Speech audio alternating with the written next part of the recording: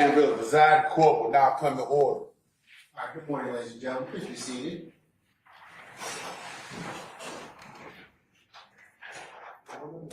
Now we're back on the record in the matter of the state of Georgia versus Khalif Adams et al. In 22 SC 183572. All right, Mr. Stillwell, Mr. Botson, Mr. Sharp, good morning, gentlemen. All right, Mr. Williams, Mr. Steele, Mr. Adams, good morning.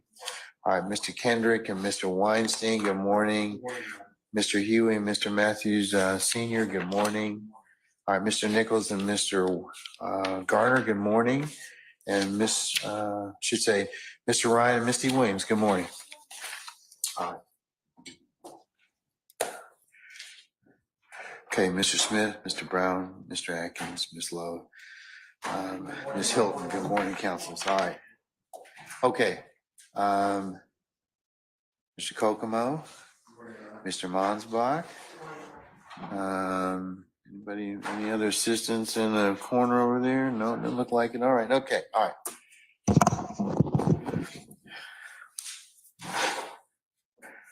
Ops present, are jurors all present?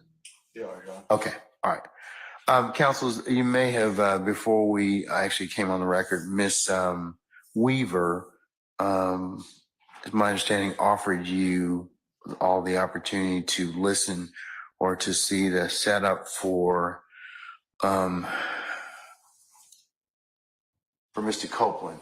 Mr. Copeland, from the court's observation, may have some hearing impaired issues. So when audio exhibits are played, he will be able to listen to what Ms. Weaver listens to, which is directly into the PA system, and he should be able to hear it. So does anybody have any issue with that, or anybody who hasn't had the opportunity to take a look at it thus far? It's a reasonable accommodation for somebody that has something that has hearing impaired. So anybody? All right. Hearing none. Anything else I need to take up before I call? Is Mr. Copeland outside? Yes, sir. All right. Can we bring Mr. Copeland in, please?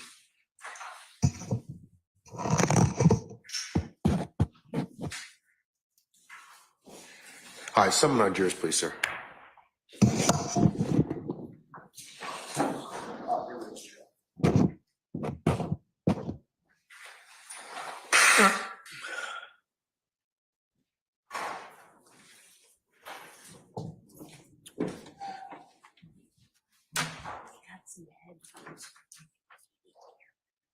Okay, thank you.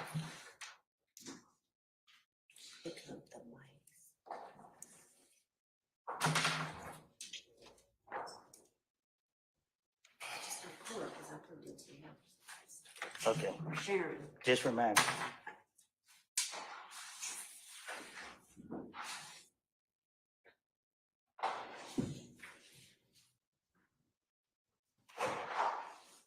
Mr. Copeland, before I take this down, Christine, you take this down. Mr. Copeland, before our jury comes in, that set of headsets is for your use when we play audio exhibits, so you can better hear the exhibit, okay? So just take it up and put it in your ear as soon as we play something, okay? All right. Yes? All right.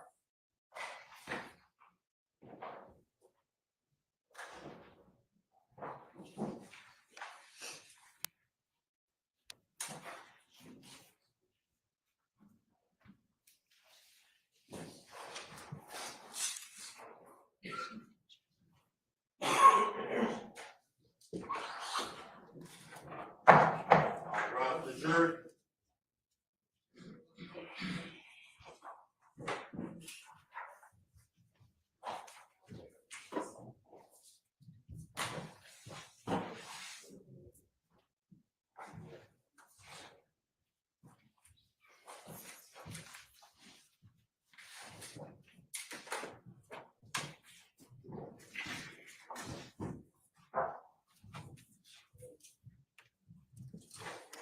All right, ladies and gentlemen, please be seated.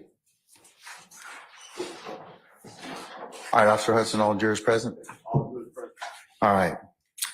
Ladies and gentlemen, jury, good morning. Good morning. All right. We're going to go ahead and continue with the examination of our current witness. Mr. Copeland is still under oath, okay? All right. Ms. Hilton?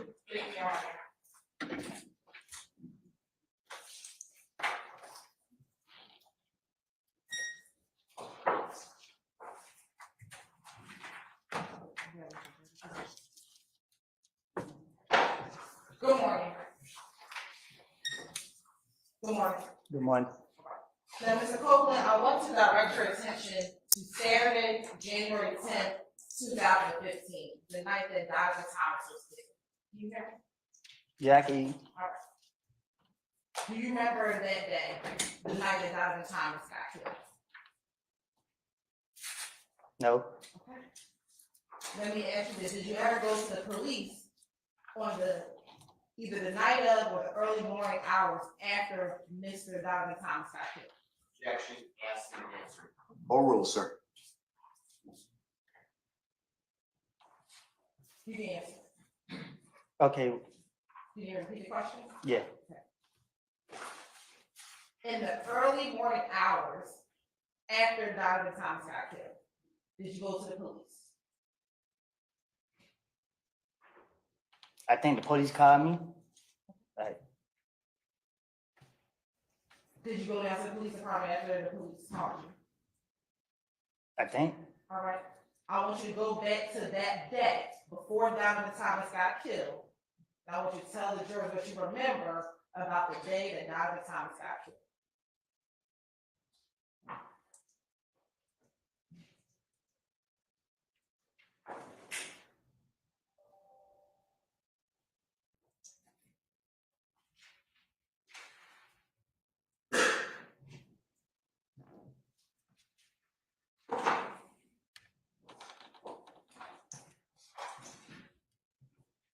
I got a call saying that, I don't know how, I can't recall how it was it. I remember getting a call saying that I killed Nut.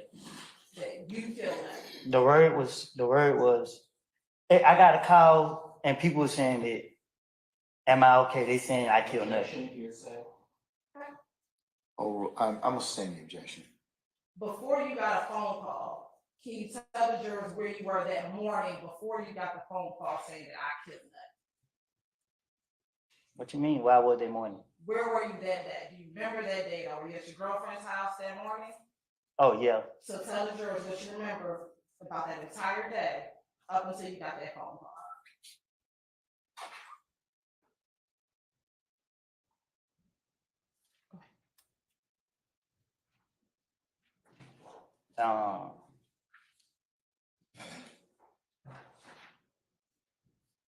I was in my girl house.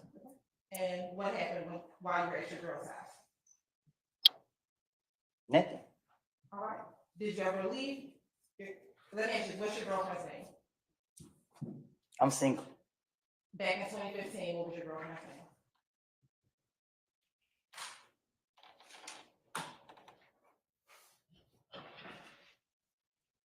Do I have to answer that?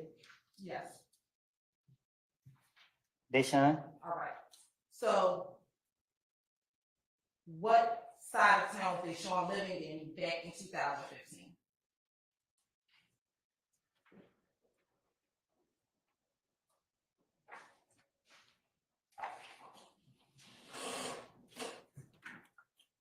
Carver home? Okay. And did you wake up at Deshaun's house in Carver Home that morning that you learned about Godwin being killed? I was in the car when I found out he got killed. I said that morning. Before you found out when he got killed, we're gonna talk about that morning. Were you at Deshaun's home? Yes. All right. When you were at her house, were you there by yourself?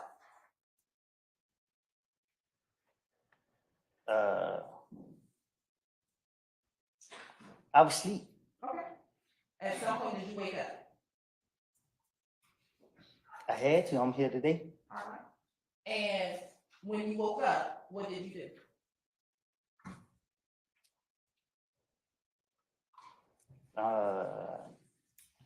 I came out the house, I guess. I went out that door. All right. Where did you go? To my neighborhood. When you say to your neighborhood, what do you mean? To my neighborhood. Is that Mechanicsville? Yes. Okay. How did you get to Mechanicsville? I think I drove.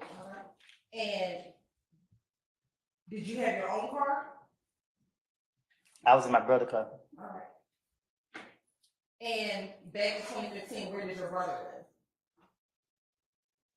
In the same place. Is that Carver Homes? I think so. All right. And which brother lived in Carver Homes? My brother. Which one? What you mean, which one? You have three, right? Yeah. Which of the three brothers live in Carver Homes?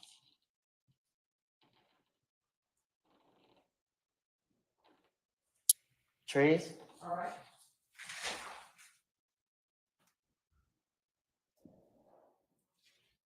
Do you remember what time you went over to Mechanicsville? No.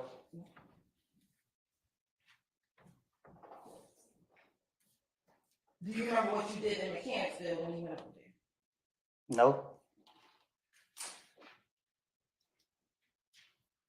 Did you go anywhere after leaving Mechanicsville?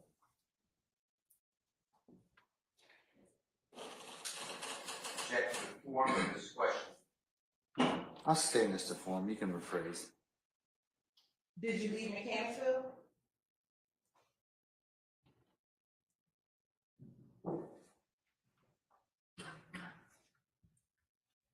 I think so. And when you left Mechanicsville, did you go anywhere? At what point in time? After you left Mechanicsville, did you go anywhere after leaving Mechanicsville, from what you remember?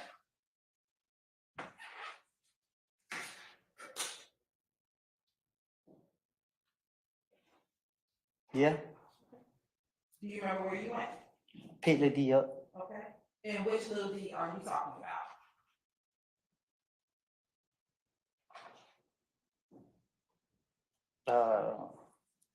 The one that always be with me. Okay. Is that the little D you referenced as your son? Yeah. Okay. Do you remember where you picked little D up? Where did you pick little D up I McDonald's at? Okay. Where was the McDonald's? on Cleveland Avenue. And when you got to the McDonald's on Cleveland Avenue, was there anyone else with little D? Just him and Shannon. Anyone else? Just him and Shannon. When you picked up little D, what did Shannon do? What you mean? You said you picked little D up. Did you also pick up Shannon? I say I picked up both of them. Okay.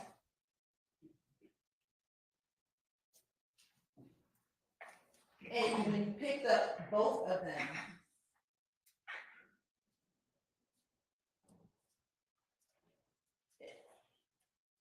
where did you all go? I blinked out after that. You blanked out after that.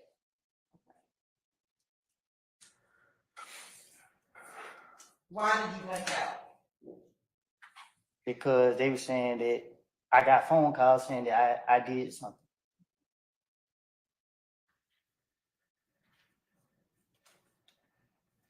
Do you remember who called you? Yeah. Who? Fulton.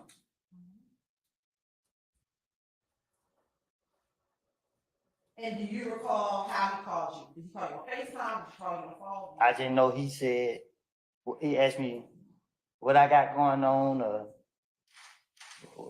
if I heard what happened, or what I don't know what he said. I just know he said that, you know what I mean, people saying that I killed Nut, and he would call him. Now, let me ask you this. Did you kill that?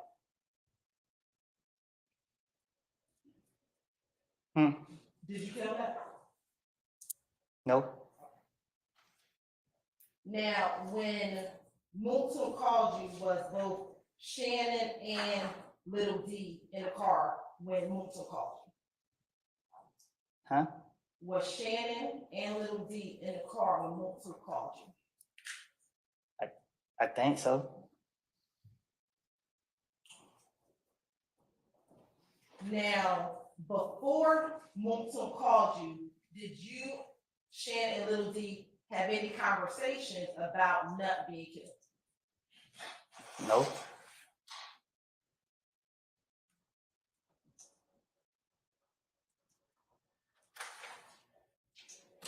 Now, after you got off the phone with Moulton, did you, Shannon and Little D, go anywhere? huh? You said you were on the phone with Moulton in the car. I blinked out. Like, I know I end up in a whole lot of places. Every time I looked around, I was somewhere different.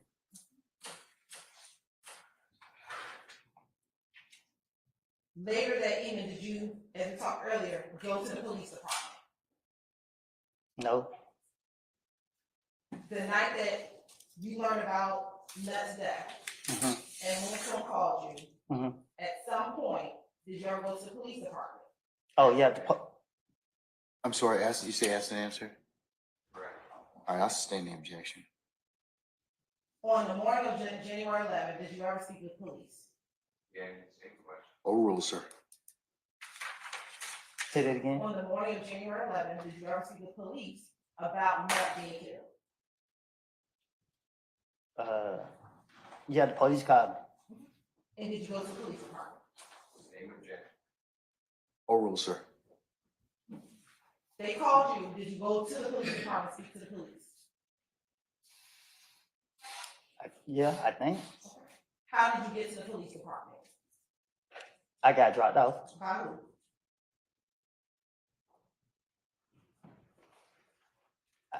I think Moulton dropped me off. I ain't for sure. I can't recall, You can't recall.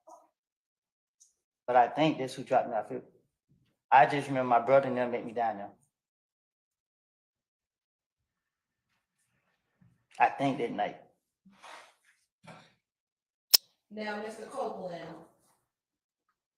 today being June 13, 2024, prior to today, had you ever, I want to make sure I understand, told police that Little D and Shannon got into your vehicle? Objection to leading. I'll sustain the objection. Is today the first time that you told police or told anyone? Which day? Today, June 13th. Okay. It's your instruct day. Yesterday, did you tell me and my colleagues that Shannon and Little? Objection to leading.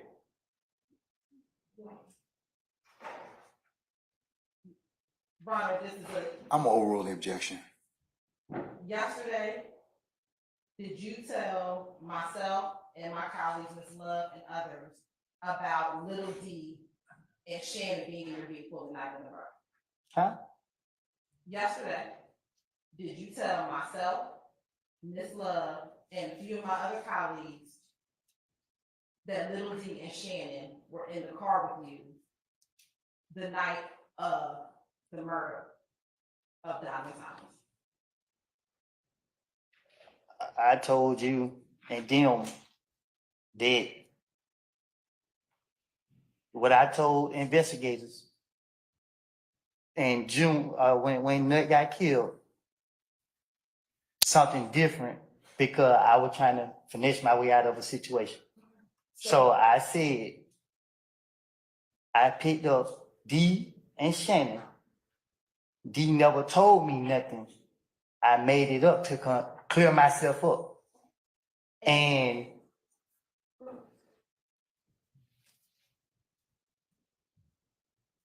that's it. And was that yesterday that you said that? Did you tell us that yesterday, what you just said? You asked me to be truthful. And I didn't, and I told you what I told the investigator back then wasn't me being truthful. So I'm telling you something that I didn't tell them because I ain't trying to go back to jail. I got it. But I asked you was yesterday. The first time you said this part, and now what you're saying today is what is truthful. What you're saying right now, what you're trying to tell the jury right now, is what you are now saying is truthful. What I'm trying to tell you is Our conversation was about something that I said in the past. I understand. I'm asking you. I asked that Mr. Copeland allowed to finish his. Okay, all right. Oh, I thought you was up. Mr. Copeland, you need to finish your answer? No, I need a break, young. Say again? I need a break.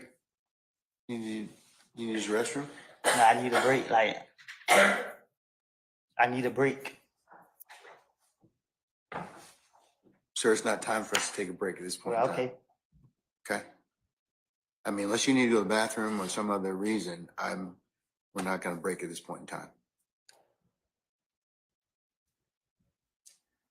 Do you need a few moments?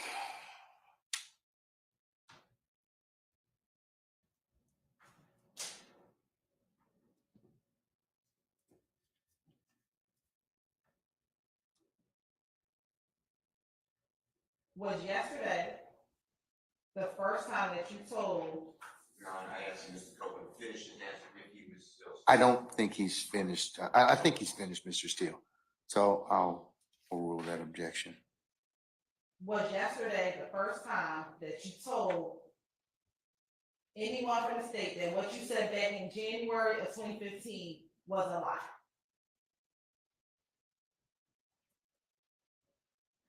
And that you were trying to finesse your way out of what you told them back in January of 2015? I told that to the investigators when they was questioning me at a certain point.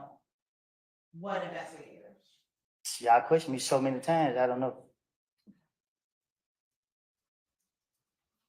Back in 2015, did you go to the police again on January 11, 2015? I'll sustain the objection. Did you also go to the police on January 28, 2015? I don't know no dates, but if you know that if I went to the, you could just say it. Did you also go and speak with the police on February 20th, 2015?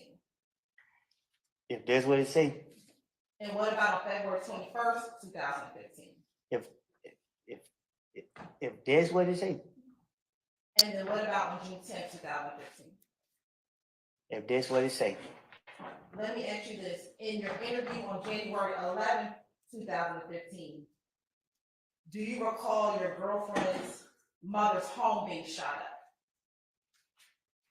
was it? Do you recall it?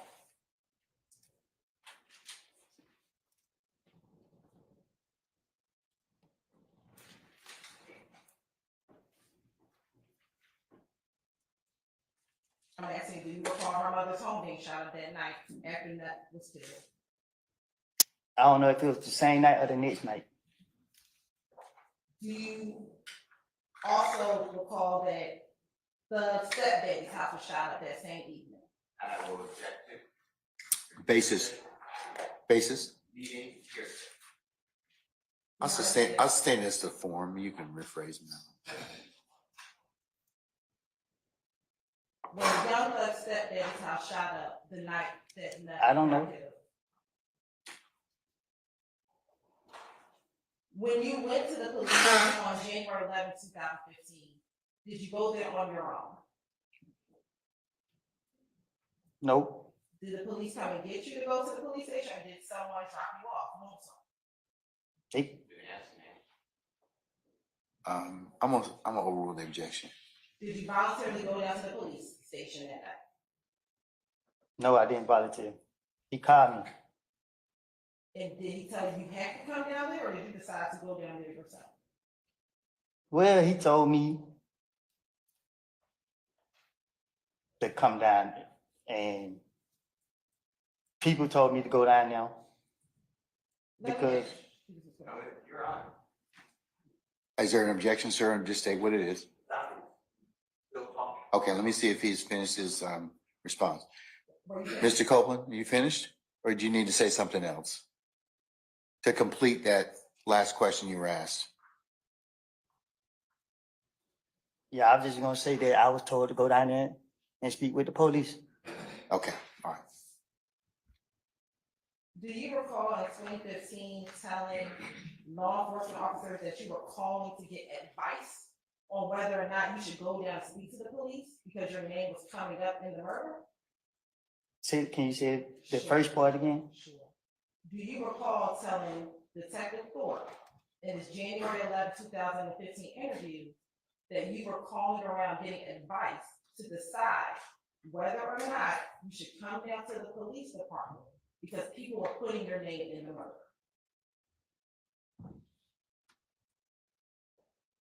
I don't know. I know when he called me, didn't know what to do, so that's why I was told to go down there. Do you- No, probably finished. Yeah, I'm finished. Do you recall telling Detective Thorpe in that same January 11, 2015 interview that people told you not to go down there and to wait till the police called you? But you wanted to come down so you could clear your name? You said, did I tell him that? Yeah.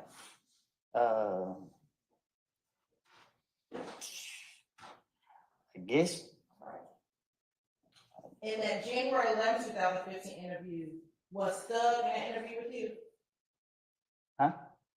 When you went to go speak with Detective Thorpe on January 11, 2015, was Thug in that interview with you? But you, Basis. Okay. Mr. Copeland, can you step outside for just a second? Ladies and gentlemen, jury, can I get you to step in your headquarters just for a minute, please?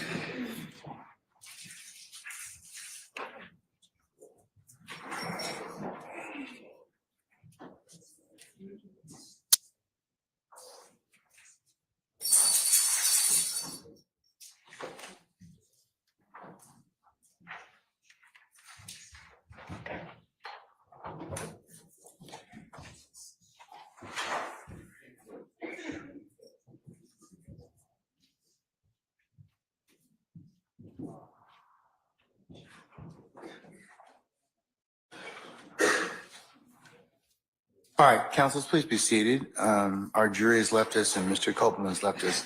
Mr. Steele, what's your motion, sir? Can you come to the podium, please, sir?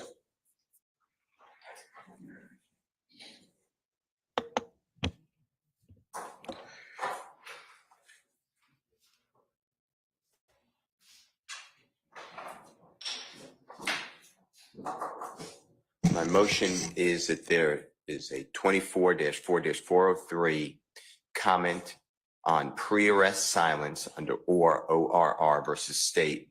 I believe it's a 2019 case, but I'll get you the site if it's not.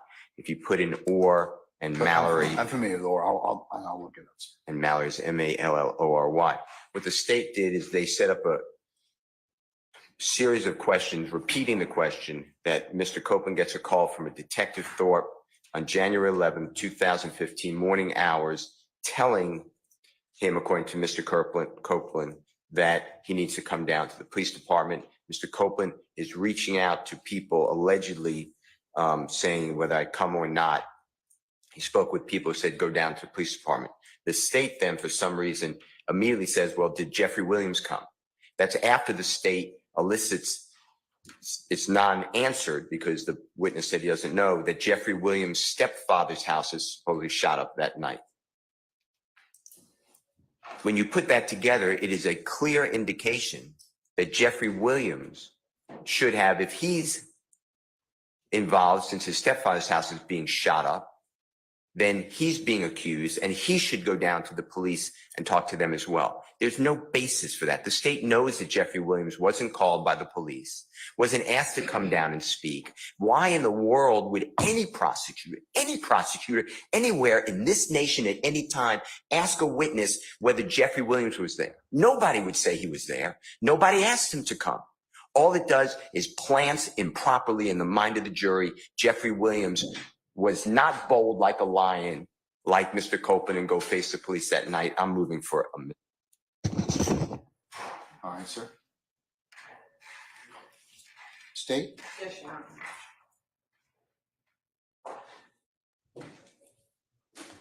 Mr. Steele, if you give me the site for, or if you can find it, please. What year was it decided? Probably 2016, maybe 19.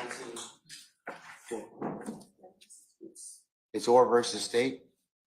It's State versus Orr. It came from the Court of Appeals of Georgia up to the Supreme Court of Georgia. And reversed our previous demarcation where the state cannot comment on pre-arrest silence. Two is whether it is too prejudicial versus probative. And here there's zero probative value because the true evidence is that Mr. Williams is innocent of any charge, never asked by the police to come down, and didn't have a reason to go down to, quote, clear his name. So now the jurors are left with the unbelievable impression that somehow Jeffery Williams should have gone to the police department, but didn't, and he hid behind Mr. Copeland. It's just outrageous. I mean, to me, that is, I've tried so many cases, this is just wrong. And the state inquires of this witness, knowing, no matter what the witness said, it's just, nobody's going to say. There's going to be a video played where Mr. Copeland's sitting in a room with Detective Thorpe. I mean, what a crazy thing to say. Was Jeffery Williams with you when you went to the police? Why, what's the probative value of that? Well, I'm gonna find out, I guess, so. Okay, all right, thank you, Mr. And the citation for is 351 Georgia App 578. No, look at the state. That's State v. Orr. Look at the state versus Orr in the Georgia Supreme Court. So All the right. Georgia case. I think counselors already had it. So.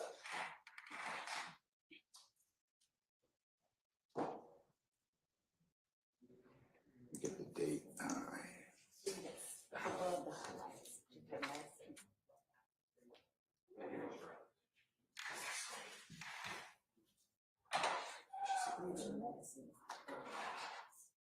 Looks like it's gonna be 305 Georgia 729. Does that sound right? With your 2019 case. Georgia Supreme Court.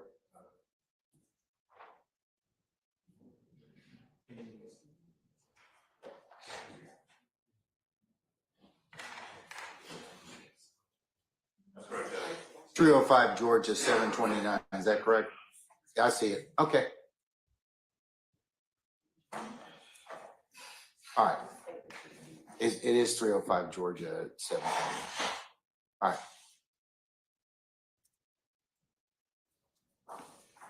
Okay, first question is what's the relevance of asking Mr. Copeland about Mr. Williams? Sure. Mr. Copeland is now stating to this jury for the first time a version of facts very different than what he told police on January 10th, 2015. On January 10th, 2015, and the state will be going into this, Mr.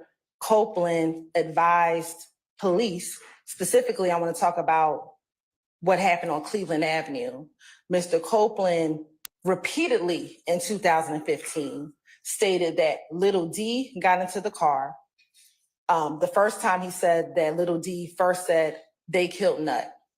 As his interviews proceeded over the course of 6 months, he eventually says to police that Little D told him that they, and he was referencing Shannon, Mr. Kendrick, Mr. Stillwell, Mr. Kendrick, Mr. McMullen, all killed Nut. He is now saying today, for the first time, to this jury and to us yesterday, that Little D and Shannon got into the car and Little D did not say anything to him.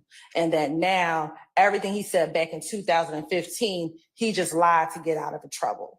So what we are doing is showing that back in 2015, none of these individuals were present none of these individuals were present in the room when he was speaking to law enforcement officers. And therefore now his story is changing when he has to now testify in court in front of these individuals. So this has nothing to do. So you're not trying to get into pre-arrest silence? Not at all, Your Honor. And especially on January 10th, 2015, Mr. Copeland speaks for the first time during that interview about Mr. Williams. But at no point is the state trying to get into any pre-arrest silence. It is solely to show that Back then, none of these people were in the room with him.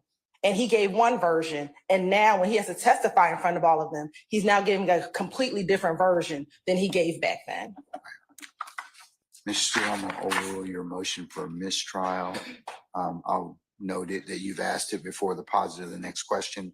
And I'll make it a continuing objection, okay? Sir, did you hear me, Mr. Steele? Okay, all right. Anything else, Mr. Steele? Before I move on to Mr. Sharp? I mean, you rule, so. Okay, Appreciate the mistrial being waived. okay, all right. Mr. Sharp? On behalf of Mr. Stillwell, I just want to make it clear. I know the Harvey rule is in effect, It but is.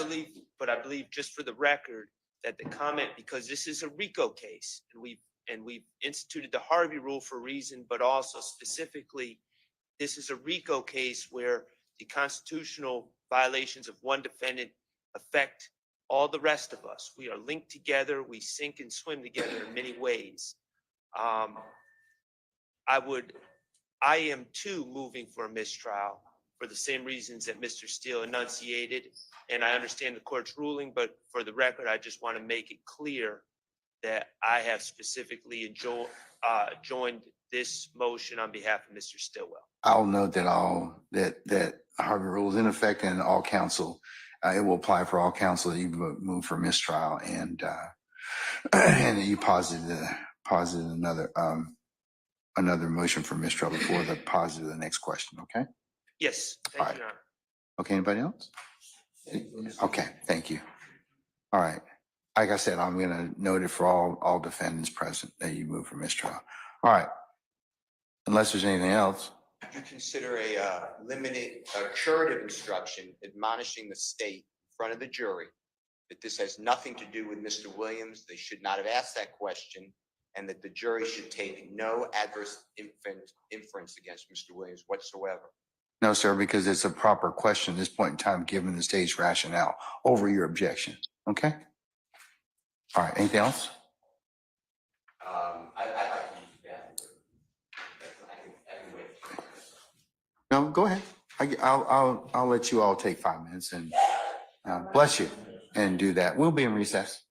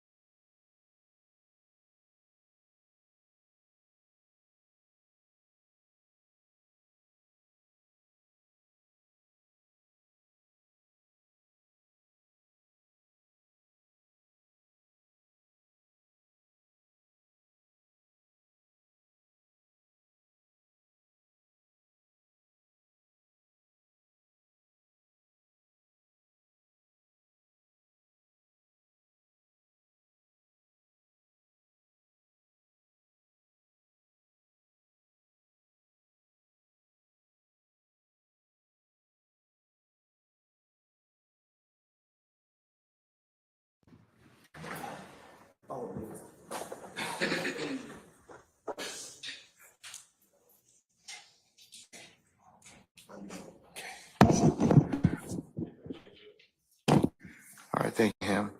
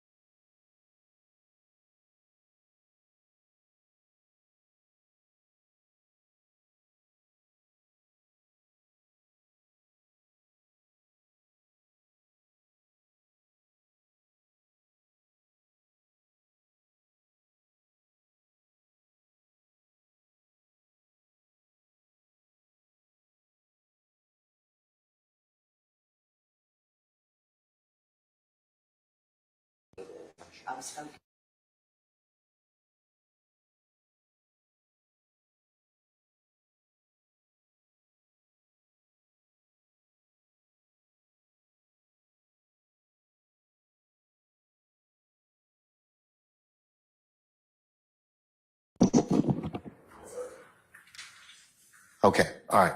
Can we bring Mr. Copeland back in, please? Your Honor, can I make just one quick statement as he's coming in? Okay. I just want to add also for the court to consider, you know, when the state makes this argument that persuaded the court that it was okay, it presumes bad character on Mr. Williams and the others. It's, well, he never said that until he's in the courtroom. The state does that a lot in this. It's impeachment. Every time. And you have overruled and said it goes to bias of the witness. But I never heard a witness say, yes, I'm intimidated. The state just presumes that. So that's another reason that I don't believe that that was a valid, persuasive objection. No, you did.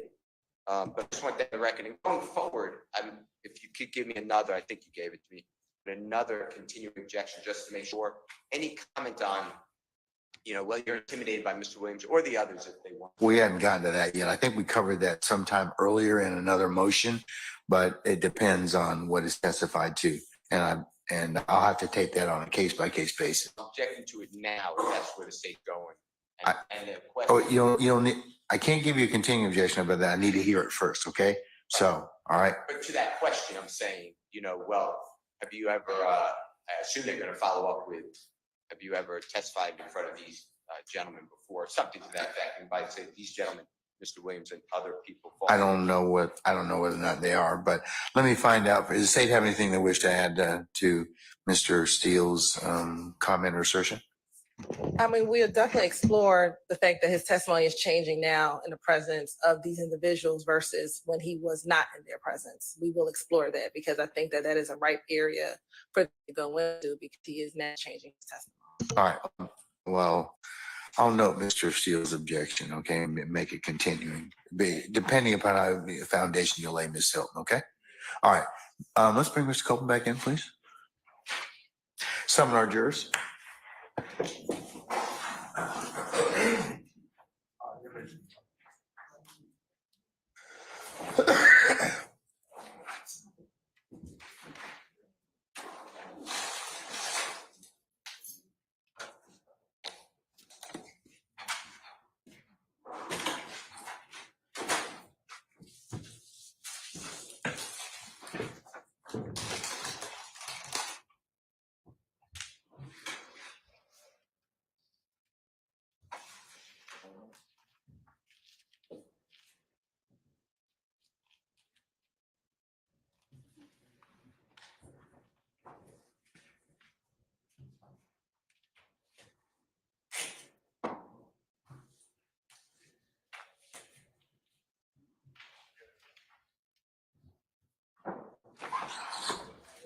All right, so jury.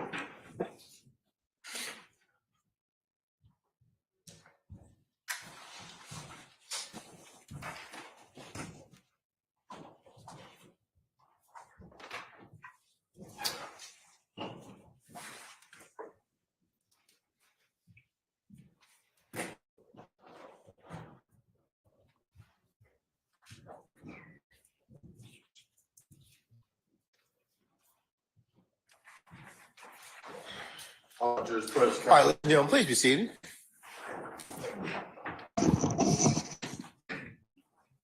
All right, Ms. Hilton, you may continue when ready.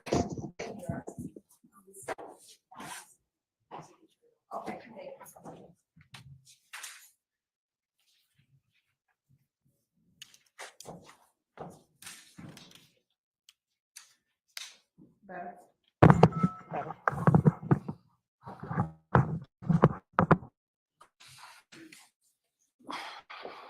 Okay. Ms. Cook, when I left off, was Thug in the room with you when you spoke with Investigator Thorpe? No, Was Yak in the room with you when you spoke with Investigator Thorpe? no, Was Shannon in the room with you when you spoke with Investigator I was Thorpe? by myself. Basis. Overrule, sir. I'll note your motion. You can make it at our first break, okay? All right, thank you, sir. All right. And was Quay in the room with you? I was by myself. Say again, Mr. Matthews? What objection? Okay, you have a motion. All right, okay. First break. And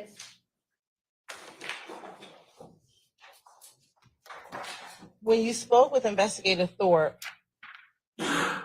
was that at about 3:00 a.m. on January 11, 2015?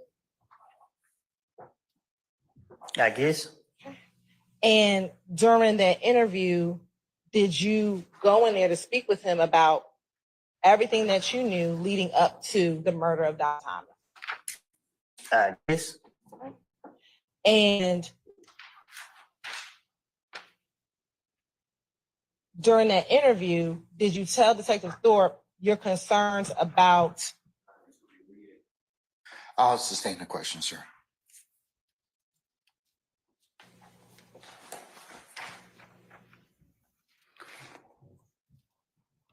During the interview, were you able to give Mr.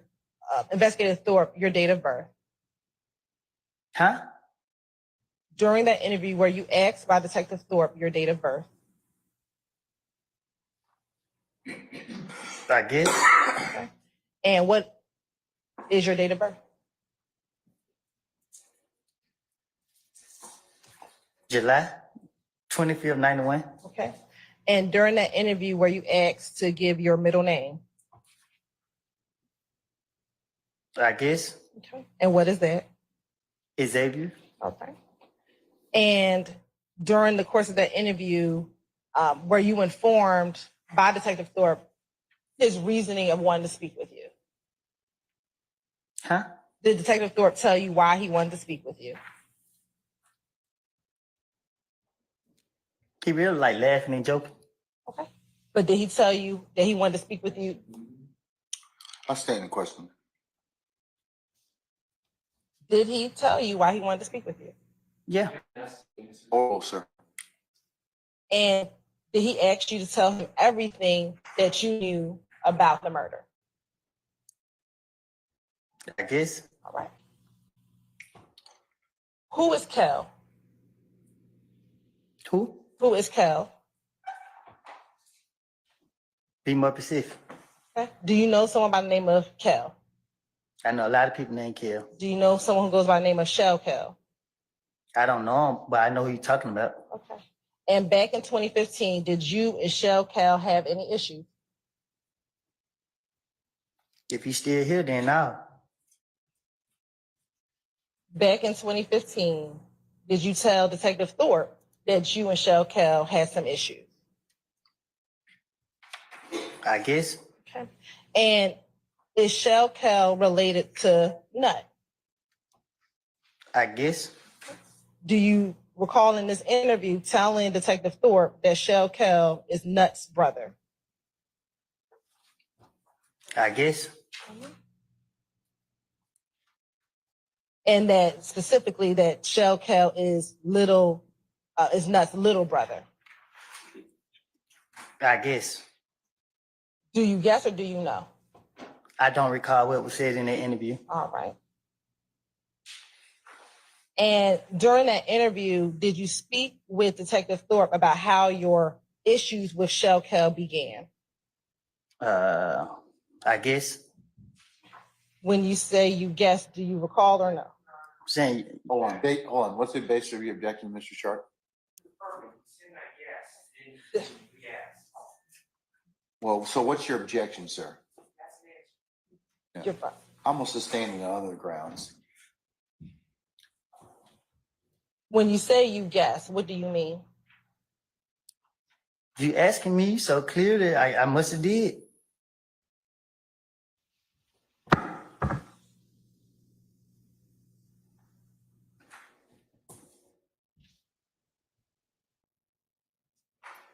When did your issues with Shell Kel begin?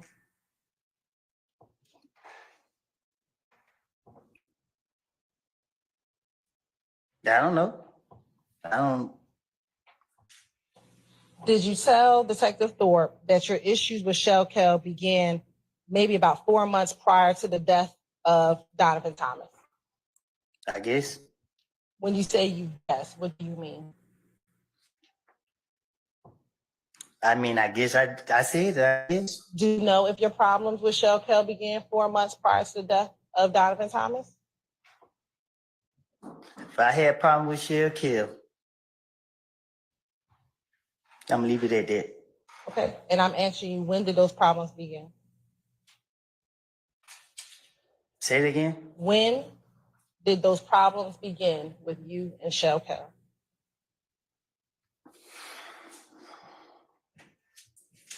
I don't know.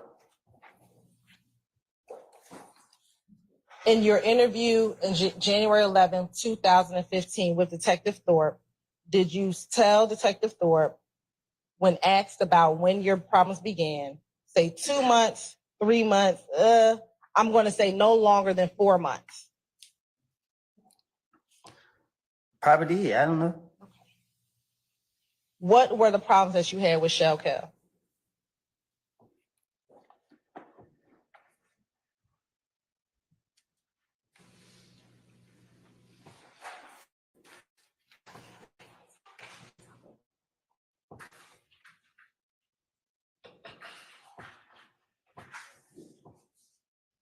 I misunderstand it. What was the misunderstanding? I don't know. Okay.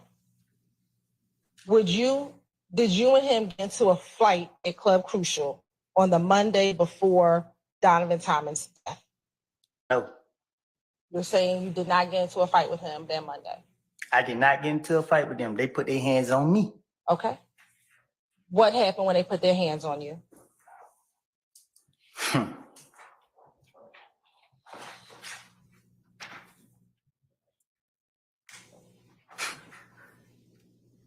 Can you respond? What happened when they put their hands on you?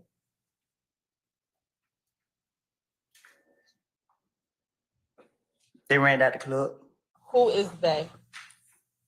I don't know. Did you tell Detective Thorpe about what happened between you and Shell Kel the Monday before Donovan Thomas was killed? I guess. When you say you guess, do you know if you told him about what happened that Monday?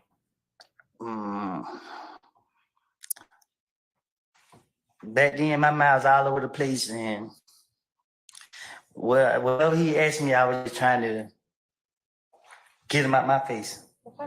Do you recall in the same January 11, 2015 interview, telling Detective Thorpe that you went to Club Crucial, you pulled out your money because you were on stage, you were flashing your money to all the girls were standing around, you were flashing your money. When you get off the stage, you were flashing money, and Kel and his whole crew walked up on me. You recall telling Detective Thorpe that back in your January 11, 2015 interview. I probably did. Then do you recall telling Detective Thorpe that you looked up and you said to Kel, "What up, bro? What's going on?" I probably did. And that Kel saying anything, so he just said, "Hey, what's up?" You asked him, "What's up, bro?" And then he began asking you about Thug. Do you recall telling Detective Thorpe that? I probably did. And I need to know, is that a yes or no? Did you tell him? Did you not tell him? Or do you not recall? Answer the question, Your Honor. I object to the follow-up question. Your Honor, he's saying he probably did. I'm asking yes, Oh, no. I'm an overrule objection, Mr. Steele. Did you say it? Did you not say it, or you don't recall saying it? I said something to him, so if that's what he said, I said, then I'm asking, what do you remember? Do you remember telling him this or not? Or you don't they recall? questioned me so many times, and I told them something different every time they questioned me. I Okay. don't recall what I told this person. Do you have an objection, Mr. That Steele? person- Oh, hold on, Mr. Copeland. Do you have an objection, sir? Basically,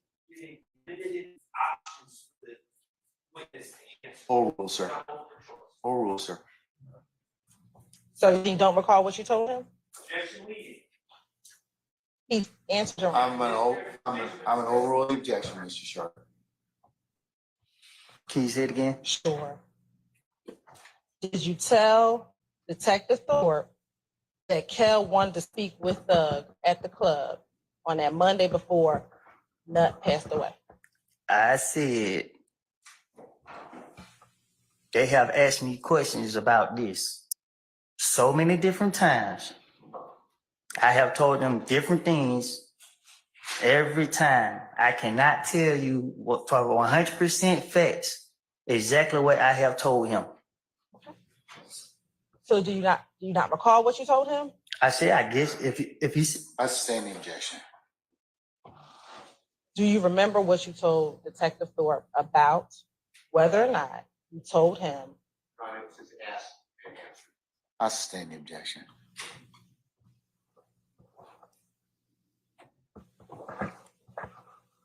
Do you recall telling Detective Thorpe that after you told Kel that Thug was in the club, Kel began to. You have an objection, sir? I'm overruling the objection, sir. Kel took his necklace and put it inside of his shirt. huh? Do you remember telling Detective Thorpe that after Kel asked you about Thug, you then saw Kel put his necklace inside of his shirt? I guess. When you say you guess, do you recall telling him that or no? Yeah, I said, I guess. And then when you saw him put his necklace inside his shirt, you then put your money inside of your pocket. Yes.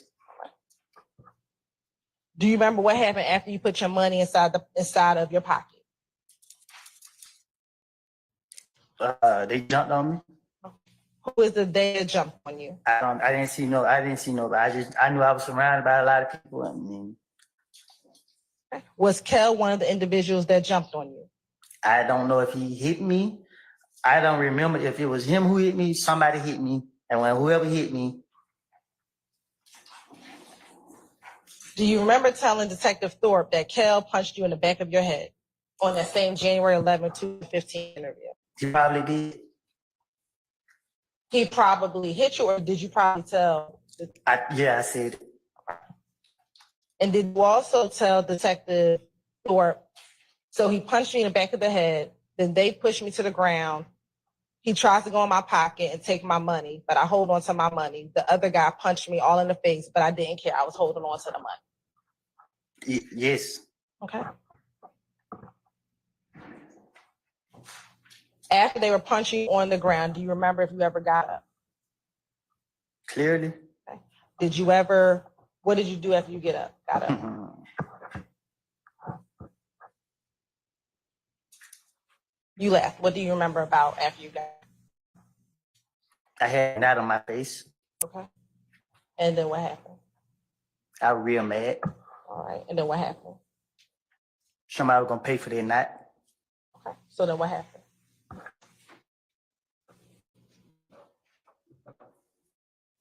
I went home.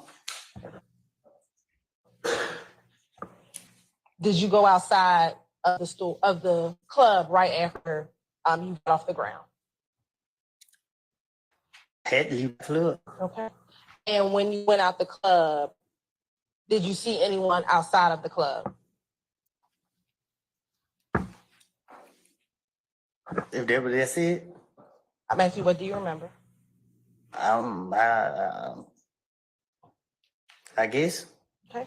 Do you recall telling Detective Thorpe in the January 11th interview that when you got out of the club, Bloody J was outside of the club? I guess. You guess that you told him? Yes. All right. And when you got out of the club, what, if anything, happened to Bloody J?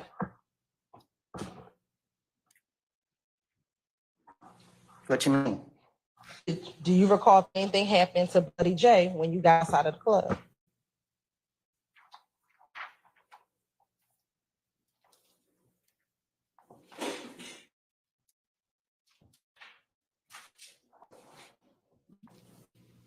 You can't remind me? Do you remember, yes or no? No. Okay. Do you recall the time Detective Thorpe that when you got outside of Bloody J, when you got outside the club, that two of your buddies went and beat up Bloody J? I guess. Okay. Two buddies beat up Bloody J.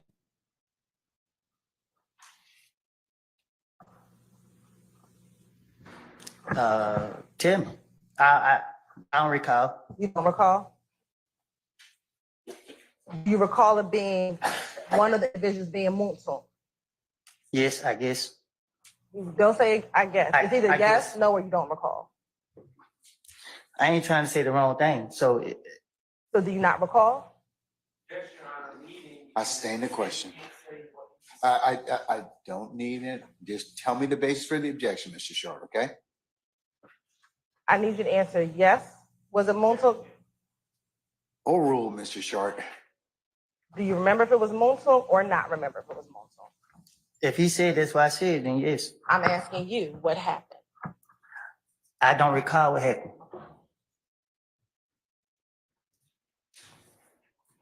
I was mad. I had a knot on my head.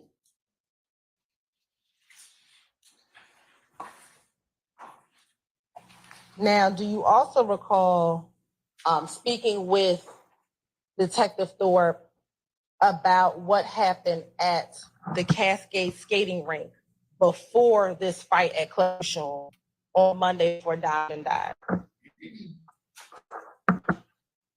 I guess. When you say you guess, do you recall or you don't recall?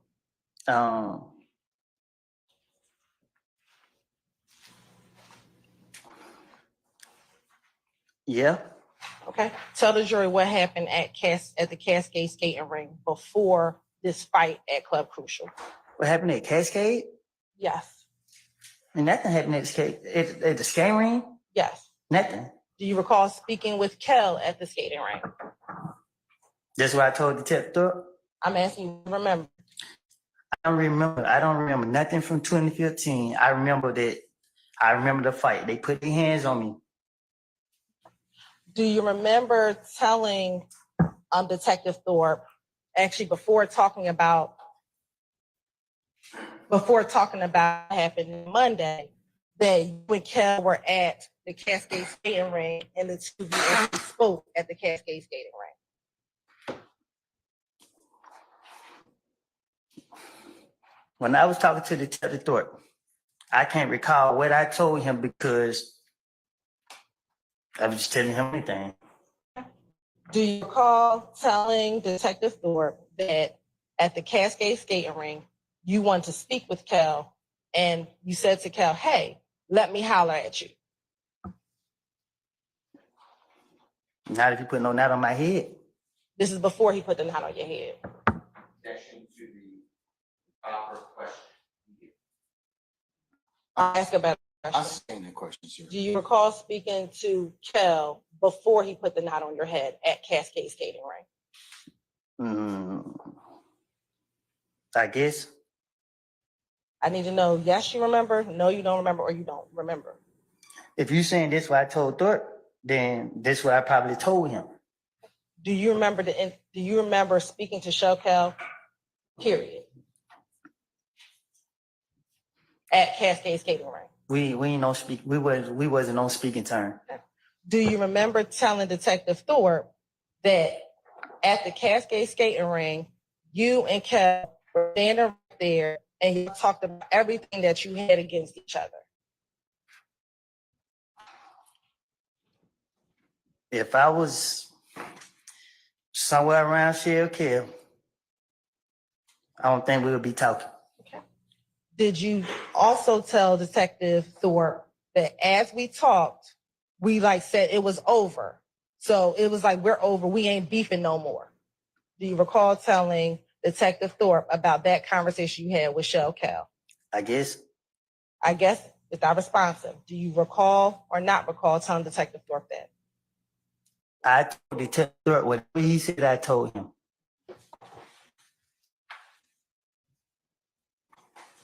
Do you recall telling Detective Thorpe that on that same day at the Cascade skating ring, Kel wanted to speak with Thug?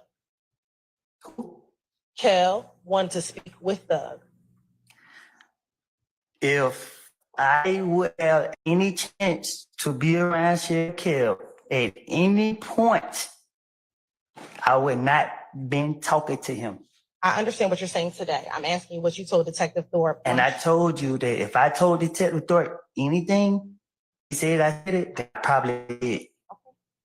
So did you also tell Detective Thorpe that you then called Thug on FaceTime for Kel and Thug to speak with each other? When he checked the phone record, did he say call? I'm asking you, did you tell Detective Thorpe that on the Sunday at Cascade Skating Ring that you got Thug on FaceTime so Kel and Thug could speak?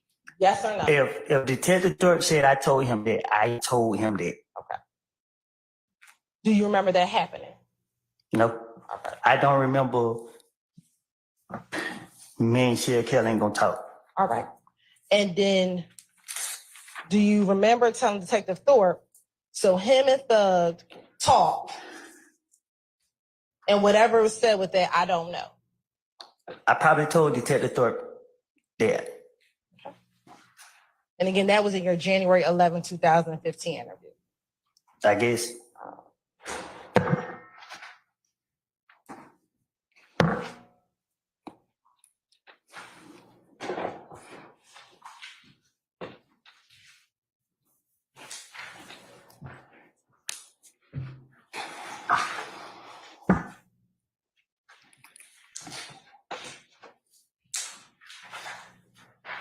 Now, did you also tell Detective Thorpe about a shooting that occurred at a gambling house in Lakewood? If that's what he said. Do you recall a shooting at the gambling house in Lakewood?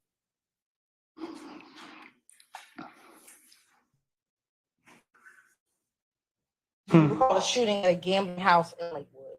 No, You do not? I don't. Do you recall telling Detective Thorpe in that same January 11, 2015 interview that there was a shooting over in Lakewood and that it was Kel, he was standing on top of a roof and shooting inside? I probably did. I need to know, do you remember telling him that or you don't remember telling him that? When Detective Thorpe questioned me about what happened, I thought I was in there about 5 minutes. I thought I walked in and walked back out. So I don't know what I don't told him. I can't remember what I don't told him. So you say you don't remember telling him about what happened at? But if he said that I told him that, I'm telling you right now, I told him that. So can you start asking me what I supposed to told Detective Thorpe? Because I'm telling you now, if he said that I said anything about anything, I'm telling you, more likely I probably did. Great. Well, I'm going to ask you about all the things that you talked to Detective Thorpe about.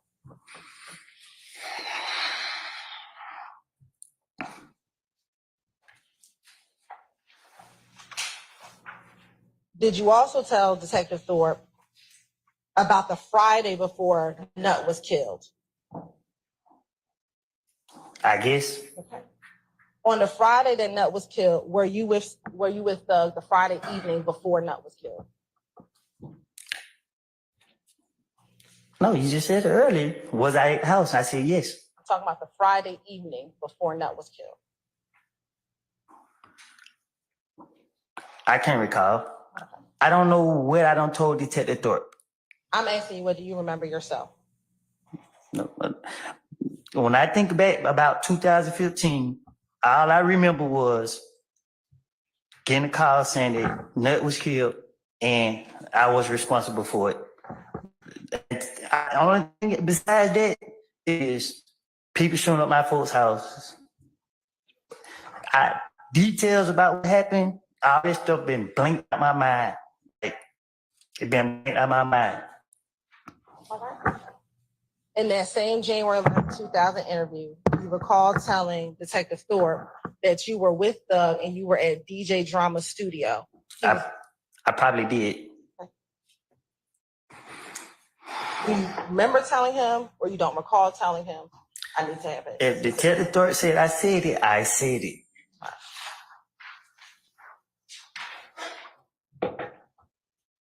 And then after leaving the studio, that is when you went over to your girl's house, which would be Deshaun's house.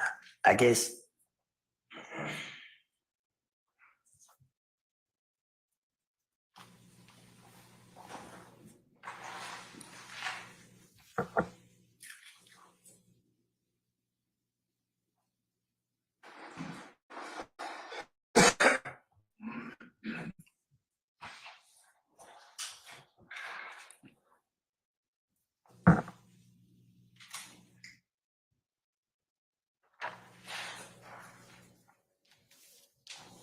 Now, earlier I asked you about what time you left Deshaun's home to go to your brother's house. Do you recall telling Detective Thorpe that you left Deshaun's home around 5:00 p.m.? I guess. When you say yes, I didn't know. Do you recall telling him that, or you don't recall telling him that? If he said I said it, I said it. And is that true or that not true that you left her home around 5:00? If you notice something about it, don't keep up with the time, the days. I just go with the flow. So do you remember it being around 5:00 p.m. that you left Deshaun's house? I don't know what time I left her house.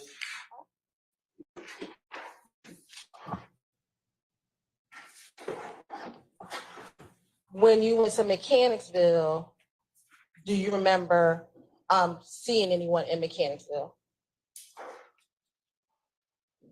What you mean? You said earlier that on the night before Nutt's murder, on the day of, you left Deshaun's house and you went to Mechanicsville. Do you remember seeing anyone when you went to Mechanicsville?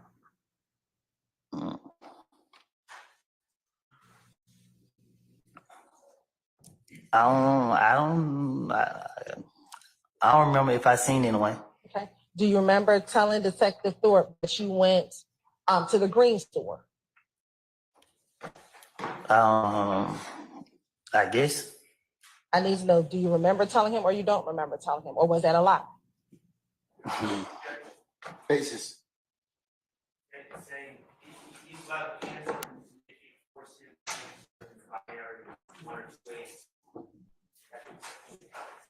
Your Honor, his response or non-response to my question. I'm going to overrule your objection, sir. Thank you. So do you remember telling him? You don't remember telling him Do I remember telling him what? that you went to the green store? I probably did. When you say you probably, I didn't know yes, no, or I don't recall. Whatever Thorpe said I told him, I told him. Okay. Do you remember telling him that you met with Lil Rick at the green store? I probably did. Yes, no, I don't recall. You want me to? Yes, sir, you may. Yes, no, I don't recall. If Thorpe said I said it, I said it. Do you recall telling Detective Thorpe that while you were at the green store, you called Little D? Guys, Did you tell him? Did you not tell him, or you don't recall telling him that? if Thorpe said I said it, I said it. Do you recall telling him that he told you he was on Cleveland Avenue? I guess Yes, no, or I don't recall. if Thorpe said I said it, I said it.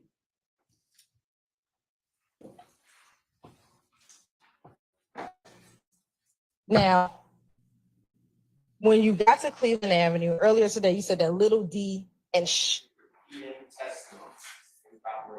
you're right. I think she's oriented to time and place. I'm gonna rule the objection, sir. Earlier today, you said Little D and Shannon got into the vehicle. Do you recall saying that earlier today? I think I did. Okay. Back in January of 2015, did you ever tell Detective Thorpe? Your Honor, now I'm impeaching. I'll rule the question, sir. Did you ever tell Detective Thorpe that Shannon was in the vehicle with you and Little D back on the morning of January 10th, 2015? If he said I did, I did. I'm asking you, did you? Because you're saying you're saying today, you're saying the truth, and back then, I sustain the objection. did you ever tell Detective Thorpe that Shannon was in the vehicle with you? I guess Back in 2015, you did not tell Detective Thorpe that Shannon was in the car with you. Objection, asked and answered. I sustain the question.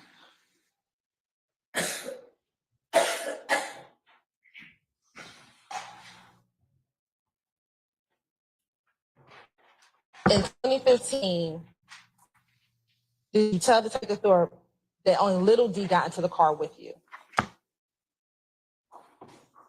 I guess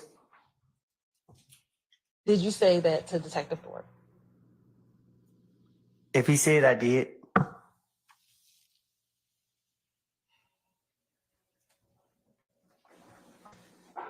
Back in 2015, did you then tell Detective Thorpe that Little D told you that Nut just got killed? Basis, sir. Your Honor, do we address this? I'm gonna rule the objection, sir. Confrontation clause as well. Your Honor, we Overrule, sir. today you said that you and Little D never talked about the murder, correct? today I said whatever I told Thorpe in 2015, I was trying to get him out my face. So I do not know exactly what I have told him.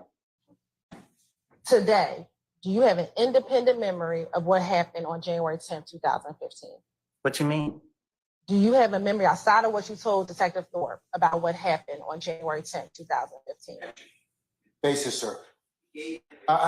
Tell me the basis for your objection. I'm gonna overrule the objection, sir.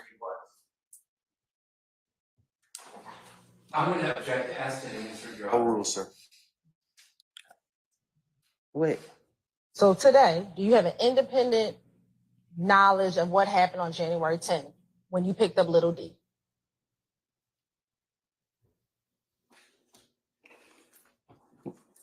Can you say that one more time? Sure. Today, without remembering what you told Detective Thorpe, what is your memory of your interaction with Little D on January 10th, 2015? But I don't have a memory. What you mean? Like, Okay. I just know that I picked up Lil D and Shannon, and that's when I got all saying that I supposedly did this and did that. And in January 2015, you never told Detective Thorpe that you picked up Little D and Shannon. I guess.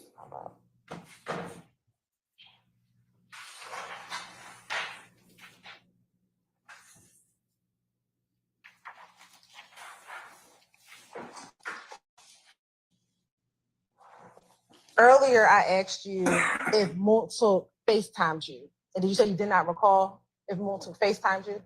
I know he called me. I don't know if it was FaceTime regular.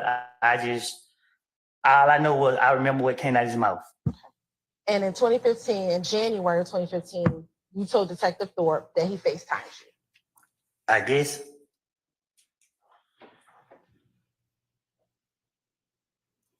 Do you remember telling Detective Thorpe that or no? Objection asked and answered. Yeah, that's non-response. I guess it's non-responsive. I'm gonna overrule your objection, sir. You can answer the question. I need to know if you remember or if you do not remember. If he said I said it, then I said it. Do you remember telling Detective Thorpe that? Objection, Your Honor, it's been asked and Overruled, But- sir. That's not, do you remember telling Detective Thorpe that he FaceTimed you? I guess. I guess it's non-responsive. Well,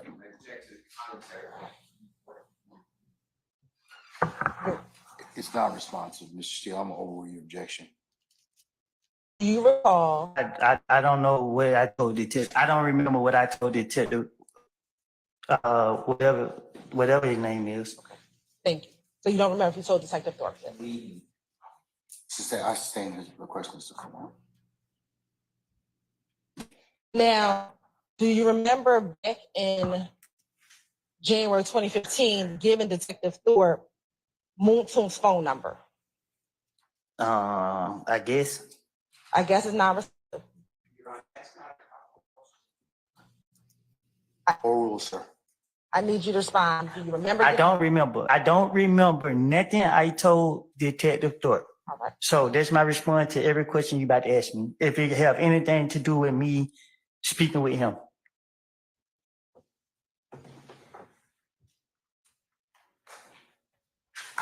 It wasn't in my right state of mind. I don't have a clue. Well, you got to bear because I'm going to have to ask you the question specifically. You just Okay, I you can don't ask. remember. I just saying. Mr. Steele, overruled. Do you remember today what Moontoon's number was back Back then, when back in 2015? I bet my phone number now. All right. Do you remember giving him the number 404-662-8935? I guess. I need to know, do you remember or you do not remember? Yeah, I did. Do you remember what kind of car that Moontoon dropped you off in to take you to the police department on January 11, 2015? I don't know. I don't know if he. I don't know. I don't know if he asked me. I don't remember. I told him. Do you remember saying it was either bluish, grayish Malibu and it was rented? Yeah. Yeah, you remember telling him that? Yes. I guess. Yes. Yes. Yes.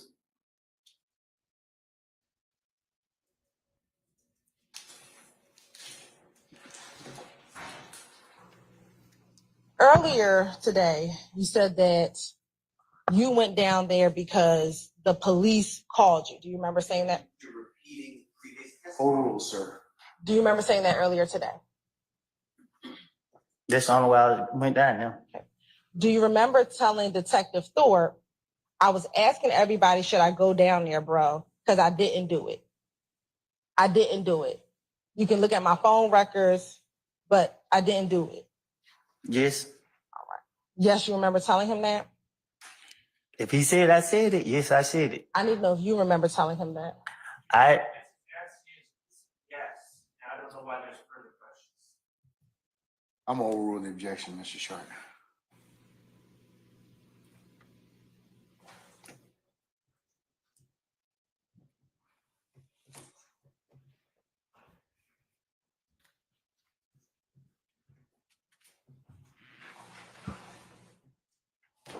Do you also recall telling Detective Thorpe that you also advised Moontoon that he should come down and speak with the police? yes.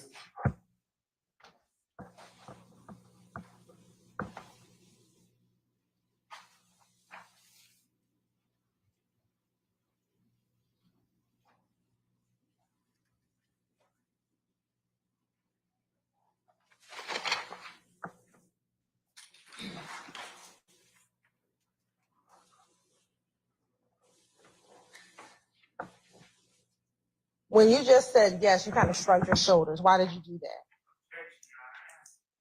Overruled, sir.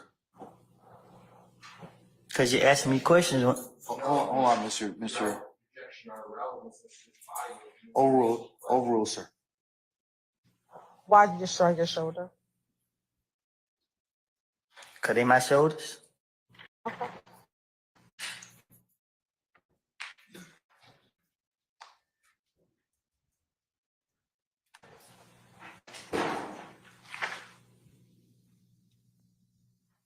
Was Kel the only person that you had problems with back in 2015?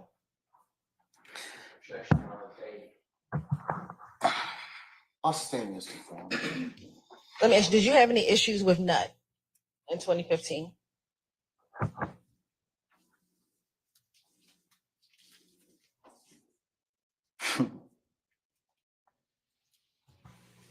Why'd you chuckle? Huh? I asked you if you had any issues with Nut, and then you said, and you chuckled. Why? Your Honor, if there was a question posed, you can ask another question, it's my objection. Overrule, sir. Overrule. I'm gonna overrule it, okay, for the time being. It's against the original question. Sir, I've overruled your objection, okay? So I'll ask you first, why did you chuckle when I asked the question?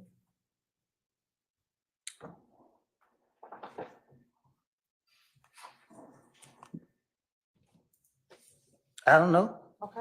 So did you have an issue with Nut back in 2015? I did. And did you tell the police that the only person you had a problem with was Kel? Yes.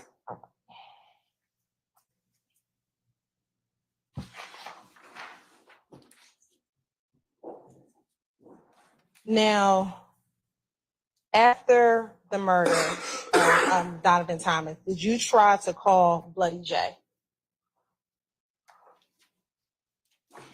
That what I said? I'm asking you, what do you remember? I guess. Do you remember or do you not remember? What I'm trying to call Bloody J for?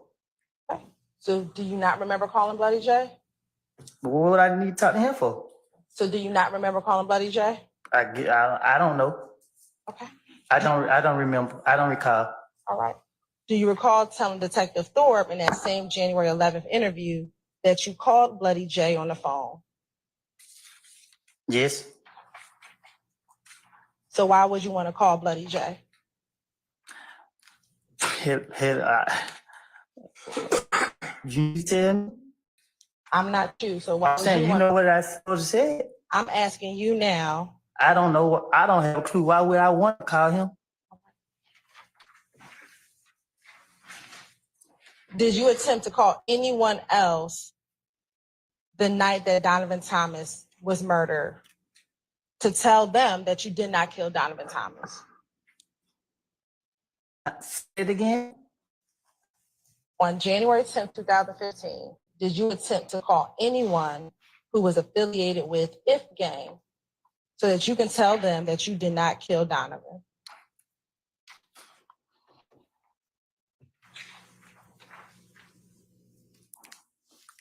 I ain't doing no calling nobody.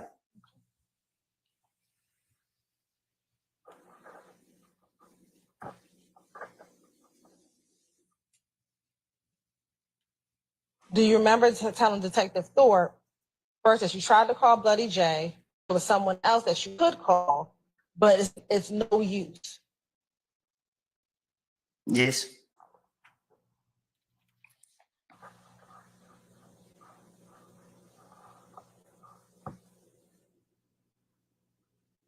Now,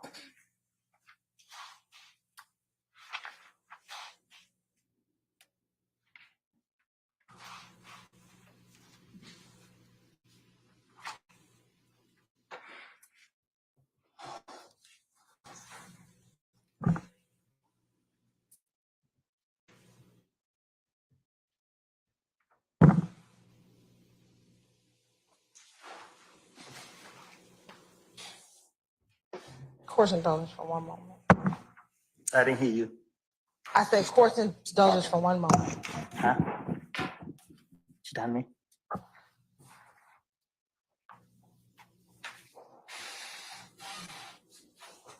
Do you recall Detective Thorpe asking you about an Infinity car on January 11, 2015? I guess. Do you remember him asking you, or you don't remember he asked you? When this is what I remember from talking to Detective Thorpe. I walked in the homicide building. He says, "Dang man, I still got a bite on the street. You came in here? I don't think you did it." That's how they went to me. So you asked me these questions. I don't remember having a conversation with him. So I ain't saying I didn't. If you saying he said I did have this conversation with him, then I did. But I don't remember him. I don't remember these. And it's So okay. I don't know what I don't told him. But I just know that I thought he let me walk right back out the door. I don't remember being in there no more than 5 minutes. And if you don't remember, that's all you have to say is you don't remember. I keep telling you I don't remember. And I have to ask you specific questions. So if you don't remember, Mr. Steele, I need to see an objection, not commentary, okay? So, Prosecutor is not. no, that's not, that's, Not that's, the court. that's, Doesn't instruct the witness in front of the jury. I object. I'm overruling objection, sir. Prosecutor just said, I need you to say you don't recall. That's it. Hold on. yeah.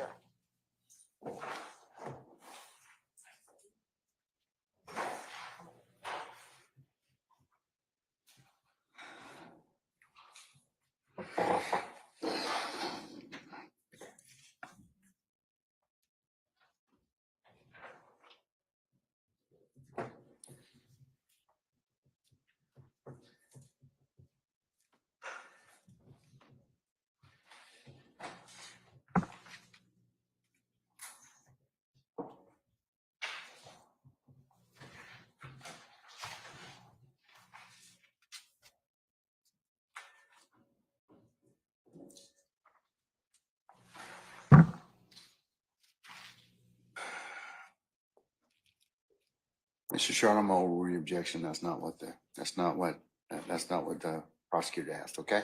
So, all right. You can continue, madam. Do you remember or do you not remember if Detective Thorpe asked you? I don't remember. All right.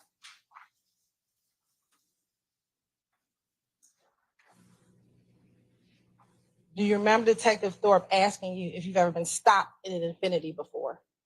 Can you say it again? Sure. Do you remember Detective Thorpe asking you if you had ever been stopped in an infinity before? Your Honor, Sure.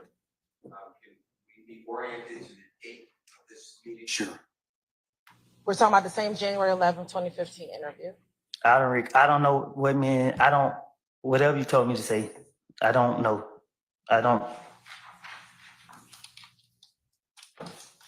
Do you remember back on January 10, 2015, any cars following you home the night that Donovan Thomas was killed? Can you say it again? Sure. On the night that Donovan Thomas was killed, do you recall any cars following you home, specifically following you into Carver Homes? I don't remember.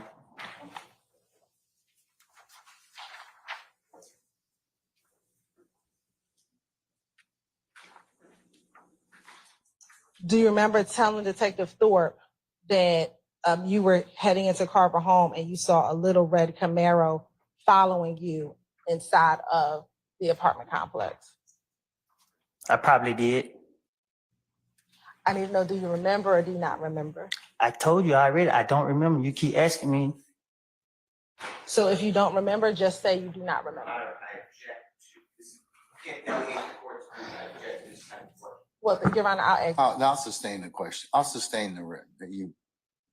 Your Honor, then I'll ask. You can instruct Mr. Copeland if he does not remember, just to say he does not remember. Mr. Copeland, just answer the question to the best of your ability, okay? I thought I did, Judge. You're. I told her I don't remember no conversation I had with. She trying to cross me up. She trying to say this and that when I don't told her I don't tell the police anything they wanted to hear for them to. And she keep asking me over and over. You're gonna have to answer the question, sir, okay? So is your entire interview with Detective Thorpe a lie? Huh? Was your entire interview with Detective Thorpe a lie? I don't know. I can't tell you what I told him. You got to tell me what I told him. Okay, so we're gonna keep on going. But I don't, when you tell me what I told him, I'm telling you now, I probably did tell him that. I'm telling you, I told him that. Well, So, But you have to tell me which ones are lies and which ones. You're correct, sir. Mr. Copeland, do you have something else you want to add to that response? I can't remember. Do you want me to repeat the question? I can't remember what I had to say. Do you want me to repeat your response up until that point in time? You got to tell me what was said. Okay, hold on just a second. We can help you out with that.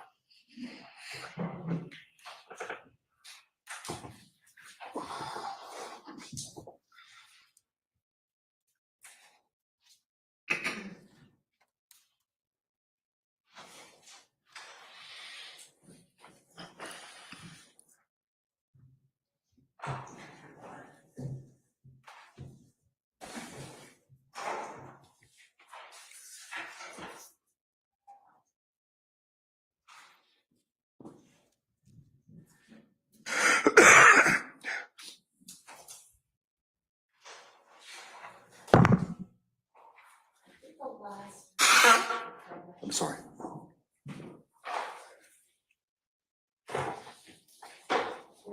When you told me now, I probably did tell him that. I am telling you, I told him that, so. Can you say that again? She said, was your entire interview with Thorpe a lie? He said, I can't tell you what I told him. You gotta tell me what I told him. Right. And so we'll keep going. He's weighing. And then he said, well, you told me now, I probably did tell him that. I am telling you, I told him that, so. And then the sentence said, but you have to tell me which ones are lies. And they interrupted, so. So how I supposed to tell you which one is a lie if I don't know, if I can't remember what I told him? I can't say this is a lie and then you try to say, well, you said this right here. I don't know. I don't know what I told him.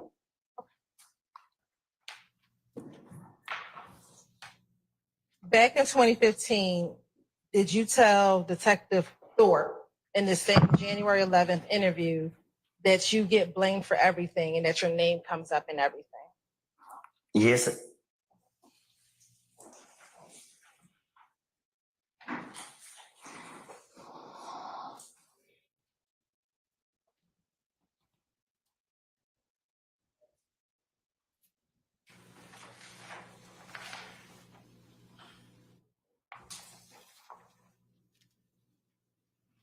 Back in January of 2015, did they shoot at your at Deshaun's mother's home the night of the murder? I don't know if it was the same night, but at one point it was. And did that shooting prompt you to go speak with Detective Thorpe on the morning of January 11th, 2015? They called me. I think that's how he was able to get my phone number. But I can't recall if it was or not.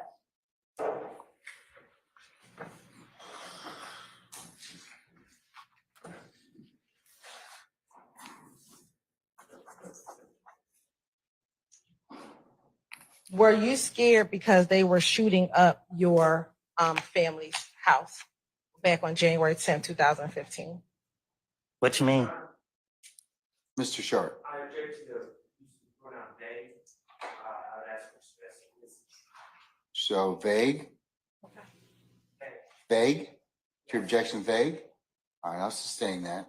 Were you afraid because your girlfriend's mother's house was being shot up? What you mean? Were you afraid because people in your family's homes were being shot up on that back in January 2015? Were you afraid because people's homes were being shot up? You asking me, was I afraid, or what did I tell the police I was afraid? I'm asking you now, were you afraid?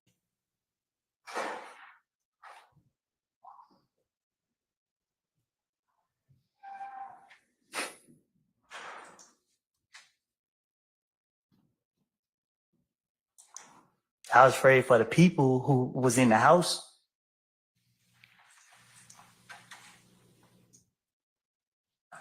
And do you know who all was in the house? You shook your head. Is that a no for the No. record? Okay. I don't remember who was in the house.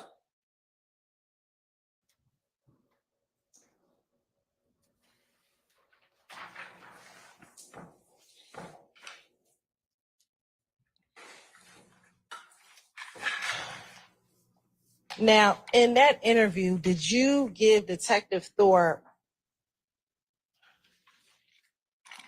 the reason why you thought Kel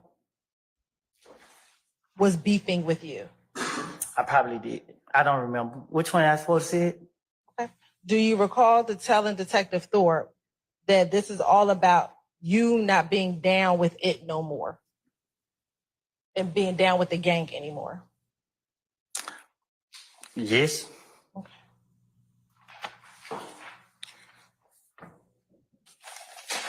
Do you recall telling him that it's also because they now think that you're with Thug and that you're claiming YSL? Yes, Yes, you remember telling him that? I guess. If that's what he said, I said. Do you recall or do you not recall to tell Detective Thorpe that? I don't know what I done told this man. Okay.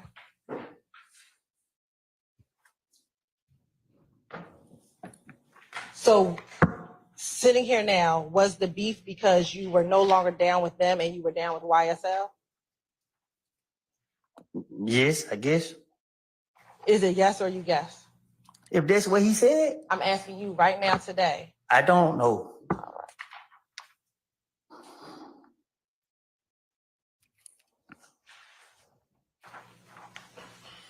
Now, during this interview, do you recall giving Detective Thorpe your Instagram page?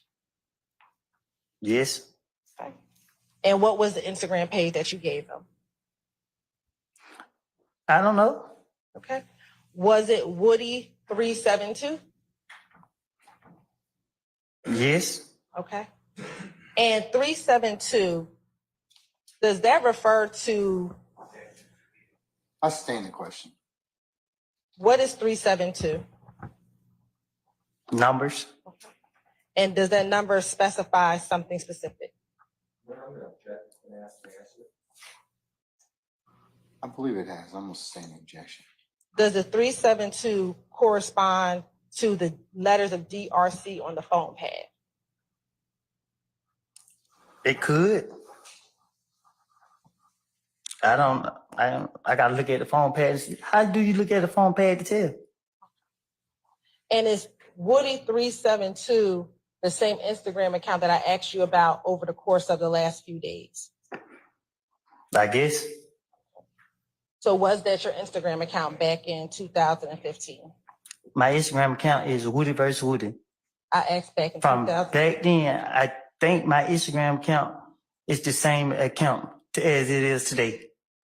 Woody vs. Woody. I'm not 100% sure. I done did so much time away from society. You asking me about something I don't know. I don't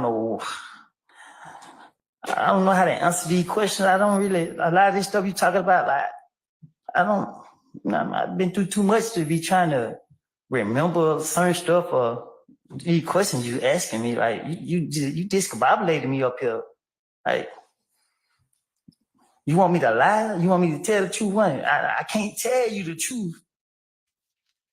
If you sit here, I don't know. I don't know how to answer these questions. You know what I mean? Like, I don't know what y'all got going on. Like, for real. Like, you asked me about 2015, what somebody said to the investigators. You know how many investigators tried to question me about this? Yes, and we're going to talk about a few of them. So do you recall your Instagram being Woody372? I don't recall. Bless you.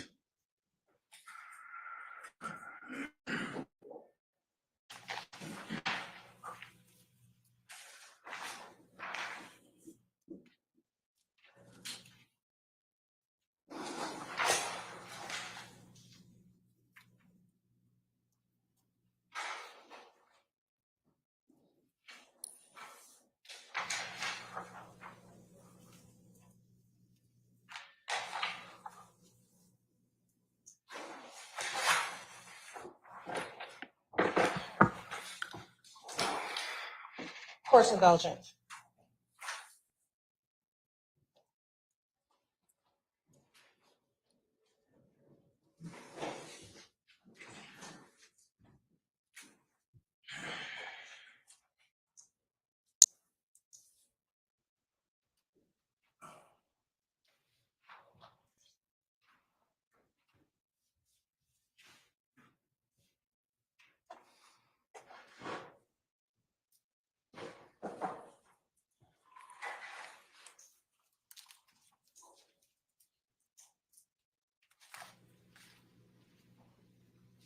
Now, Mr. Copeland,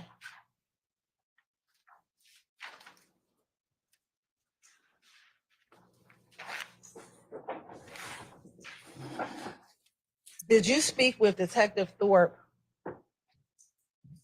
about your concerns that people from If Gang wanted to kill you and Thug? Yes, Do you recall why people wanted to kill you and Thug? yes. Okay. Why was that? Why was what? Why did people want to kill you and Thug? Oh, I said it. Do you recall telling that to Detective Thorpe? I don't know what I don't remember what I told Detective Thorpe. Do you recall telling Detective Thorpe that you heard about a meeting in which an individual named Mo, who was down the road, conducted? Yes, And that during the course of that meeting, I'll sustain the objection. what do you remember telling Detective Thorpe about your understanding of this meeting with Mo and other members of If Gang? I don't remember. Hold on, wait, Mr. Copeland. Basis. Over hearsay. We need to ask about his present testimony. I'm gonna overrule your objection, okay? Okay, can I rephrase? No foundation in prior statements we asked. I'll sustain that one. I'll Well- sustain that. What was your understanding of a meeting with Mo back in 2015 regarding you and Thug? I don't know what I told Detective Thorpe. Objection on a non-responsive answer. I'll sustain the objection. You need to respond. Mr. Copeland, you have to answer the question, okay? It's not responsive to. How could I answer the question to something I don't know? Miss Hilton's gonna, well, actually, just repeat the question, Miss Weaver.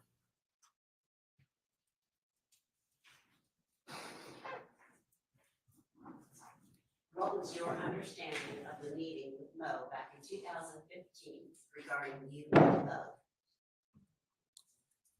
I don't know nothing about no meeting. I don't know nothing about no meeting. Okay. Do you recall telling Detective Thorpe about this meeting with Mo and that he was supposed to kill you and Young Thug? I don't remember what I told Detective Thorpe. I'm saying yes to your question because you saying something I said to Detective Thorpe. So I'm saying yes to everything you saying, but I don't know nothing about where I supposed to told Detective Thorpe. So you trying to, I don't know what y'all trying to do. Like, Do you remember telling Detective Thorpe that you called other people to confirm whether or not this meeting occurred? I don't know what I told Detective Thorpe. I don't remember what I told Detective Thorpe. I told you, I thought that once he questioned me, once I came down there, he said, well, you came, you free to go. I don't remember sitting down talking to him. So you don't remember the interview at all? Or what you said during the interview? Your Honor, Yeah. specificity about what. Did you say that? I'd ask for specificity about what interview. So what's your objection, sir? Maybe. I sustain the objection. We can move on, Your Honor. All right, madam. Did you have any issues with Nut? With who? With Nut?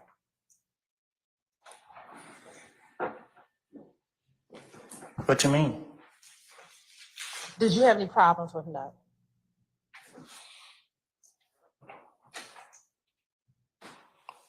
I wouldn't hope not. Do you recall, you said you hope not. Do you recall sitting here today if you had any issues with Nut? I don't know.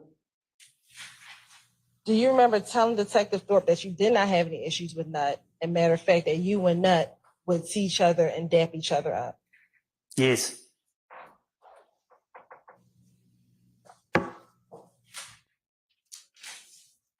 Did you remember telling Detective Thorpe that Nut was somebody that you could talk to? Don't know nothing about all that. Okay. Do you remember? I don't know yes, I said it to him. I don't know. Do you remember telling Detective Thorpe about the last conversation that you had with Nut? I had a conversation with Nut. Do you remember telling Detective Thorpe about a conversation that you had with Nut? I don't remember what I told Detective Thorpe.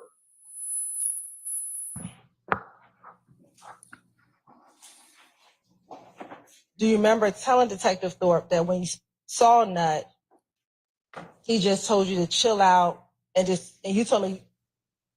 Hold on, Mr. Steele's objection. Hearsay?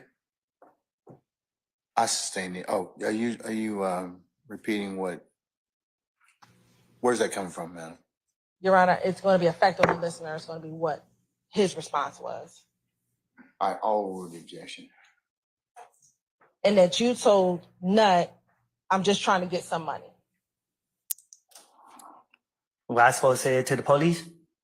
You told the police Yes, I said it. that was your last conversation with Nut. I guess, yes. I don't know. When you say you don't know, what do you mean? I don't remember what I told any police. I do not remember what I have told them.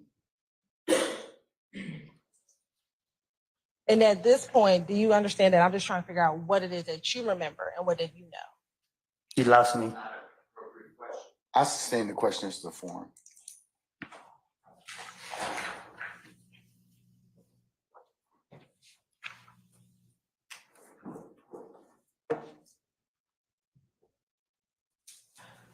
Do you recall being concerned that it was a whole gang after you? You talking to me? Yes, sir. You say that again? Do you recall in 2015 being concerned that there was a whole gang after you? You said, did I tell it to the police, or you asked me, was I? I'm asking you, were you concerned that there was a whole gang? Not even a little bit.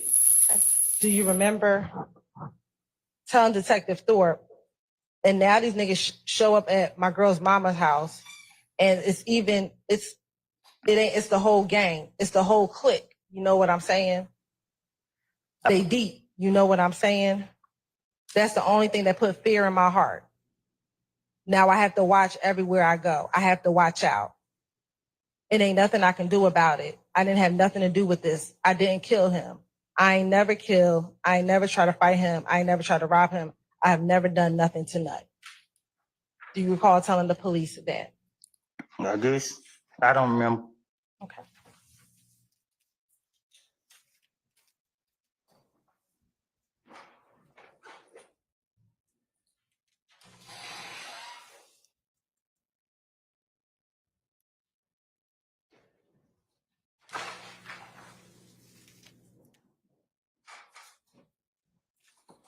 Now, do you know back in 2015 who was beefing with Nut? How I supposed to know that? Do you recall being asked about that in the January 11th, 2015 interview? I don't remember no. I don't know what. I don't know. So you're saying you don't remember? Whatever the detective said, I told him. That's what I told him.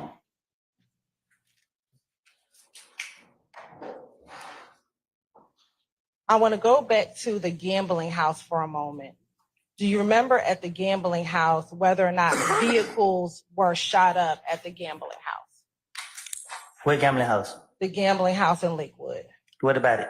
Do you remember earlier talking about a shooting at that gambling house? Was I there?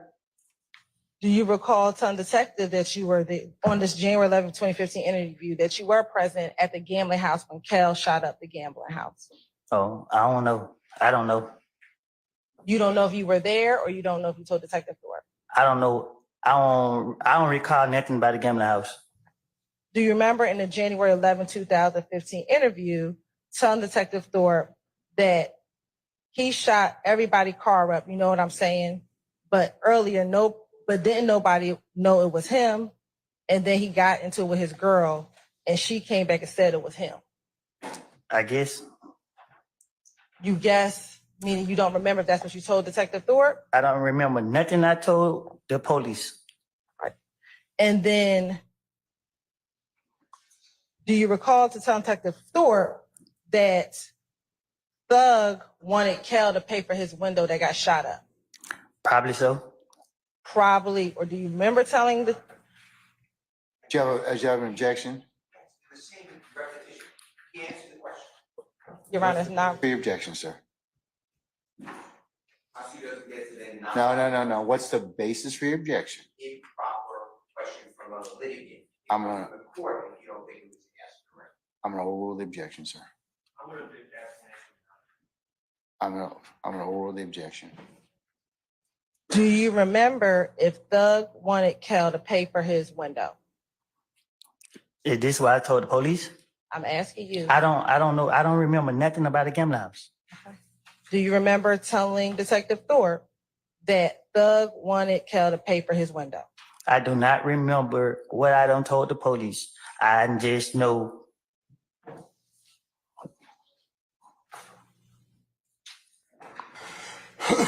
And do you recall telling Detective Thorpe that Thug said you were going to pay for the window? I guess. Does I guess mean you remember telling Detective Thorpe or you don't remember telling Detective I don't have my whole thing with talking to the Detective Thorpe was to get him out my face. So did you tell things to Detective Thorpe that was a lie to get him out of your face? I don't know. That's a trick question. It's whatever honest question answer that you want to give. Well, I told the detective whatever came to my head to try to get up out of there. And was whatever came to your head the truth about what happened or not the truth about what happened? I don't remember what I told him. So I can't say if it was a truth or a lie. I don't remember what I said to the investigator, but I know I don't recall a lot of these things that you're saying. I don't remember. Okay. Was Nut in a gang? I don't know. Do you recall telling Detective Thorpe that Nut? I didn't know Nut personally.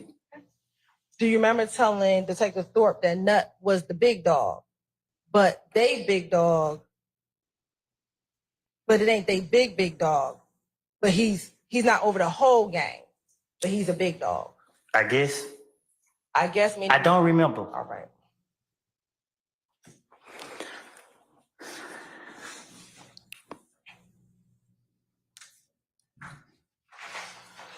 Did you and Nut ever talk about Kel and your issues with Kel? I don't think me and Nut would have been talking. Okay. Do you recall telling Detective Thorpe that you and Nut have talked about Kel?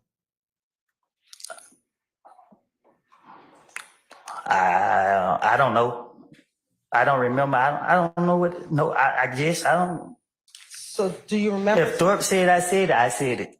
Do you remember telling Detective Thorpe that? No, I don't remember. I told you that when Detective Thorpe called me down there and tried to question me, I felt like I walked in and walked right back out. I don't remember sitting down talking to him.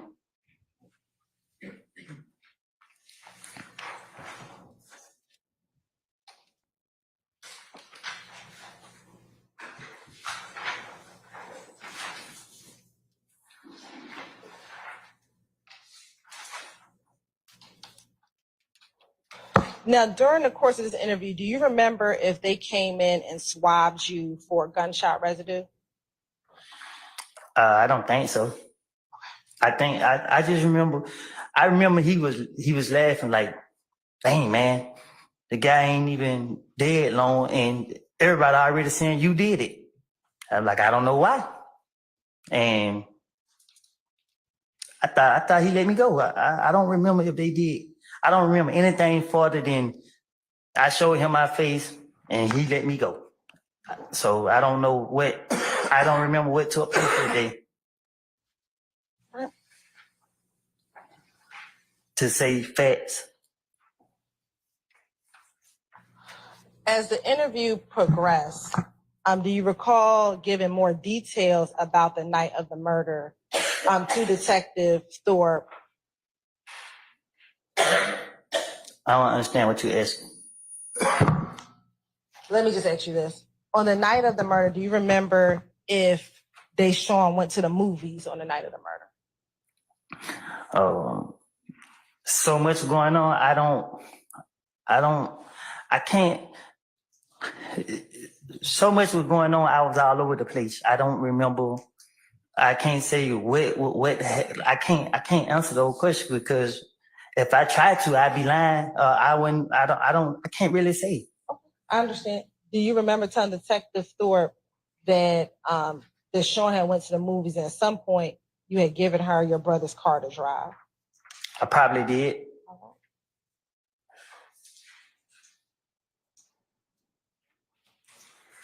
Now, earlier I asked you about a Camaro following you inside of your apartment complex the night that Nut was killed. You said, do you remember that occurring? I don't remember. Do you remember telling Detective Thorpe that you turned into Carver Homes off of Pryor Road? I don't know. And you saw a Camaro and it was flying behind you? Oh, excuse me. I don't remember what I told Detective Thorpe again. And that when you turned left, the Camaro went straight, and instead of going to the front door, you went around to the gate? I guess. Do you remember telling him that, or you don't remember? If he said I said it, I said it. Do you remember telling him that? I don't remember having a conversation with him. I don't remember what I was telling him when he questioned me. So the gate card was to Deshaun's apartment and you were clicking it and you couldn't go, so you went around front. I guess. Do you remember telling him that, or you don't remember telling him that? I don't remember. And that you had your brother to call the police. Do you remember telling him that? I had my brother to call the police? Do you remember telling Detective Thorpe that? I wouldn't know why my brother would be calling the police, but I don't remember if I said that to him. But if he said I said, I probably did. Do you remember or do you not remember? I don't remember. And so do you remember telling him that you saw the Camaro fly to the stop sign and it was going so fast that it missed it, but they turned and left behind? And when they turned left, I was in front of them. Do you remember telling him about the red Camaro doing that? If a red Camaro followed me and I noticed it, I wasn't gonna let it. I don't remember. I don't remember. Hey, Ms. Hilton, before we posit more questions, I'm having a good authority when you take a comfort break, okay? Thank you. Ladies and gentlemen, given it's so close to lunchtime hour, how about we just have you come back for 1 o'clock, and then we'll see where the afternoon leads us, okay? All right. All rise.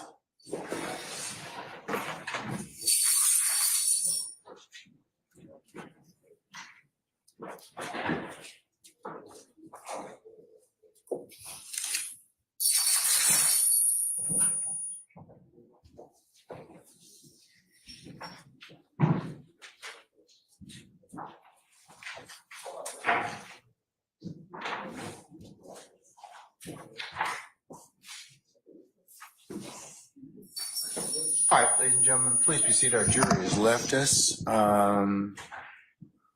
Before we go ahead and break for lunch, Mr. Short, you can make your motion, and Mr. Matthews, you can make your motion.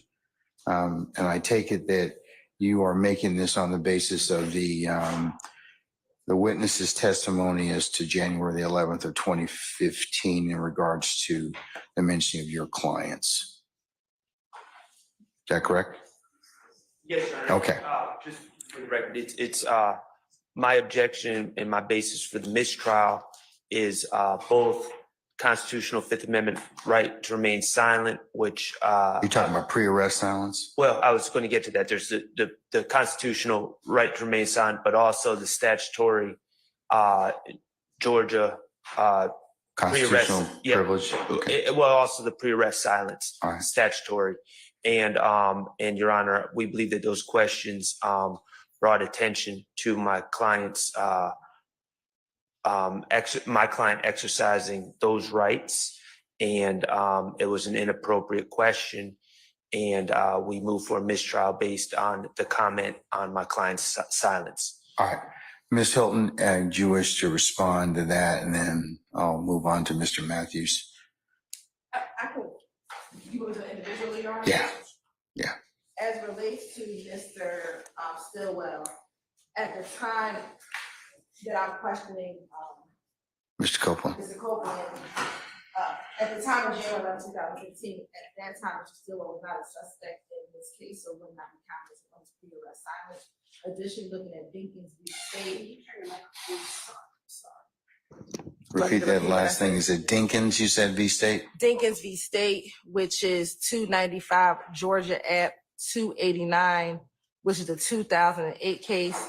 A prosecutor does not impermissibly comment on pre-arrest silence merely by showing that the accused demeanor and conduct during and after the crime, but before an agent of the state questions him and before he knows he's being investigated, were inconsistent with a defense such as coercion or justification.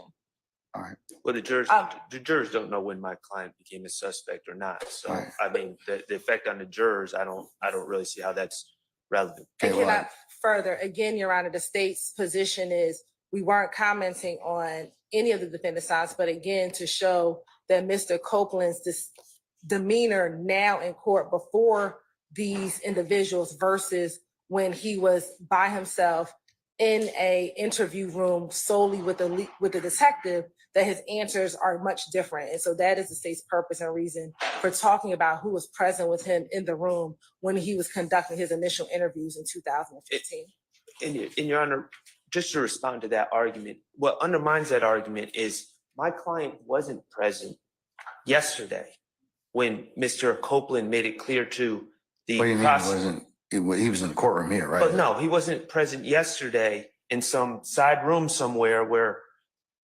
several investigators from the DA's office and multiple prosecutors were all in a room talking to Mr. Copeland while he was a sworn witness in this case. And he let the state know that what I said in prior statements were lies. And this is the you were truth. disclosed those particular I statements. was disclosed those Okay, I same, just want to make sure. Okay, last all right. night, Okay. but And before he testified this morning, correct? yeah, last night. Okay. All right. And so, but the argument that, oh, he's changing the story because he's in front of Mr. Stillwell. Not only is there no evidence that Mr. Stillwell has ever threatened Mr. Copeland or Mr. Copeland is in any way scared of Mr. Stillwell, or any of these other gentlemen, but also the fact that it was disclosed yesterday to the state with none of these gentlemen present undermines their argument that that's the reason for asking that question. All right, thank you, sir. All right, I'm still going to deny your motion for mistrial. And I'll note that you asked, as I said before, that you posited before the next question was asked, okay? Thank you, Your Honor. All right. Mr. Matthews, Senior. Your Honor, as it relates to Mr. Marquavius Huey, our motion for mistrial is based upon the sworn testimony that has already come out from Mr. Copeland on yesterday. Mr. Copeland stated that he had met Mr. Huey in 2021. He had indicated that he had met him in 2015, didn't know him in 2015 or anything of that nature. So it's a bad question that was asked in terms of whether or not Quay was there back in 2015. So that's the first point. He did not know Mr. Huey in 2015. Secondly, Your Honor, that places it's a bad faith question. It places Mr. Huey's character in issue, and there's no basis. There's just no basis for that question to be asked. And because of those reasons, Your Honor, we would respectfully ask this court to grant a mistrial as it relates to Mr. Huey based upon those natures. There's just no good basis for that question to be asked. When the witness had testified on yesterday, not to be repetitive, but he testified yesterday, he didn't know my guy in 2015. So how could he have been there in 2015, or did he show up there at the interview with Detective Thorpe in January of 2015? All right. Thank you, sir. All right, Ms. Hilton. Your Honor, the question was a good faith basis. If you can recall, yesterday, the state asked Mr. Copeland if he knew a number of these defendants. And so what the state did in order to perfect what occurred is asked about every single defendant that Mr. Copeland said he knew in this courtroom, regardless of time. So that the jurors knew that none of these individuals were present with him at the time.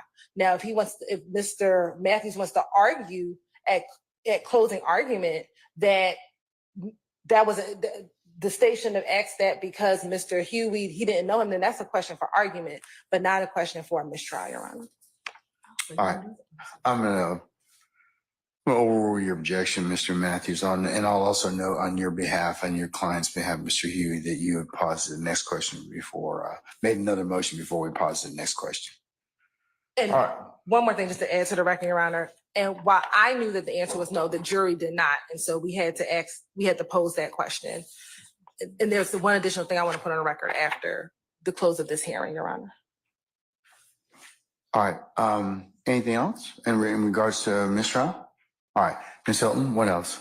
Your Honor, as Mr. Shard just disclosed, the state turned over yesterday an email to all defense counsel regarding our interaction with Mr. Copeland on yesterday in the afternoon.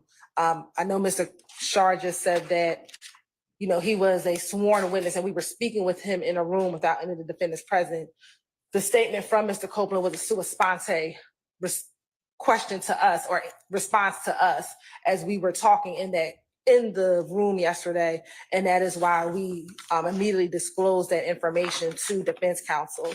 But in addition to what we disclosed yesterday, Your Honor, the state also disclosed on Thursday, June 6th, as well as on Monday, June 10th, some additional information that Mr. Copeland has disclosed to us over the last few days. And so we have a copy of that email. We want to put it in the record, Your Honor. And we're going to mark it 400 Yankee. All right. Okay. All right, counsels, enjoy your, sorry. I would like the court to look into the appropriateness, Mr. Copeland, to my observations around your courtroom, outside your courtroom on breaks, is surrounded by several members of law enforcement with the district attorney's office and prosecutors, potentially other persons. I don't know why a sitting witness under oath is in a room with prosecutors during breaks, mornings, afternoons. It's totally inappropriate. There are people who are in your court's door. There's a double door where the court sits to its right that aligns with the witness chair. And I noticed people standing there in law enforcement while Mr. Copeland is testifying. He's making eye contact with them. I don't know if they're his brother. My point to you is this: what gives anybody the right to surround a witness? He's not in custody, and bring a witness. I'm sure Mr. Copeland didn't say to the prosecutors, I don't know this, Your Honor. So if you think I'm wrong, then just strike it from your memory. But I'm sure he didn't say, hey, you guys want to hang out in this room a little while? So I believe that he is being led on a tether by the prosecutors, and it is coercion. It is inappropriate. And why would anybody not be recording everything he said? And why do I have to get it in drips and drabs? So I am objecting to the tactics of the Fulton County District Attorney's Office and whomever else they may have employed with a citizen, regardless of what the court may think of him, what the prosecutors think. I don't have any thoughts. So please don't put that in. Please don't put that in in the ether. Okay, but that's what you just said, sir. The ether is okay. Clear. The court wouldn't do it. I wouldn't do it either. So why is it happening? He's a. See, I have no interest other than I'm a referee. Well, you're the referee who spoke with the witness without my presence. Mr. Steele, we're not gonna get into that right now. Well, okay? my point is, how is he being treated here? And why don't I have all this? And why is this going on? What an unfair trial for Mr. Williams. Think about it. If you were accused, Your Honor, and the judge met with this witness, with the prosecutor, and you sat next to me and Mr. Adams, you would say to us, what kind of case is this? Now he's being surrounded with all this law enforcement. My point is, Your Honor, we're going to object that this. I'm not going to be interrupted. Mr. Steele, hold on. No, but you're Mr. Steele? Mr. Steele? Yes, sir. What? Okay. I want to finish. I'm making a record for the court to understand. Well, Mr. Steele. I've never been interrupted in a court except for this one. You allow. Well, you know, but the challenge is in this point in time is that some of the things that you have said at certain points in time are not appropriate. It's not true. Okay. Well, that's the court's. The court is wrong. Well, you know, you have, everybody has an opinion, and it can certainly be reviewed at the appropriate time. But finish up so you can go ahead and make your record. Interrupted anymore by a prosecutor or anyone. This is a record. This is important. Okay, but it's your allegation and assertion, sir. Okay, so we don't know that. We don't know whether or not they're true. What's going on? Every time Mr. Copeland comes in the courtroom or out of the courtroom, he's escorted by a DA's office investigator. You see that? This court is observant. You're not just sitting there in a cloud. You see exactly what's going on. You hear the prosecutor tell you, we were in a room with Mr. Copeland and he said, why? Okay. Why do I have to bring up? You should be bringing up. This is crazy. This is like communist Russia. Mr. Williams is having the worst trial. So I'm moving again to stop intimidating the witness by the prosecution, leave people alone, and stop accusing. You've allowed the prosecutor Love to accuse me of misconduct. Oh, but you've also accused her of hold on. You have accused her of misconduct as well. And remember what I told you about your professional response. Remember what I told you about your. And she's going to take me down as opposed to you. So when I start talking, stop talking, please. Okay. I'll let you complete your record. Okay. I understand the one already talked. I got it. All right. Okay. All right. So I told you, several times before, I told you and your colleagues, remember your professional responsibility and let's not make this an ad hominem issue. I don't believe that either one of you are trying to do anything that would subvert your ability to practice law. So, but. Love has intentionally lied to the court numerous cases. Hold on. Let him finish. See, this is Mr. Steele. This is exactly what I'm saying. You cannot, it is not a good idea to state that your brethren across the bar are lying, okay? In any time or any way. I don't like doing it. Okay, but don't. So don't. But don't because you don't have any proof. If you have proof of it, then you have proof. There's a mechanism in law and under the rules for you to submit that question to the Office of General Counsel and for the investigation to occur. But please stop, both of you. I told both of you earlier, stop making these ad hominem attacks toward one another. Okay? Everyone gets attacked. You say nothing. Well, okay, but I've said something. You're going back to stuff that's happened in the past. So while I'm trying to deal with things that are current. So I told you all most recently, as of about a week or so ago, to stop all this. Remember I told you the world's watching you? They are. So please don't from this point on, do not accuse each other of anything. If you want to go ahead and do it, there's a proper way to do it, but don't bring it up in front of me. Okay? I'm just making a point that this has been going on and it's abusive. That is my point. That's your assertion, sir, as a lawyer, okay? And maybe your frustration with everything. Like I told you, this trial's gone a long time. There's a lot of wear and tear, but everybody's got to rise above and be a professional advocate. That's what the system demands of you. I'm not worn or torn. I am here to tell the court that from a objective, casual observer, could see what's going on here is inappropriate. Okay. At the end of the day, I understand your concern that you have now shared with the court. Okay. All right. State, do you want to respond? Your Honor, I just ask that the court strike the portions of Mr. Steele's, whatever that was, to the court regarding personal and ad hominem attacks on members of the state's team. Ms. Hilton will address the merits of the initial argument that Mr. Steele made. But as to personal attacks on members of the state's team, we'd ask that assertions that specific people have lied, that is disrespectful, that is unprofessional, and not one time has any such statement been made by any member of this team about anyone else. Oh, I think, Ms. Love, in the past, you've made some I statements. have never said me. anyone lied. You've made some statements about Mr. Steele and Your about, Honor. well, just let me finish. I'm not done. All right. And about several others of your colleagues. I mean, and it may have been the heat of discussion and everything else.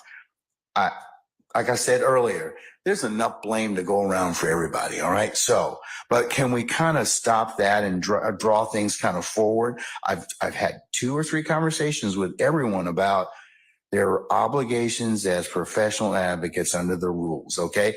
And that while the court certainly agrees that ad hominem attacks they don't make anybody look any good. They really don't. I mean, but I'm just saying I acknowledge that. I acknowledge what's been gone on in the past. So, and I ask that you all reflect upon that because, like I said, you can't say some of the stuff that people say to one another can't be taken back. They just can't. So, and that's just something that the court would just have you reflect upon. Thank you, Both Judge. sides, okay? And we just ask again that statements like Ms. Love lied be stricken from the record. Those are personal attacks. There's none been made, at least not this day. I'm not gonna consider your ad hominem attacks. Either one is, okay? Thank you. Or anybody's, all right? Okay. All right, Madam. Your Honor, regarding Mr. Steele's assertions of our interactions with Mr. Copeland, we have not treated Mr. Copeland any different than we would treat any of our other witnesses in the state of Georgia. He is our witness. If he wants to be around us, he can. If he chooses not to, he doesn't have to be. The fact that he's saying we are coercing Mr. Copeland to speak is clearly not true given Mr. Copeland's testimony here today. If we were coercing him to speak, he would answer my questions and I would not have to sit here and go in a back and forth and struggle with him. So clearly we are not being influential on Mr. Copeland given our interactions with him outside of the courtroom. So again, Your Honor, there's nothing inappropriate about the state's interactions with Mr. Copeland. He is the state's witness. We can't interact. We have not influenced any of his testimony, Your Honor. And so we ask that, I don't know if it was a motion, be denied that that was what was being asked of the court. All right. I'll include the state's exhibit 400, the statements of the most recent email that you have disclosed to the defense in this case, for purposes of the record. And I will also to the extent that, I don't think of, Mr. Steele, let me just make sure, are you again moving for mistrial, or did you make them, within your statement, did you ask the court for a mistrial? Yes, based upon totality of what I said, yes. Okay, I'm going to deny that motion, and I will also note for the record that it was, that the same was positive for the next question, okay? All right, Mr. Matthews, you're eating up your lunch, okay? So. I just want to put on the record that based upon my vantage point in the courtroom, I have a unique place where I'm able to see the jury, I'm able to see the witness, and I'm also able to see the vestibule out here. And on yesterday, I just want to be clear that it's not only observed back here, but I have a unique place, and I observe a very large individual standing outside of that door, those two doors, staring at the witness during this testimony. I know it's a large individual too. There's plenty of large individuals. They're law enforcement, or we don't know, but I know it's a law enforcement. well, who is it? What's their name? Okay, well then we don't know it's law enforcement, but I have the same or better vantage. I have the same or better vantage than you do, and I certainly, think that for reasons that we don't know, that law enforcement stand in that door for security posture, and that's the only reason that they're at that door. Well, I understand. I'm just putting on the record. Okay, well, when this is reviewed, and the court's going to look at what the court saw as well. So if you're thinking that there's intimidation or otherwise, I'm telling you, and I'm putting on the record for purposes of the record, that there are many law enforcement that sit in both doors of this courtroom for that reason and that reason only. And unless you can tell me who specifically was standing out there, as you say, and Ms. Shields said, looking at our witness, Mr. Copeland, then I don't see that. Okay. Thank you, sir. Thank you, Judge. All right. Briefly, Your Honor, since no one wants to go to lunch with me, I saw the same thing that Mr. Matthews saw yesterday, the large individual. How did you see him? Your back's to the door. Are you questioning whether I saw him or not? I'm asking how you saw it. I turned around and saw him. Okay. Because, All right. and because that we've seen people outside that door for 18 months, Your Honor. This person yesterday was glaring through that glass for at least 10 to 15 minutes that I noticed, boring a hole into the witness. So I just want to add that is what I saw.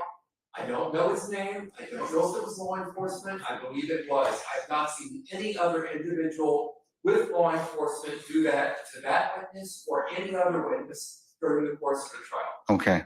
Thank you. Thank you.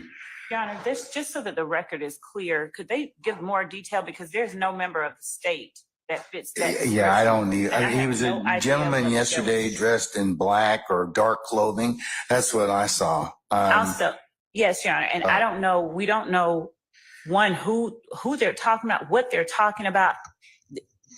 Literally no idea. So the idea, this insertion into the record of the insinuation that someone is intimidating anyone. I'll also ask Captain Kendall to ensure that only law enforcement are allowed back there in the vestibule, so that that if there's any issue with anybody looking in the courtroom, that is removed. So, all right. Thank you. All right. This is an easy one.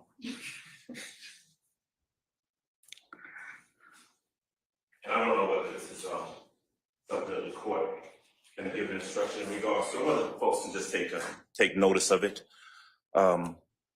We've had some discussions before about the configuration of the courtroom. There's a lot of folks in here.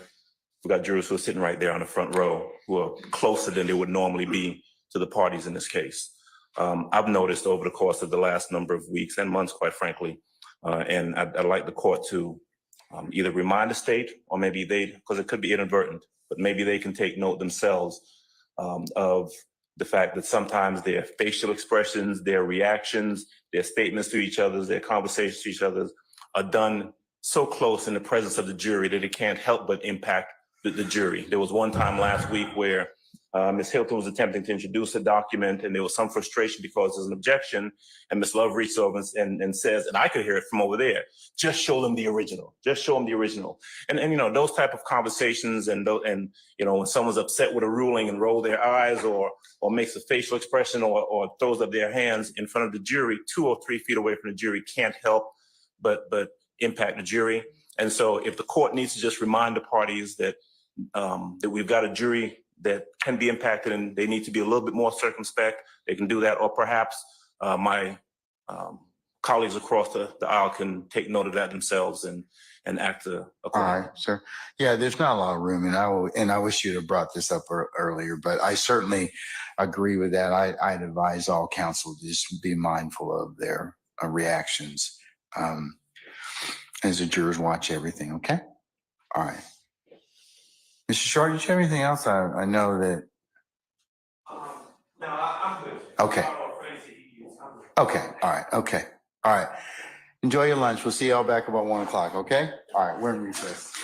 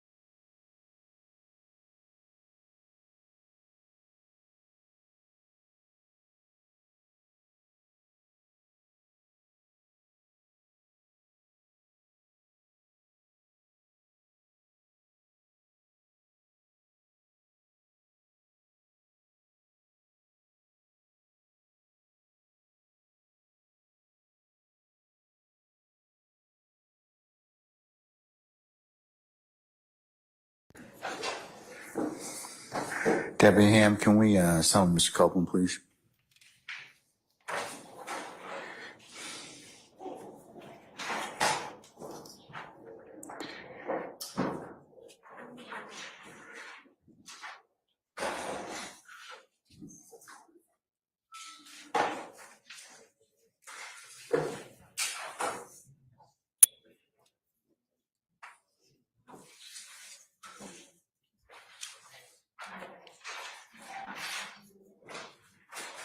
All right, summon our jurors, please, sir.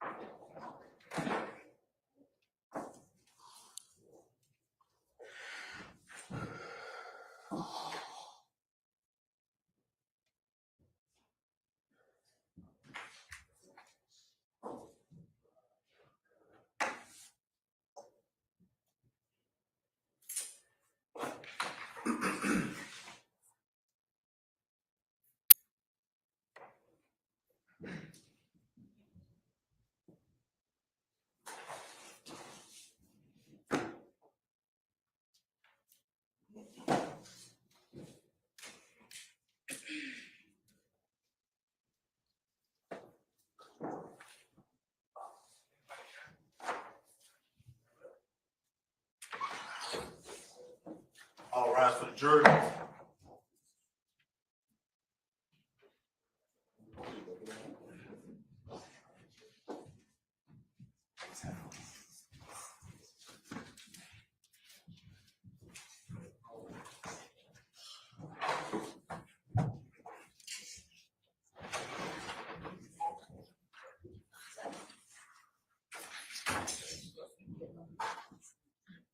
All right, ladies and gentlemen, please be seated.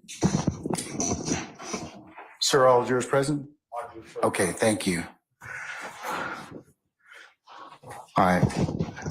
Ms. Hilton, we're going to continue with your examination, please.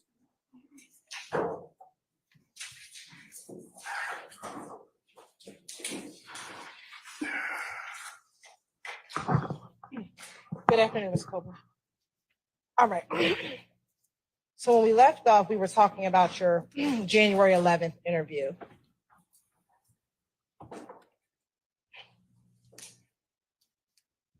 Do you remember during your January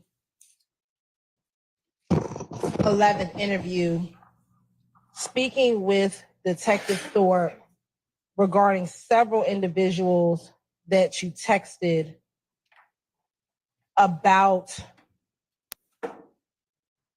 you and Kel, about your relation, about the fights that you were having with you and Kel?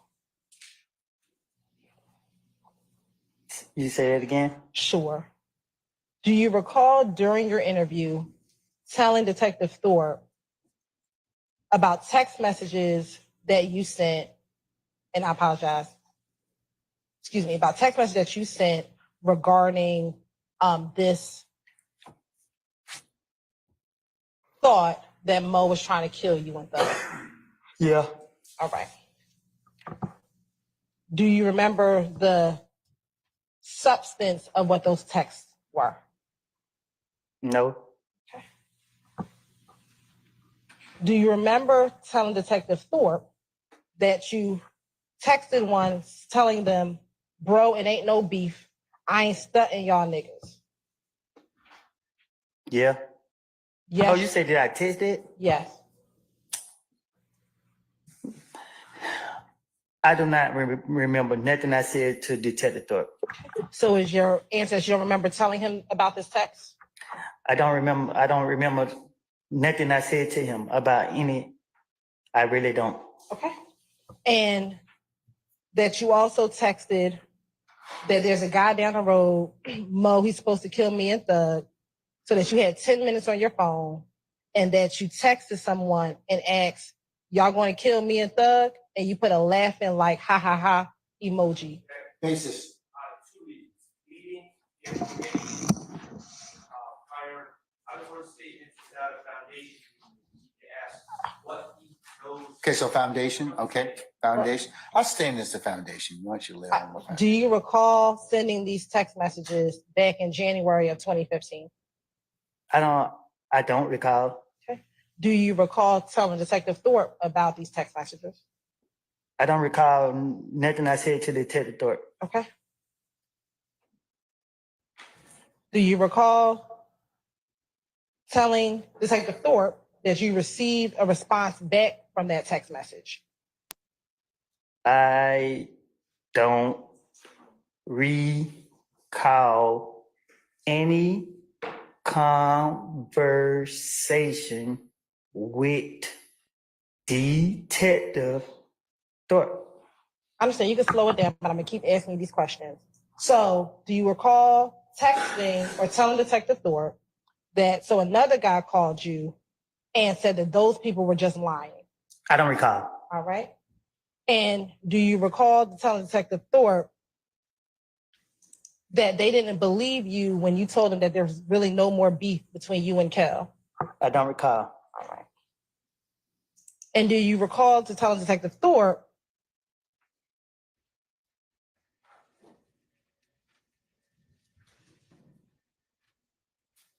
that you asked them, or you told them that it's not about you, you want to know what they had against you and what have you done to them? You never took any of their girlfriend. You never did nothing to him, and you were referencing Kel. That's it? I don't recall. Okay. And do you recall telling Detective Thorpe that you asked, why does he hate me? Why? Who hate me? Why does Kel hate you? I don't recall. Okay.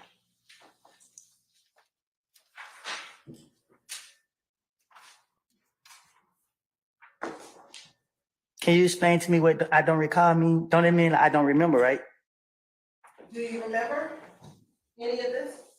No, I'm just trying to make sure I'm saying the right thing. I don't remember this stuff.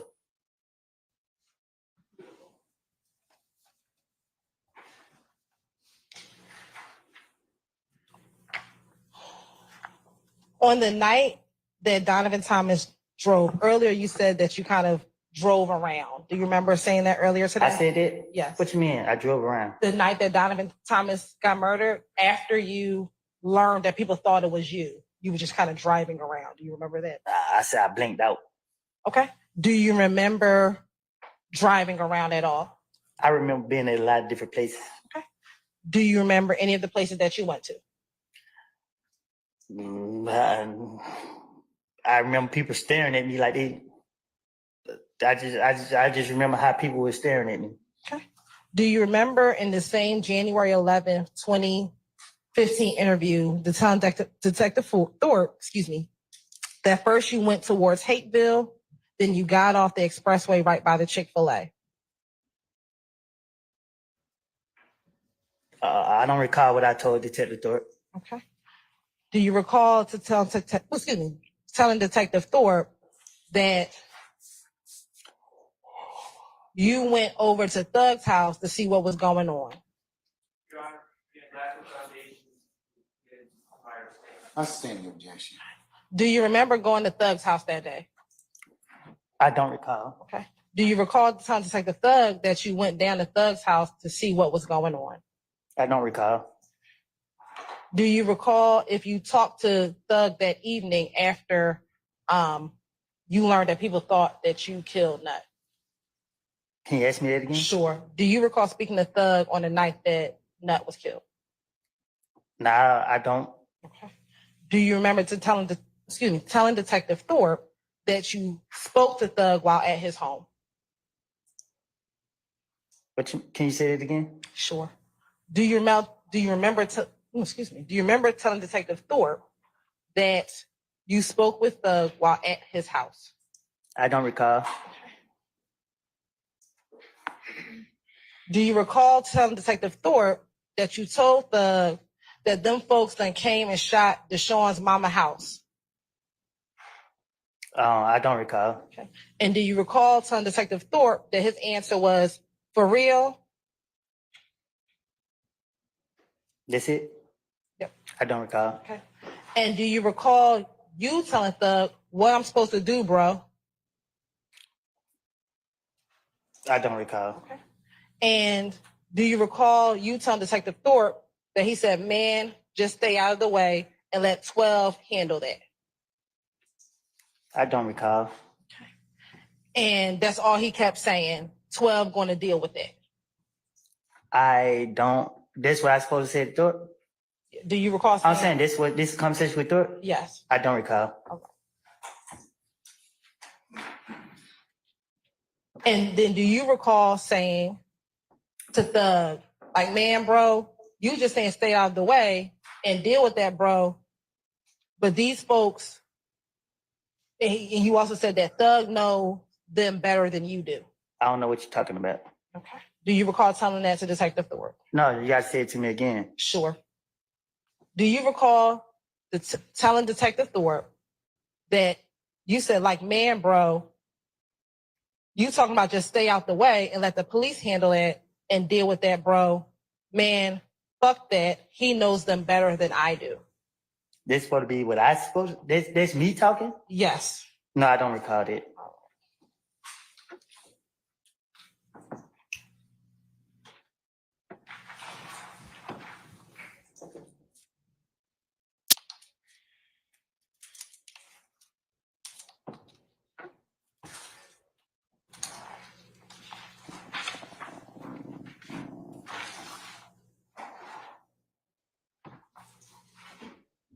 Now, earlier I asked if you remember that if Deshaun went to the movies. Did you tell me that you do not recall if Deshaun went to the movies that night? I never even heard of whoever you mentioned it. Deshaun, your girlfriend at the time. I never dated no girl named that.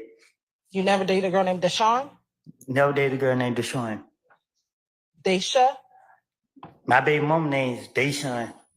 Okay, so it's Deshaun, not Deshaun. I think that's what I just said. Okay. Do you recall if Deshaun went to the movies? I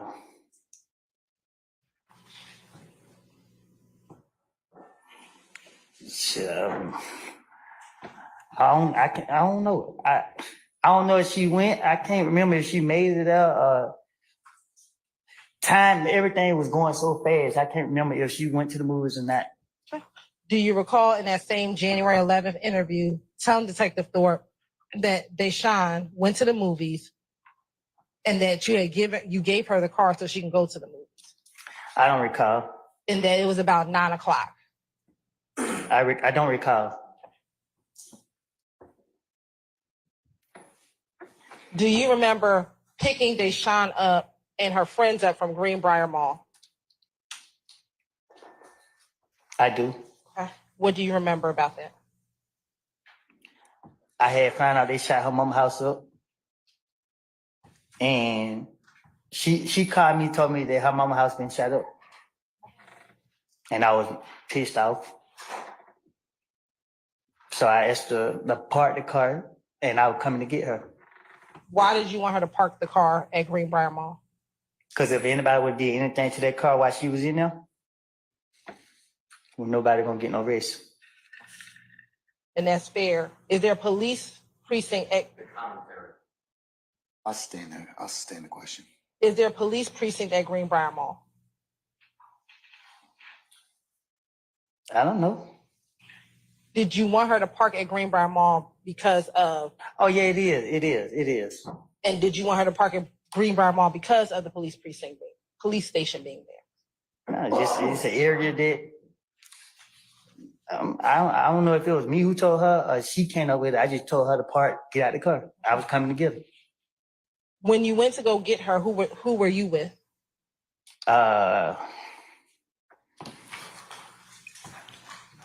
If I'm not mistaken, I think I was probably with Fulton. I was with different people that night. Do you recall telling Detective Thorpe that you were with Moonsung, his girl, and his baby? I don't recall what I told Detective Thorpe. Do you recall being taken over to Greenbrier with Moonsung, his girl, and his baby? I know I was with Moonton at a certain time that night. I can't remember if it was him. I can't say for a fact if it was me and him who went to get her, but I know I went and got her.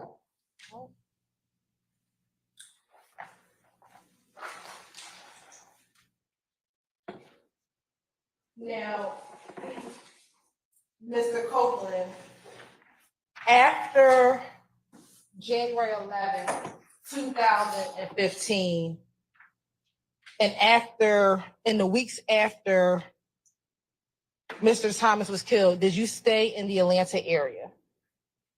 Can you say it again? Sure. Did you stay in Atlanta? Still do. Okay. Did you ever go anywhere after Mr. Thomas was killed? I went right back to Cobb home. Did you ever go to Miami?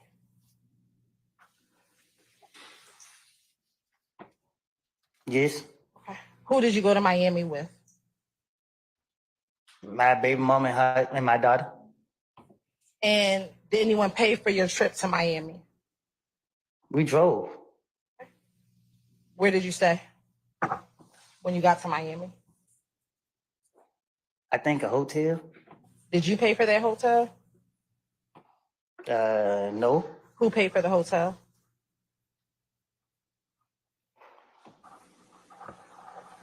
I don't get what you asking. You said who paid for the hotel? Yes, you said you did not pay for it. Yeah, I didn't pay for it. So who paid for it?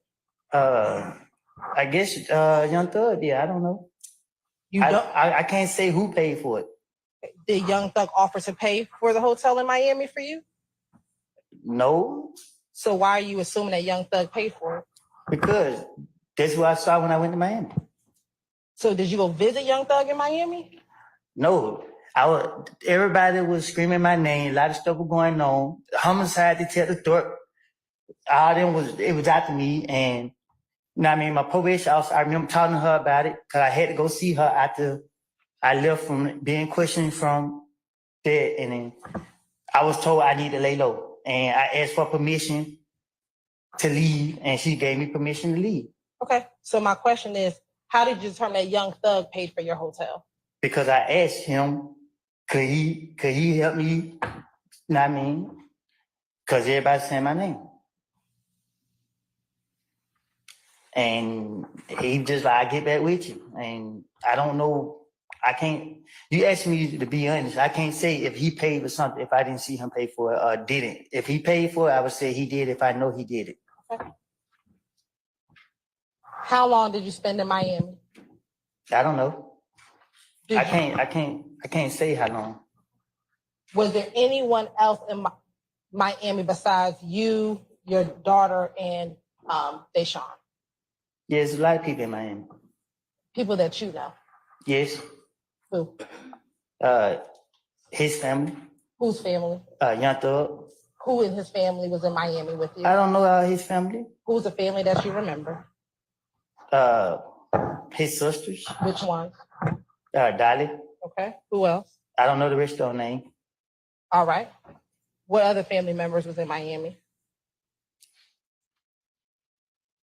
His sisters. So was that it? Just Young Thug and his sisters? Well, I don't know. I don't know who his people is like that. I just know Dolly, and I heard her say this my sister. Okay. Outside of Dolly and Thug, was there anyone else that you know in Miami when you were down there?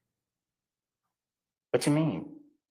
Be more specific. Sure. Besides Dolly and Thug, was there anybody else from Atlanta that you know in Miami while you were there? I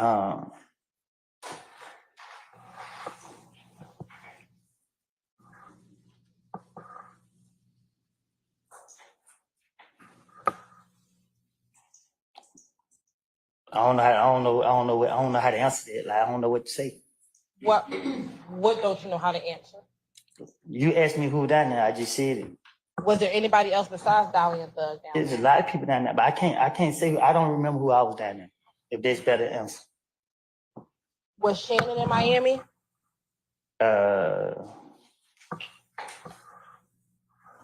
I think they was. You said they. I asked about Shannon. Was Shannon in Miami? Yeah, but now that you said that, I think all them was down there too. Shannon Liddy. Okay. Little D from Cleveland or Little D your son? He not my son. I know he's not your son, but that's what you said. Say he's like my son. Which Little D are we talking about? The one that's like my son. Okay. Was Little D from Cleveland down there too? I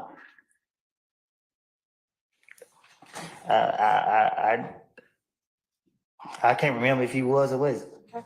Was Yak down there? Yeah, I think so. I believe so. Was Montauk down there? I don't think so. I can't remember if he was down there. I don't remember. I can't remember if Montauk was down there. Okay. Was someone named Duwop down there? Who? Duwop. How? I don't know who that is. Was OG Bentley down there? Who? OG Bentley.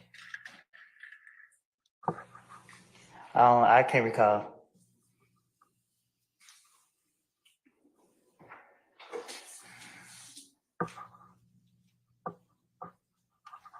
Do you remember how long were you in Miami?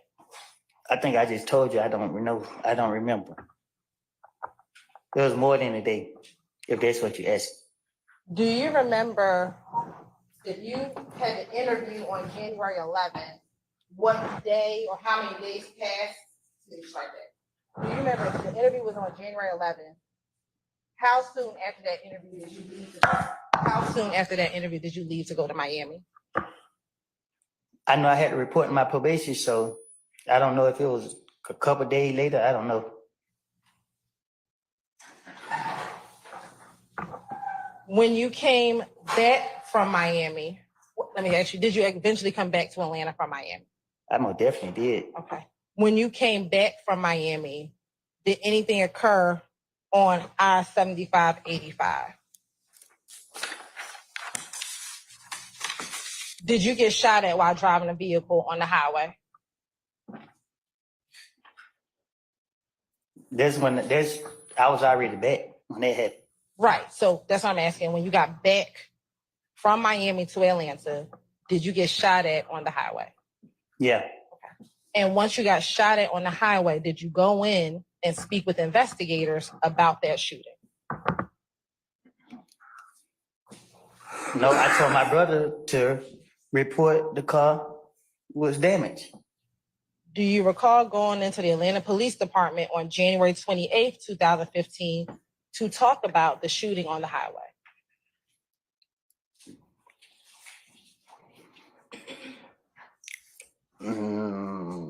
You gotta be more clear. Sure. Did you go and speak with Detective Gaither and Detective Dennis in January of 2015? Can you say that one more time? Sure. Did you speak with Detective Gaither and Detective Dennis in January of 2015?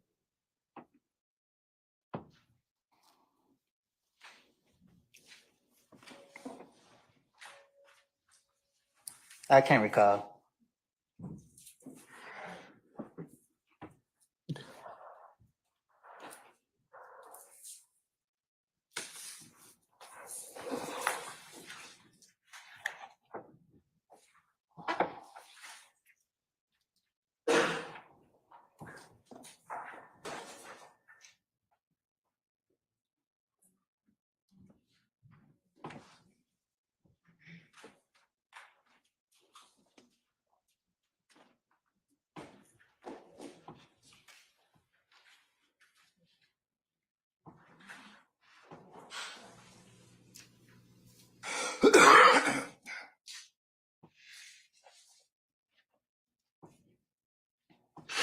You said you do not recall if you went and met with Detective Thorpe and Detective Dennis and Detective Gaither?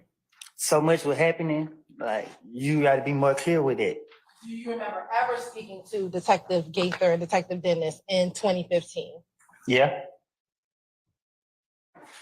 How many times do you think you spoke with Detective Gaither and Detective Dennis? I know one time they were following me. Let me ask you, was the first time you spoke to Detective Gaither and Detective Dennis after you spoke with Investigator Thorpe? You gotta explain to me. When so much stuff was happening, and I remember for certain things that were taking place, and the police was coming after me. So you gotta explain to me when they came after me, or what made them call me or whatever. I don't know dates. Do you remember going to speak with the detectives after being shot at on the highway? I told you I had my brother to report the car. I didn't talk. My brother reported the car. I never told him. He reported the car. I wasn't in the car. I understand. I'm asking you a different question. I'm asking a different question. Did you go to the Atlanta Police Department and speak with police even after your brother reported it to the police? Did you go? So you saying that I just went in the police? You asked me, did I just go in the police and precinct and just talk to them about being shot at? That's what you asking me. Do you remember going down to speak with the police after being shot at? I remember being accused of shooting somebody's house up, and the investigators calling me. Yeah, that's what you're talking about. You have permission to approach? You may, as long as you show that to defense counsel.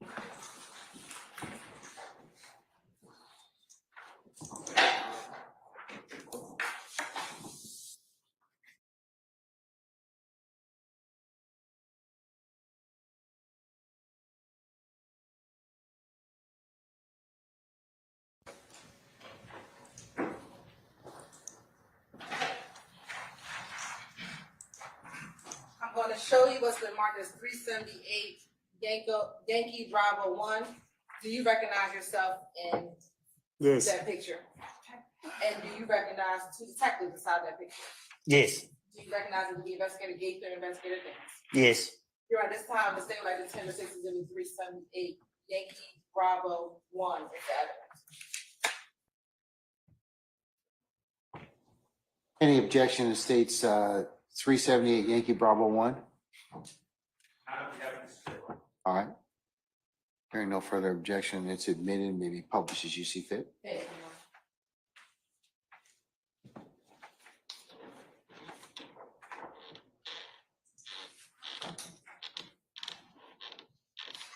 Mr. Copeland, are you able to read what the date? Hold on, one second. I object to the caption and the wording at the top. That wasn't part of what I was showing. I don't believe that's wrong. Never mind.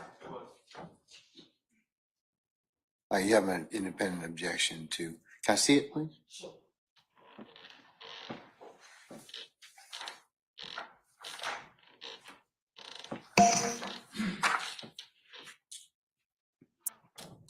No, I should have objected earlier. I'll withdraw. All right, it's withdrawn. Go ahead.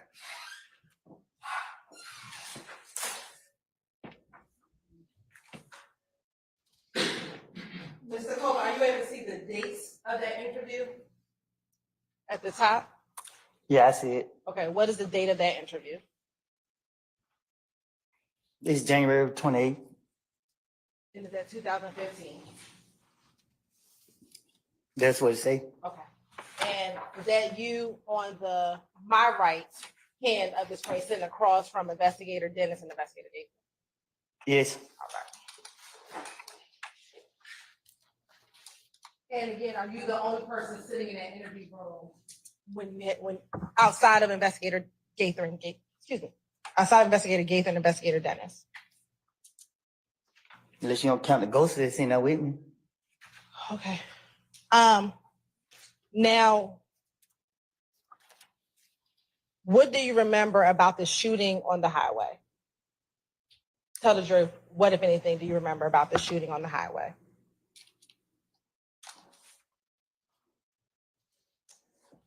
What you mean? Were you shot while driving on the highway? I never been shot. Was your car and your vehicle shot at while driving on the highway? Right? Okay. Tell the jury, what do you remember about you being in a car, driven on the highway, and being shot at in 2015? Well, I'm driving and I heard some piping, pop, pop, pop. But I ain't think nothing of it. Do you remember where on the highway you were when you heard the pop, pop, pop? No, I was on the expressway riding. Which expressway? The expressway in Atlanta. Which one? The one in Atlanta. You got 20, 75, 85? I don't know the expressways. I don't know the name of the highways. Do you remember what street you were near? I was closer toward downtown. Okay. Were you near University Avenue exit on the highway? I was closer towards I was closer towards Pryor Road. Okay. Do you know that near Pryor Road is I-75 and I-85 near Pryor Road? I don't know the expressways. All right. I just know directions. So once you heard the pop, pop, pop, do you remember what happened next? Yeah, I turned the radio down to see was I tripping. Okay.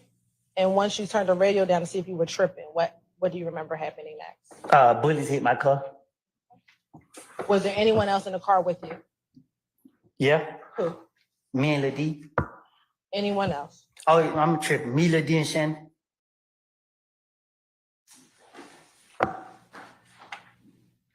And once you heard the pop, pop, pop, and you turned your music down, what happened? What do you remember happening after that? I got pissed off.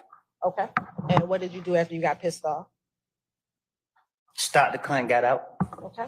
And once you stopped the car and got out, what, if anything, did you do? Say what? Once you stopped the car and got out, what did you do? Nothing. I went home. How far was home from where the shooting happened? 5 minutes walking. And is home, are you referencing Carver Homes? Yes. You said that you went home. Do you know where Shannon went? I said I went home. Okay. But Shannon and Little D were in the car with you, right? Yeah, I went home. So Did they go home with you? yeah, they went home with me, but they left. They went wherever they went. Do you remember where you were coming from when the shooting occurred? I think a party or something. I was coming out. Yeah, I think a party. Do you remember what Club. type? A club or something. At this point, do you remember if the shooting happened during the day or at night? Do you recall? I think it was. I think it was about to get dark. I don't know.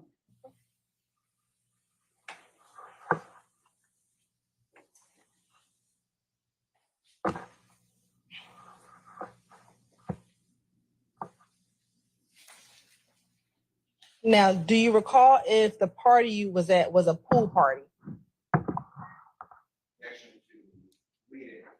I stand the objection. Were you at a pool party? I can't be specific where I was coming from. Do you know a girl by the name of Bushi? Or Busha? Yeah. How do you know Bushi? I grew up knowing her. We went to school together. What school did y'all go to together? I think King or Southside, one of them. I don't know. And is King an elementary, middle, or high school? It depends on what you're talking about. What grade were you at when you went to King? I was in King, when I went to was middle school. And then South Side, is that a high school or middle school? It was a high school. Now, besides Bushi, you and Bushi going to school together, did she ever date any of your friends? Yeah, Who? yeah, got it. All right. And was she dating him in 2015? That's him. I'm asking you. I don't know if they were dating at the time. Right. Do you remember in this January 28th, 2015 interview talking about Bushi at this party that you went to before your car was being shot at? I don't recall. Do you recall in this January 28th, 2015? Sure.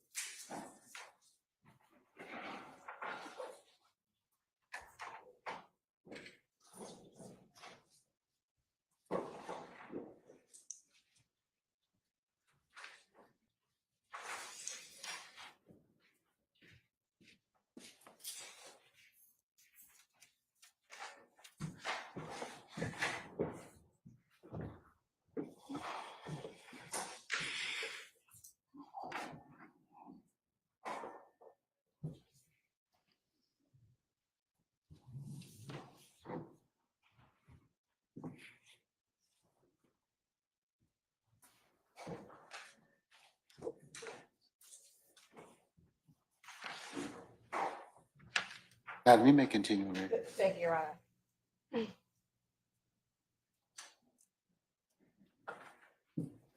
I believe my last question was, Do you recall her being at this party that you were at prior to the shooting on the highway with the car? I can't recall. Okay. Do you recall telling Detective Gaither and Detective Dennis that she was present at the pool party that occurred prior to the shooting on the highway? I don't know, I guess. Do you remember? Do you not remember? I don't telling? recall. All right. Did you know if Bushi had a relationship or friendship with Nut and Nut's family? I don't know. Do you recall telling police that she knew both families and she was putting up posters like it was her family? Putting up posters of Nut like I don't recall.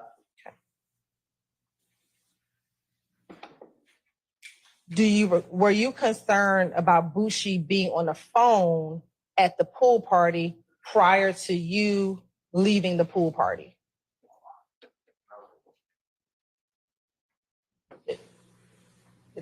I can approach about why it's relevant.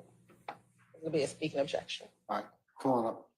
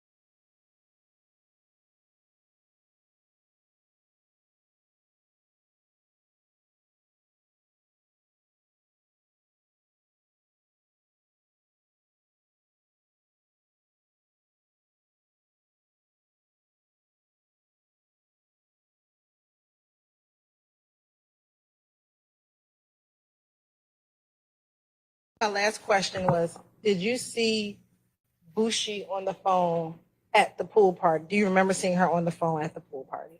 I don't recall. Do you remember telling Detective Dennis and Detective Gaither that you did see her on the phone at the pool party? I don't recall.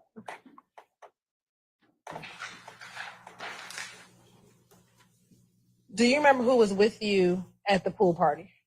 I don't recall. Do you recall telling Detective Thorpe that Shannon was with you at the pool party? I don't recall.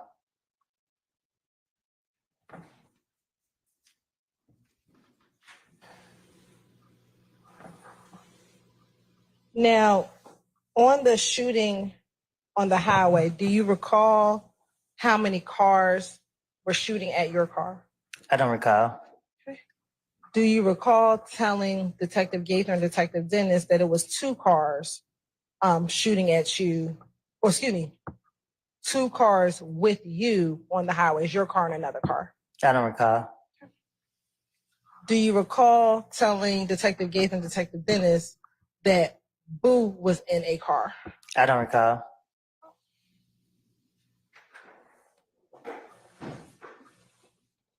When you heard the pow, pow, pow in the vehicle, what did you do? Thought I was tripping. Did you duck down in the car? No, I turned the radio down to make sure I wasn't tripping. After you turned the radio down and made sure you wasn't tripping, did you do anything with your body? Did I do anything with my body? Yes. I don't recall. Do you recall telling Detective Gaither and Detective Dennis that you ducked down in the vehicle? I guess I don't recall. Okay. Were you able to drive the car after the shooting? Yeah, I didn't leave it. Do you recall telling Detective Gaither and Detective Dennis that the car stopped working? You tried to hit the gas and it stopped working. I don't recall.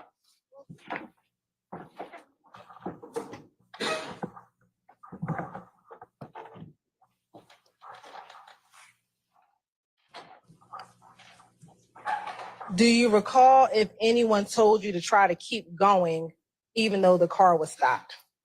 I don't recall. Okay. Do you recall telling Detective Gaither, God bless you, Detective Gaither and Detective Dennis that he was telling me to go, go, go, and I'm like, I can't because the car don't work? I think the car did start working for a second. Huh? I think the car did start working. Do you recall anyone trying to tell you to go even though the car has stopped working? I don't recall. All right. After the car stopped working, do you recall hearing any more shots? Not because I got out the car. Do you remember telling Detective Gaither and Detective Dennis that you heard more shots going pow, pow, pow? You ducked down, but there was some others behind you.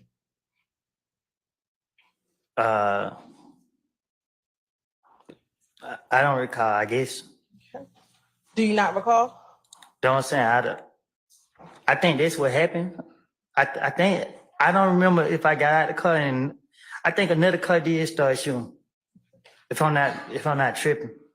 Do you remember the 2 types of cars that was out there shooting at you all? No, I don't. Okay. I thought the people that was with me, I don't remember. Okay, what were you about to say? You thought the people who was with you, what? I don't remember. Do you remember one of the cars being a gray Impala with tinted windows? I don't recall. Okay. Do you recall telling Detective Gaither and Detective Dennis that there was, when you looked up, you saw a car, a gray Impala with tinted windows?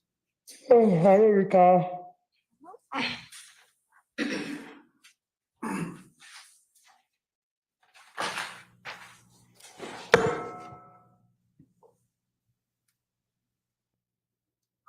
Do you recall hearing even more shots after those first 2 set of shots?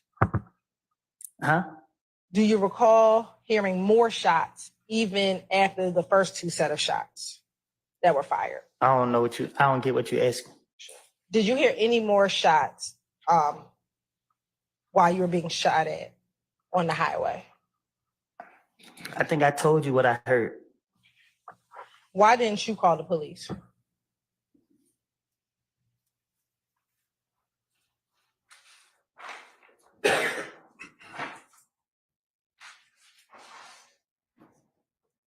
Why didn't you call the police? Gotta get my lid back. You want to get your lick back? I don't know why I didn't call the police. Okay, but what did you just say? You want to get your lick back? I stay in that question. Was your brother in the car with you when it was getting shot at? No, So why did you have your brother call the police and not you? because it was his car. But did the shooting happen to you? The shooting happened to the car. Okay, while you were in it? The car was shot, not me. While you were in the car was shot? The car was shot, not me. I understand. While you were in the car. I stay in the objection. So, because the car was shot while you were in it, why didn't you call the police? Because it wasn't my car. I didn't have license. It wasn't my car. So did you not call because you didn't have a license? I stay in the objection.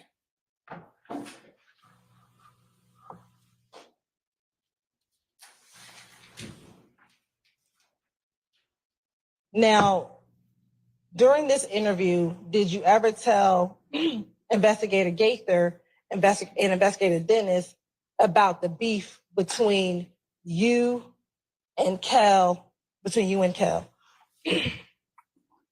Probably so. What do you recall telling her about the beef between you and Kel? Probably whatever I could have convinced them to make them believe Make them believe what? me. And so were you telling them the truth? It depends on who listened. It was Gaither and Dennis. I don't know what you saying. I asked you, did you tell them the truth? Your response was, it depends on who's listening. I stay in the question. Did you want to tell the truth to Dennis and Gaither?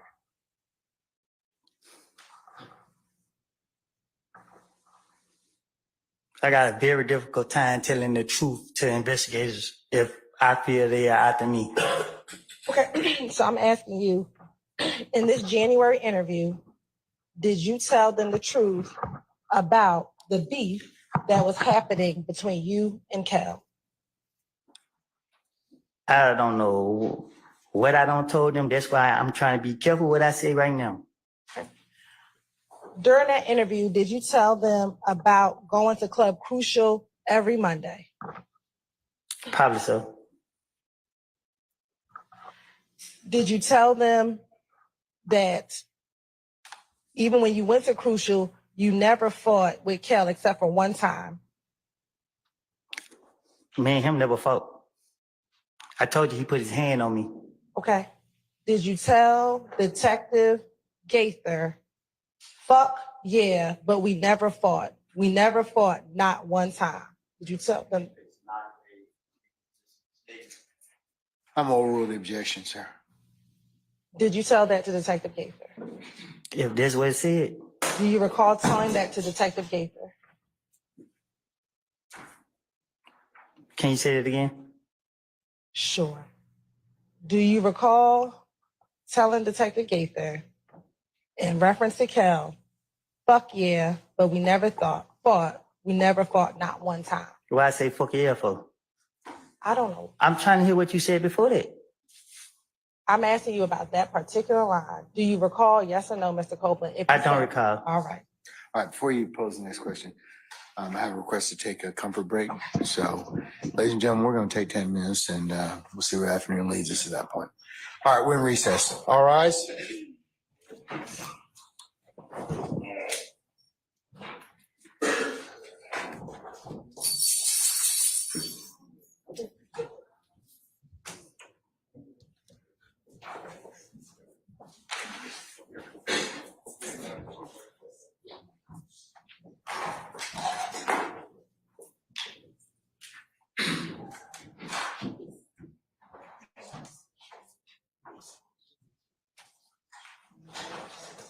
All right, ladies and gentlemen, our jury's left us. We'll be in recess 10 minutes.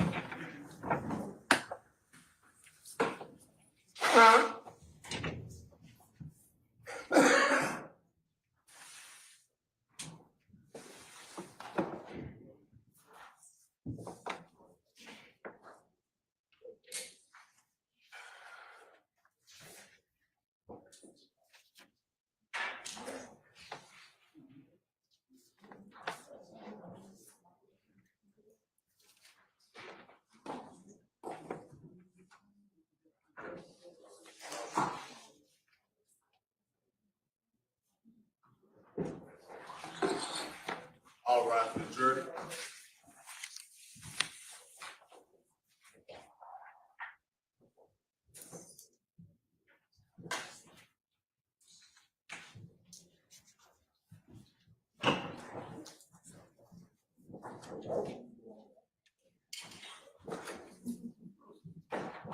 Pam, Pam.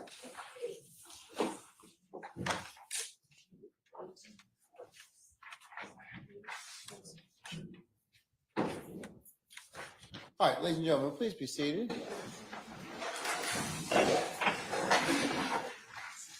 Deputy Hudson, all jurors present? All jurors present.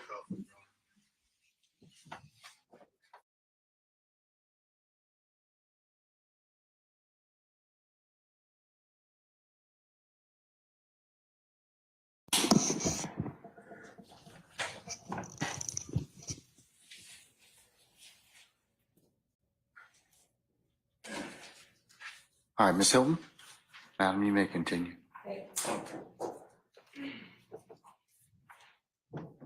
So I believe I left off talking about the beef with you and Kel. Do you recall telling detectives that initially it was just about y'all throwing money and you throw money on them and they throwing money back on you? That's what the beef initially was all about. Yes. Do you also recall Kel being upset that you hung with Boo? Yes. Okay. Why was he upset that you hung with Boo? I didn't ask him. Okay. Do you recall telling Detective Gaither that he was upset because he believed that Boo snitched on Mo? Yes. Yes, you recall telling Gaither that? Asked and answered, Your Honor. I sustain the objection. Do you recall independently Kel being upset with you because you hung out with Boo? Do you remember that? Yes. Okay.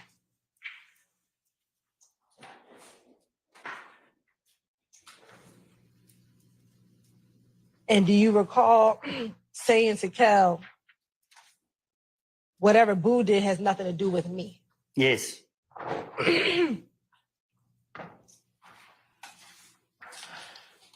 Now, do you recall in this January 28th interview, speaking with Detective Gaither and Detective Dennis about this conversation between Thug and Kel at the Cascade skating rink in more detail? Can you say it again? Sure.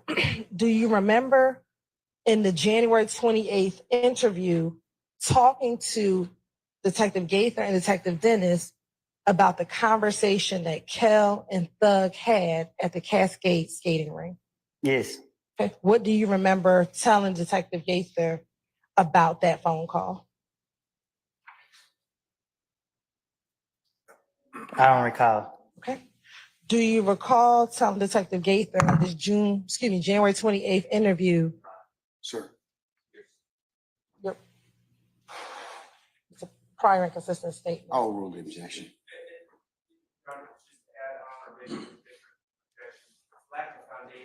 Overrule, sir. Okay.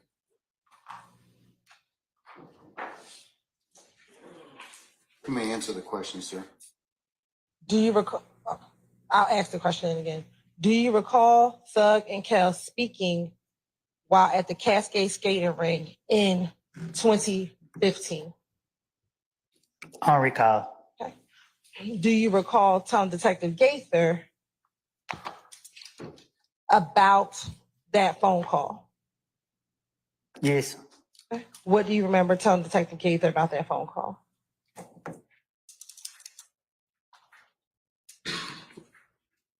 My word for word? Whatever you remember. Oh, I don't know. I don't recall. Do you remember first telling Detective Gaither that you and Kel had said that the beef was over? You told Detective Gaither this. Yes. Do you recall, again, telling Detective Gaither in this interview that Kel asked you to call Thug? Yes.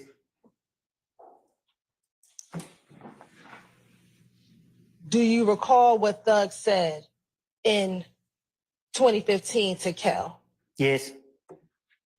Yes, you remember what Thug said? I don't recall what was said. I don't remember what was said. Okay. I don't remember me talking to the investigators about it. All right. Do you remember telling Detective Gaither that when Kel got on the phone, that Thug said the beef ain't over with until you pay for my window? You shot my window. Yes. Yes, you remember telling Detective Gaither that? I don't remember what I done told the police. Okay.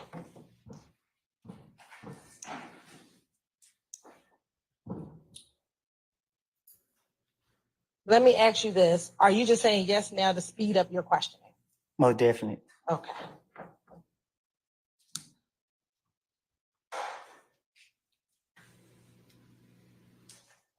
Now, do you recall independently that after Thug told Kel, beef ain't over with until you pay for my window, you shot my window, that you told Kel what you told Kel? Yes. What do you remember telling Kel?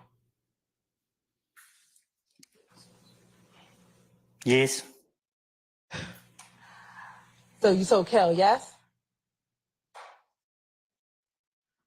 Yes. Do you recall telling Kel, look, what y'all got going on, this has nothing to do with me? Yes.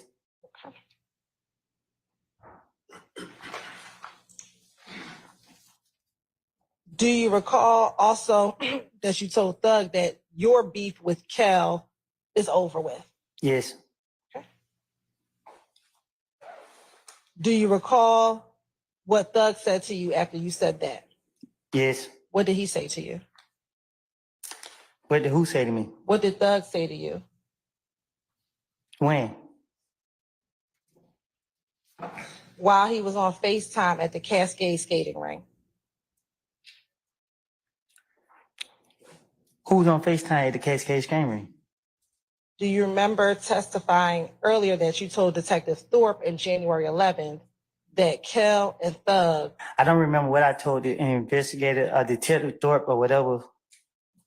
Okay. Do you remember telling Detective Gaither in this January 28th interview that Thug said, nigga, I don't care about none of it.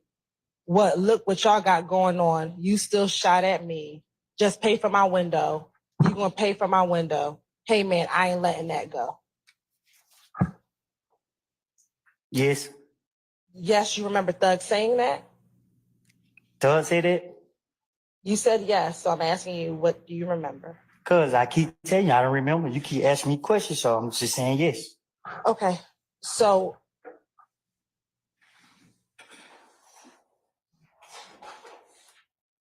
are you saying yes, that's what you told Detective Gaither?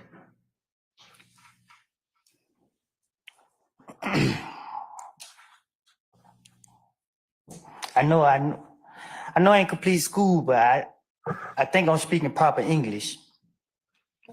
I told you, I don't recall nothing I said to no police. You keep sitting right here asking me the same question over and over and over and over and over. I'm tired of it. I'm drained. Okay. Well, if you would just answer the questions I properly. am answering the question. You asked me, I said yes, yes. When I say yes, you ask me the same question over and over and over and over and over. But did you just tell the court or this jury that you're saying yes just to move the process along? I think I said it loud and clear. So again, will you just answer the questions and we can move the process along? You keep asking, okay, yes. What are you answering yes to? Your question. Are you lying when you say yes? Huh? Are you lying when you say yes? Am I lying about what? Any question that I've asked you so far? Objection made. Overruled, sir. I can't be lying because I told you up front that I don't recall. During the January 28th interview, let me ask you this. Do you remember back in 2015, after Thug and Kel got off the phone, did you speak with Kel any more about that conversation that he had with Thug? I don't recall. Do you recall telling Detective Gaither that Kel asked for you to call Nut so that y'all could talk about what his conversation was with Thug? I don't recall.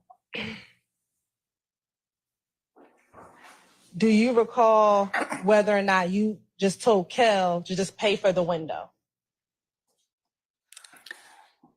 I don't recall having a conversation with Kel. Me and him would never have a conversation together. Do you recall telling Detective Gaither, so you hung up the phone and me and Kel started talking like, man, bro, it's over, bro, just pay for the window? I don't talk like that. Okay. Do you recall telling Detective Gaither that Kel's response was, I pay for a window, that nigga tried? Say that again.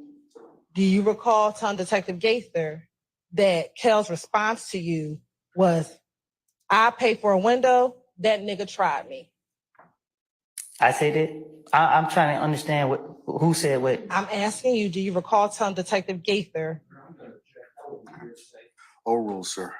Do you recall telling Detective Gaither that? I don't recall. All right.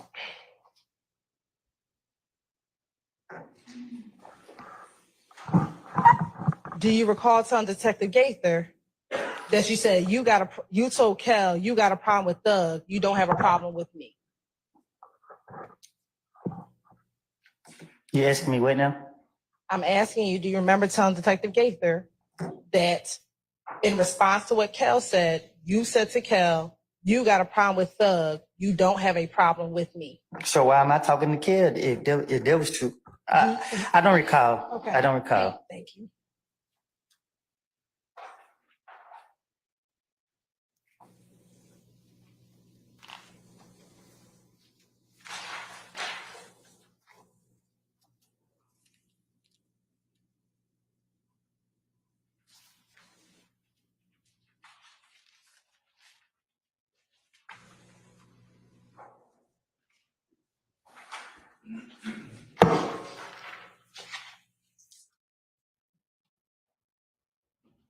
Okay. Do you recall telling Detective Gaither also about the night at Club Crucial when Kel hit you in the back of the head? I probably did.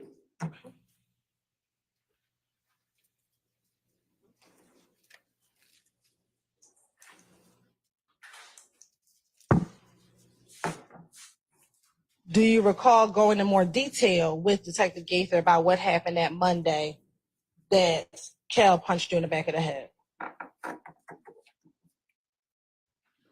You say that again? Sure. Do you remember going in more detail with Detective Gaither and Detective Dennis about that Monday night at Crucial? I don't know. I don't know the recall. Do you recall telling Detective Gaither about the type of money that you had? You had a whole bunch of hundreds and a whole bunch of 20s. Probably so. Do you remember saying that or you don't remember? I don't remember. I don't remember when they was questioning me. Whatever I said, I don't recall what I said. Okay. It was just I can't repeat what I said because I just said what I said. And what you told them, was that the truth about what happened that Monday at Club Crucial? I told them whatever I said to them is what I told them. So when they asked me questions, whatever I thought I wanted to say, that's what I said. Was it the truth or were you just making stuff up?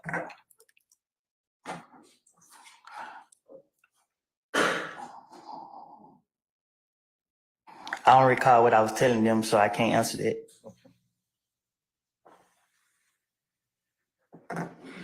Do you recall telling Detective Gaither in a little more detail that you walked up and you tried to dap up Kel, but he did not grab your hand? I'm not walking up there, nobody up. Do you remember saying to Detective Gaither, so they walked up like, is it good, bro? I'm like, yeah, all good. I reached out the other hand, but he didn't grab my hand. I don't recall saying it. Okay.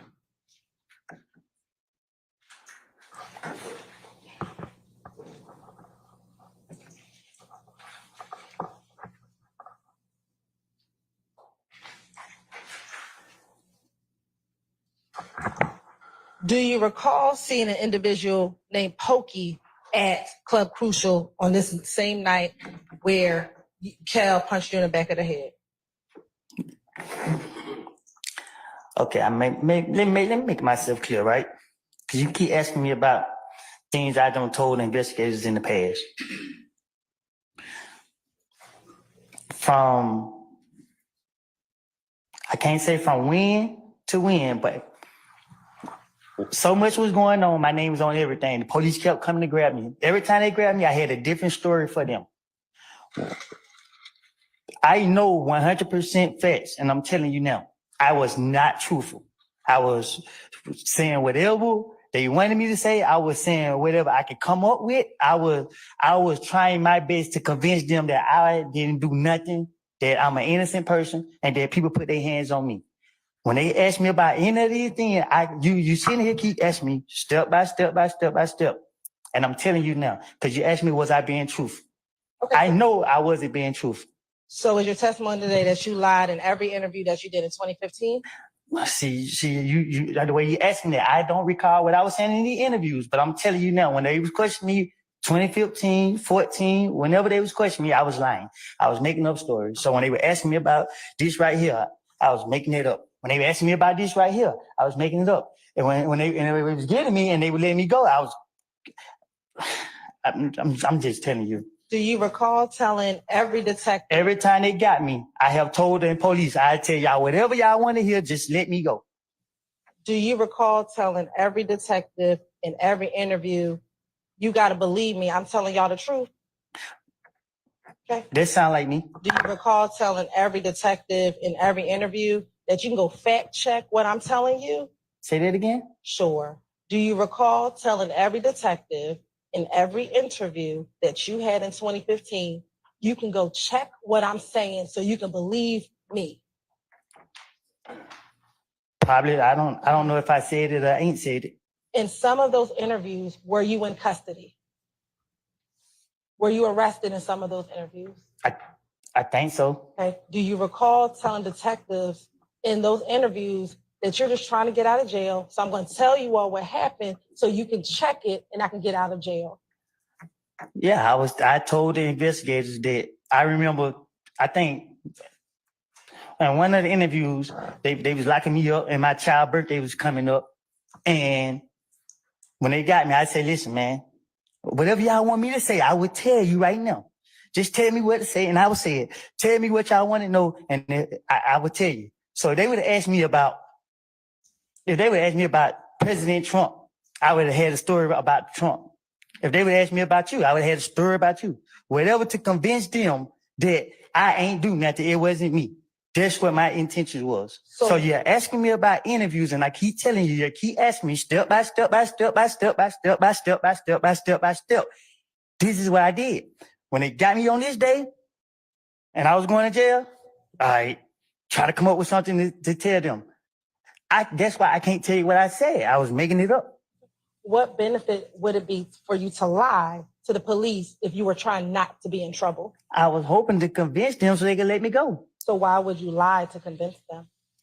What you mean? Why would I lie to convince them? Right. Why would you lie to convince them if you wanted to not go to jail? Why would I lie to convince them to not go to jail? Right. But they don't know that I'm lying.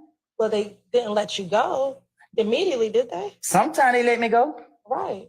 So when the time they let me go, I thought I was smarter than them. Did the detective say that they had to fact check what you said before they let you go?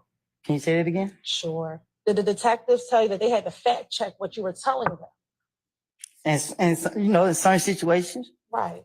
And so what benefit would it be to lie if they told you that they had to fact check it? Oh, it was no benefit because what they did was they picked and choose where they wanted to take from me, and they still left me in jail. So they came back and beat me in the butt. Okay. So going back to my question from January 28th, 2015, did you see Pokey at the club? You want me to be honest with you? I think I just did. I just told you the God honest truth of what I did from January from 2014 until 2021. Every time they got me, they already know me. They already know I got a whole bunch of bullshit to say. I'm gonna ask you to refrain from cursing. What harm? Oh, sorry, everybody. No disrespect. I'm sorry about that. But Overruled, sir. Overruled, sir. What harm would have come from telling the truth about you and your friends? can you explain it? Sure. What harm? Why would you need to lie if you were just trying to tell them about what you and your friends were doing? What? I sustain the objection.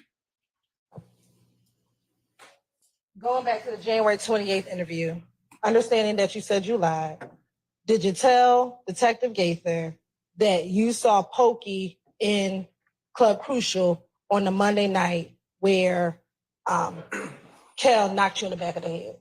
I don't recall what I said. Do you know who Pokey is? Yes, I do. Who is Pokey? A friend, Of who? me. Okay. Is Pokey related to anyone? What you mean? Is Pokey related to Thug? Is he related to Doug? Yes, sir. He may. I can't. He might be. Have you previously told police that Pokey is Thug's nephew?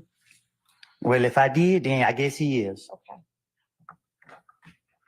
Since you're saying that everything is a lie in all of these interviews, in January 28th, did you tell Detective Gaither and Detective Guinness on the same Monday at Crucial that you walked to the kitchen and everyone was looking back and everybody was walking behind you? Can you say that again? Sure. Did you tell Detective Gaither on that did you tell Detective Gaither in that January 28th interview that while you were at Club Crucial, that you walked towards the kitchen, you looked back and you saw everybody walking behind you? I don't recall what I told investigator, detective, whichever one. Okay.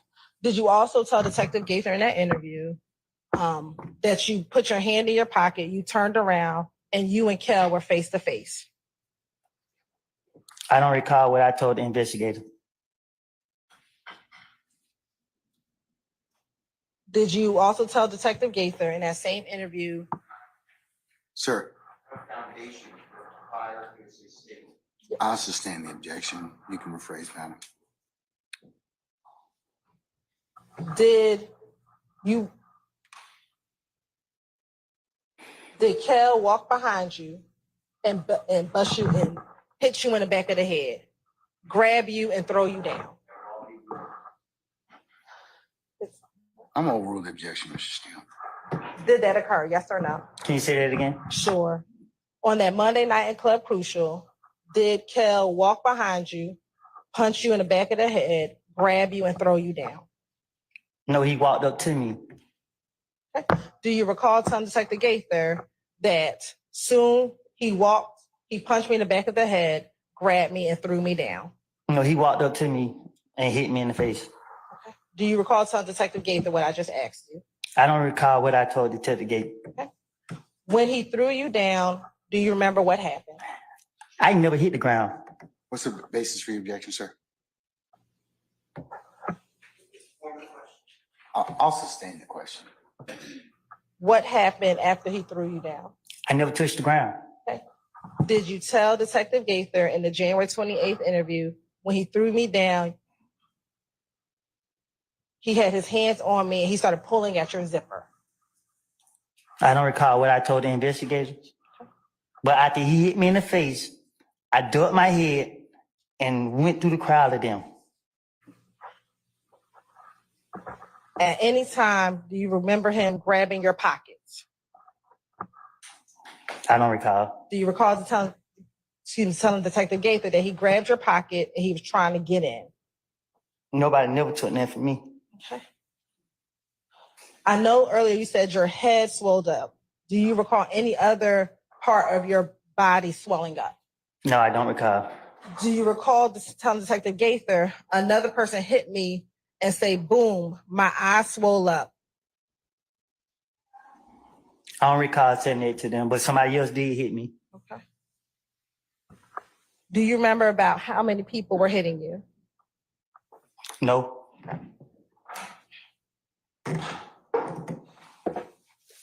Earlier, you said that you ran out of the club. Do you remember telling Detective Gaither, I was really trying to run, but I can't run because they was holding me? They more or less were trying to take their money. Nah, I never tried to run. Are you saying now you never tried to run? No, I just ducked my head and I didn't run, but I just ducked my head and they mainly, after whoever hit me, after they hit me, nobody else didn't touch me. Okay.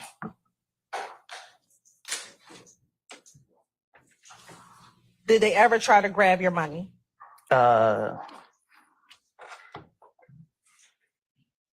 don't know if somebody tried to intentionally grab my money, but as I'm going through a crowd of people, you know, I was brushing up against people grabbing me and stuff, but not in a way that actually take something from me that I recall. Do you recall telling Detective Gaither they were grabbing the money, but they wouldn't get it out the zipper right? I don't recall what I told investigators.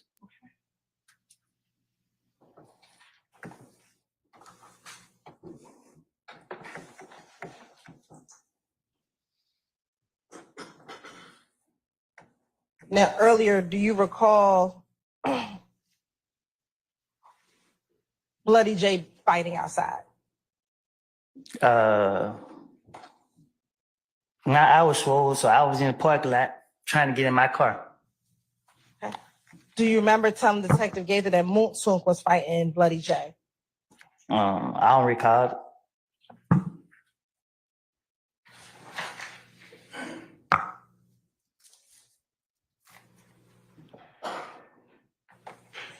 Now, what was your relationship like with Bloody J? What you mean? Were you cool with him? Was I cool with him? Yes. I don't know how to answer that. How would you describe your interactions with Bloody J? What you mean? Do you remember telling Detective Gaither that you've been trying to help Bloody J get in back with them? I'm trying to help him with? Get back in with them. Oh, I don't know what was taking place. I talked to the investigators. I was trying to tell them whatever I think I can convince them to believe. I don't get in people's business to be knowing what they be having going on. But I'm good with coming up with a story. What would talking about Bloody J have to do? Why would that help you get out of? Because the investigators they just, I don't know, like they so focused on me. I'm trying to get them off of me. They need to go focus on somebody else and get their attention off me.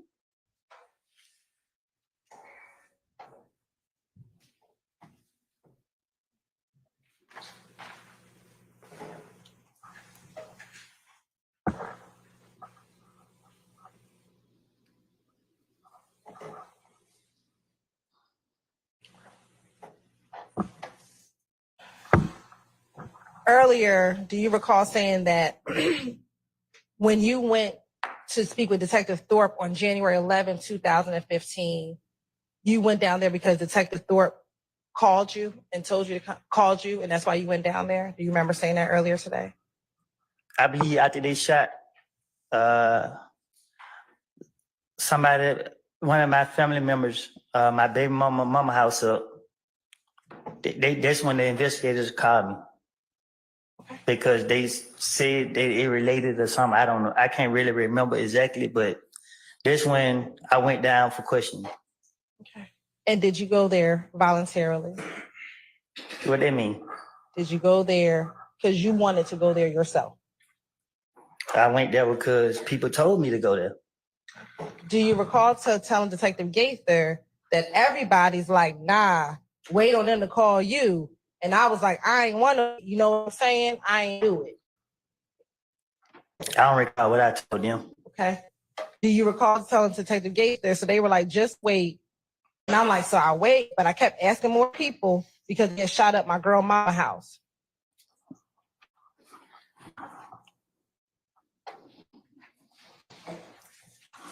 Most time I talk to the police, they had to come and get me. Did they come get you on January 11th? They have to, Okay, you drove down there. You had Moons take you down there. because everybody was telling me to go down there. Okay. And Moonsung, didn't you encourage Moonsung to come and talk to the police too? Say that again? Did you encourage Moonsung to come and talk to the police? I think I remember telling him that they said, man, you did it. You need to come in here with me. And do you remember him telling him, nah, I'm gonna wait for them to come to me? No, I think he told me to give the investigator his number and tell him if they wanted him to call him, if I'm not mistaken. Do you remember telling Detective Gaither? I came out here, I got Montung, and I'm like, you don't want to come in and talk to him, bruh? You know your name in it, bruh. And he's like, shit, I'll wait on them to call me. I know Detective Gaither she got somebody against me. She making her business to try to get me. So anytime that she trying to question me, I'm gonna spin her every chance I get. But I do not recall what I told her when she questioned me, but when she questioned me, I know she trying to get me. Okay. Is Detective Gaither able to tell you the answers that are coming out of your mouth? I stand the question, Mr. Floor. Does Detective Gaither know what you think, what you're going to say? I stand the question. In the January 28th interview,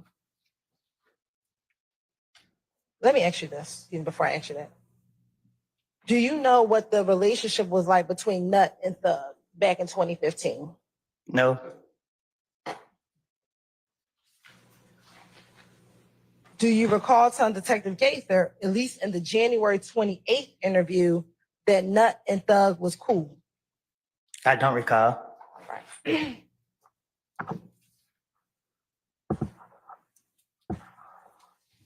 Do you recall telling Detective Gaither, on God, I didn't even know? There's objection. I sustain the question. I'll sustain the question. I think the question was, back in 2015, did you know the relationship between Nut and Thug? It's still subject to foundation. I'm staying. But now I'm impeaching him on what he told detectives about his knowledge of the relationship. I sustained the question before. You still need to lay some foundation as to how they knew each other in that particular time period, okay? That was the basis of Mr. Steele's objection. Back in 2015, were you familiar with Nut? Yes. And were you familiar with Thug? Well, what do familiar mean? Well, you just answered that you were familiar with Nut, so. No.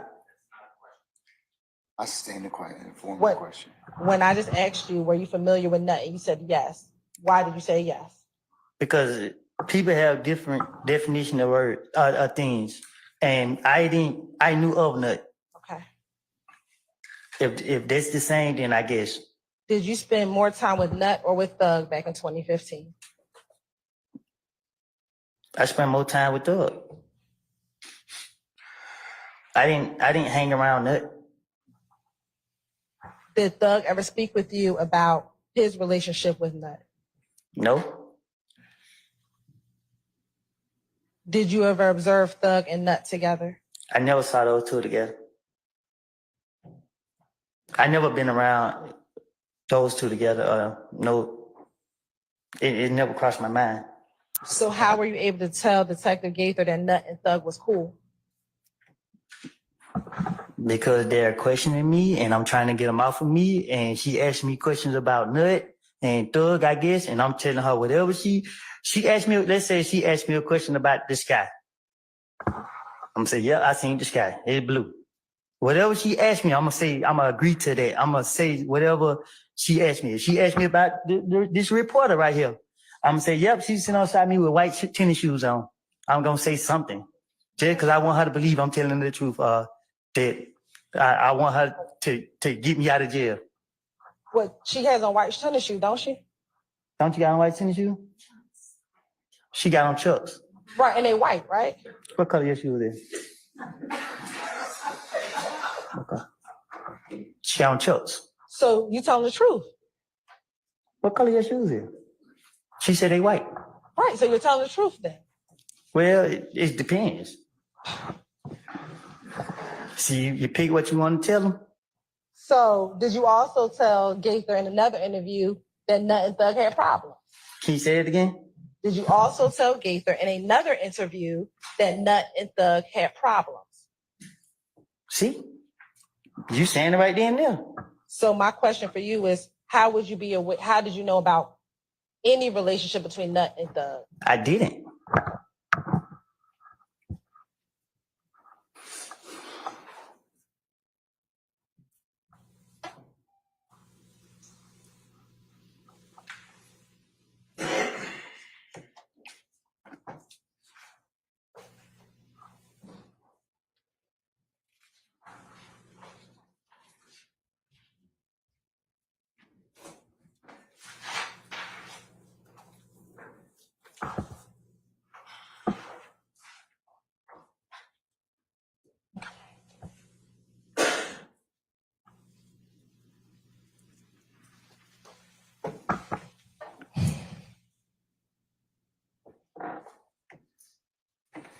Earlier, I asked you about the time you spent in Miami. I mean, you recalled you didn't remember. Do you recall to tell Detective Gaither that you spent about a week in Miami? I don't recall what I told whoever you just said. Okay.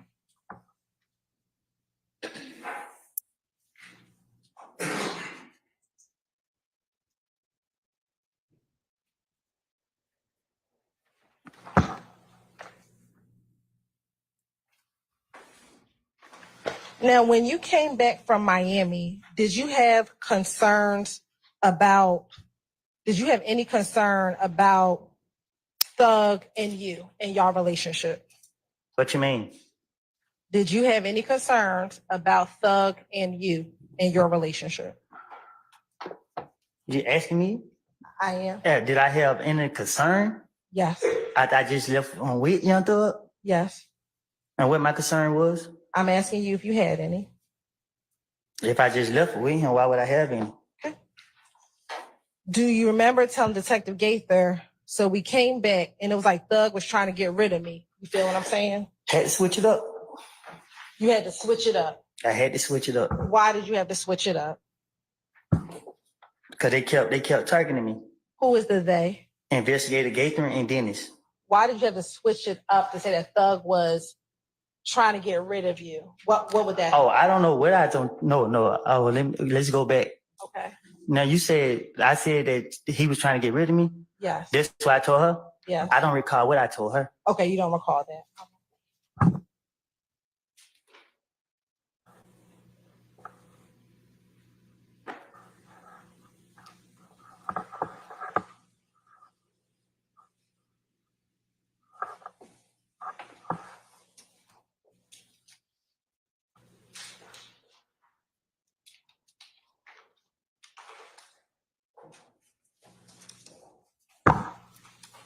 Do you remember any conversations between you and Thug regarding having a hit on your head?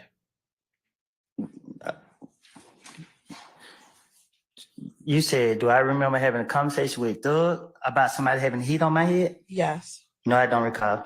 Okay. Do you recall telling Detective Gaither that Thug called you and said, bruh, they said I got a hit on your head? And you were like, bruh, you do? And he was like, nigga. And then y'all started laughing.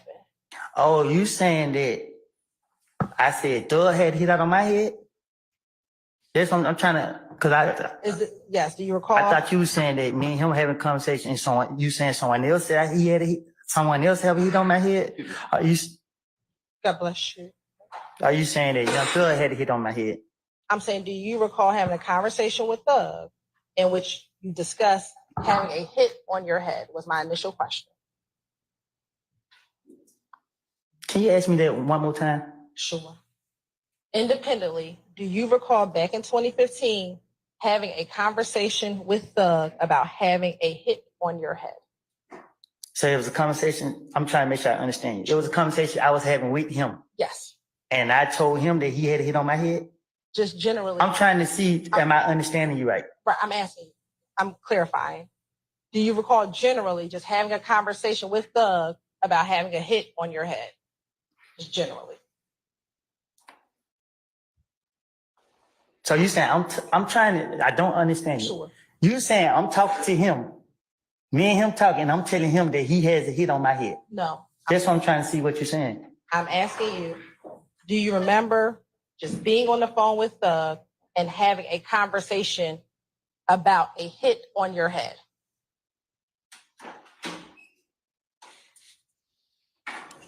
I don't know. I don't get. I don't understand. I don't know how to answer that. I don't know. I don't recall. I don't know. All right. Do you remember telling Detective Gaither that you and Thug were on the phone and Thug said to you, bruh, they say I got a hit on your head? Do you recall telling Detective Gaither that? I don't recall. Okay. And do you recall to tell Detective Gaither in response to that, you said, you do? And then he responded, nigga, and then y'all started laughing. I don't recall. Okay.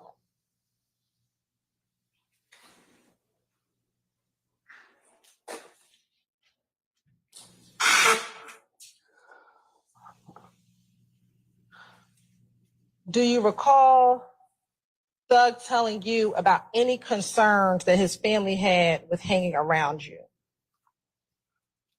I don't think I said family, but I do remember people was coming to me, telling me things. Telling you things about what? I'll sustain the objection. Do you remember telling Detective Gaither that Thug told you that they're saying on the street that you and Thug had beef? No, I don't recall that. Okay. And that you said you told Thug, man, I haven't heard anything like that. I think I just told you that right now. Okay.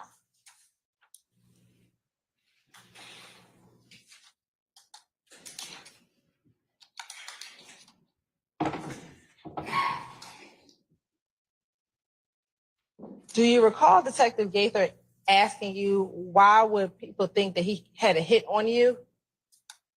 I don't remember what I told the investigators.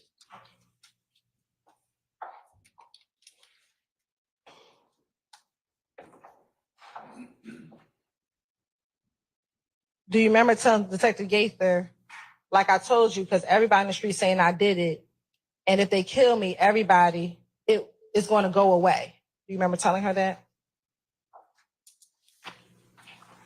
I remember that. I remember people coming to me, telling me things that was making me think people was telling me stuff that was trying to people was getting in my head and making me believe things. And I started being paranoid, thinking stuff.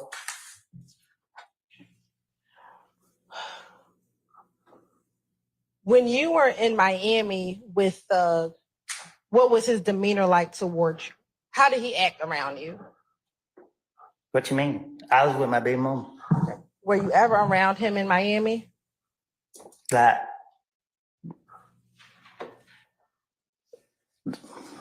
I was there, but we wasn't, I had to deal with my baby mama and my little girl. Okay. Do you recall telling Detective Gaither in this January 28th interview, like at first, like we was just chilling, like he was treating me like a brother. But even when I went to Miami, he stood back and stuff, but just like he wasn't happy with me around no more. It felt different. Again, you bringing up conversation I don't told the investigators, well, I know they trying to get me. So again, because I wasn't clear the first time, obviously, when investigator Gaither was after me, my whole intentions was to get them off of me. You said that Detective Gaither was after you. Was Detective Gaither the investigator that investigated when you, your baby mother, and your child were shot? I don't know who was the investigator. Did you speak with her about that incident with you, your child's mother, and your baby was shot? When she, anytime I spoke with her, I think she asked me about everything, like this whole thing. So I don't know what I don't told her, what I ain't told her. Do you recall her telling you that she was the investigator that was going to investigate the incident with you, your child's mother, and your child being shot at? How old will you be? Objection. What I recall is, I don't know if it was Investigator Gaither, but at one point they was questioning me and they was telling me, do I remember seeing this person right here? As in they was telling me, this was the person that shot at me. So once I heard them bring up a person name, I started saying, this must have been shot at me.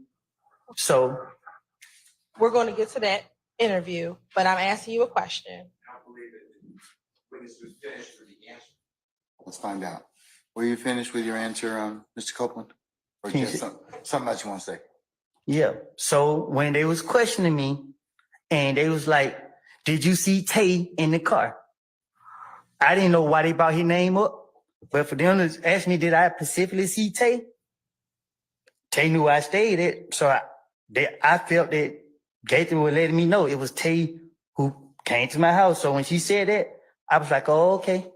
Okay, but that's not my question. Was she the one who investigated you? I just remember when she was questioning me about me and my child being shot at, she brought up a person name to me and kept asking me about it. And she brought up two other names, but I didn't know them people to hang together. So I really didn't, I brushed the other two names out. And then later they found out that those was the people involved. Do you remember, and we're going to actually get to that interview All right. next, but do you remember in that interview actually you not wanting to tell Detective Gaither who shot you because you were afraid of being put in the paperwork and snitching? Do you recall that? I recall this, and this is the God and the truth. I told those investigators that I did not see nobody's face. They constantly kept asking, you gonna let dudes shoot at you while you got your kid? Listen, man, it ain't about being afraid of being paperwork or nothing. You feel me? Like it's not. Do you recall telling the police that you did not want to be in the paperwork? I probably did. Okay. But if I had to be in paperwork, I'm still gonna be the same person. Let's get back to the January 28th interview. Do you recall telling Detective Gaither that even when you were in Miami, he stood back and stuff? It looks like he wasn't happy with you anymore. It just felt different. Can you tell me what because you asked me about interviews, a lot of stuff started changing. You got to be more specific because at one point, the police were targeting me so much that I was turning against everybody. I was thinking everybody was out to get me. So when the investigators started asking me questions, whoever they started asking me questions was, they started becoming a problem with me because I started thinking that everybody was out to me. So I can't tell you what I said to Investigator Gaither, Dennis, or any other investigator that questioned me. All I can tell you is that I was in a messed up state of mind, and you asked me about questions that I was supposed to be asked back then. That if I say something, you're gonna say, "Oh, I might impeach him," or whatever the word is you use. When I don't know, I can't answer that. Independently, did you feel different around Thug while you were in Miami? Did I feel? Well, I wouldn't ever stay down there a week with him. I'm asking you. I don't recall how I was being down in Miami. All right.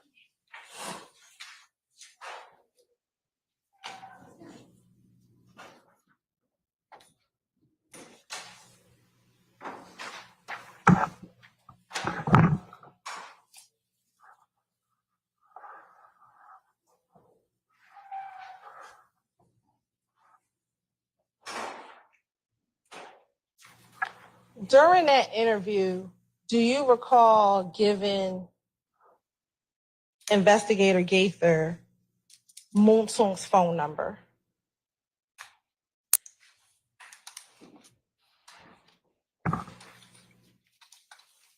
Is it That's the question.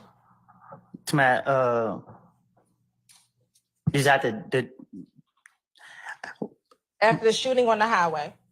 I remember Moon told me that if they wanted to question him about what happened, that it was okay to get on his number and they can call him. Do you remember his phone number back then? No, I don't even remember my phone number right. And did I have them? Okay. Do you recall giving the phone number 404? Sir, do you have objection? You told us to give the last four numbers. That's fine. Okay, all right. Was it 893? Do you recall giving the number 8935? I don't recall.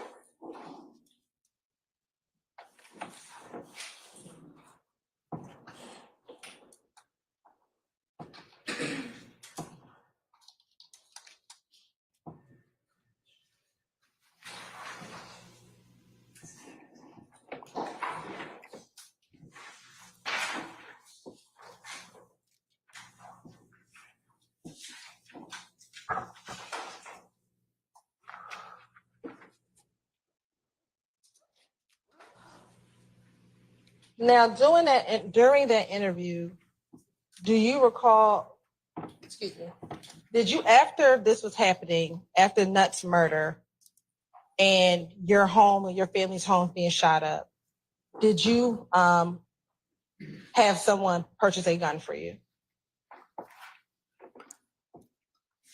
I had someone purchase a gun for me after the homicide investigator said that I had the rights to defend myself.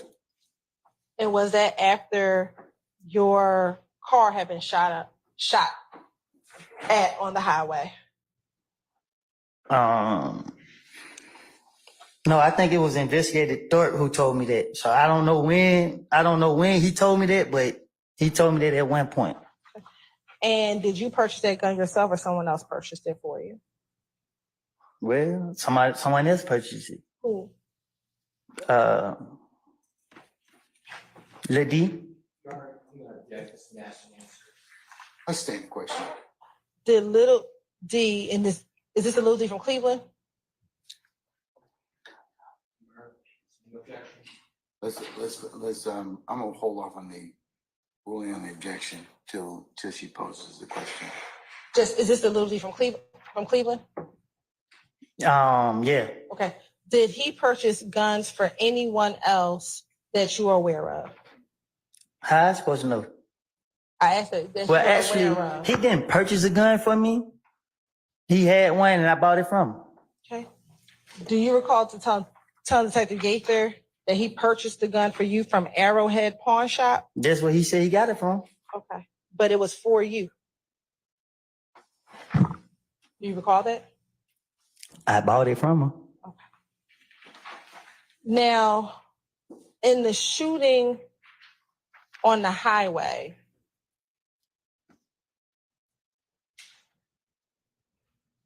do you recall who was shooting at you? I don't. Do you recall telling Detective Gaither that it was Greedy who was driving one of the cars? No. They were doing 100 miles per hour. How you gonna see somebody?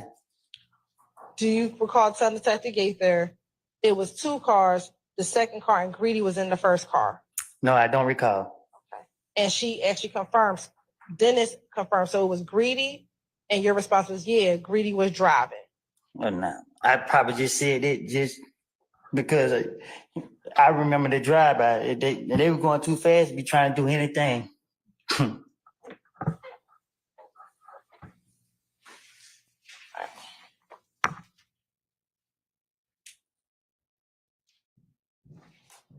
Why would you say it was greedy?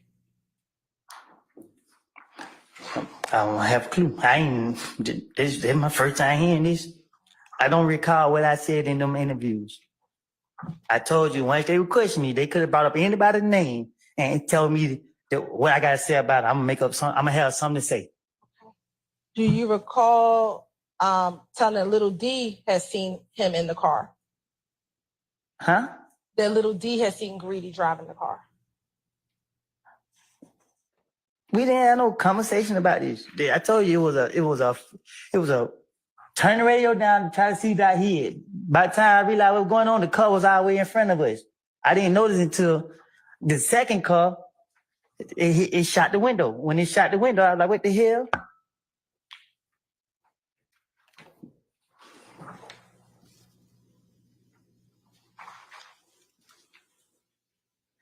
And I don't know if I told the investigator this, but I thought the car that was behind me was the car that set me up. So I don't know what you're getting at with talking about what I told the investigators. Who was in the car behind that you thought set you up? Boo? Why would you think Boo was gonna set you up? Because I was paranoid. Why would Boo want to set you up? I don't know. I said that's what I thought. How if it's a car behind me, how am I getting shot at? I didn't know if they got shot at. I didn't know what would happen. I just knew I was paranoid.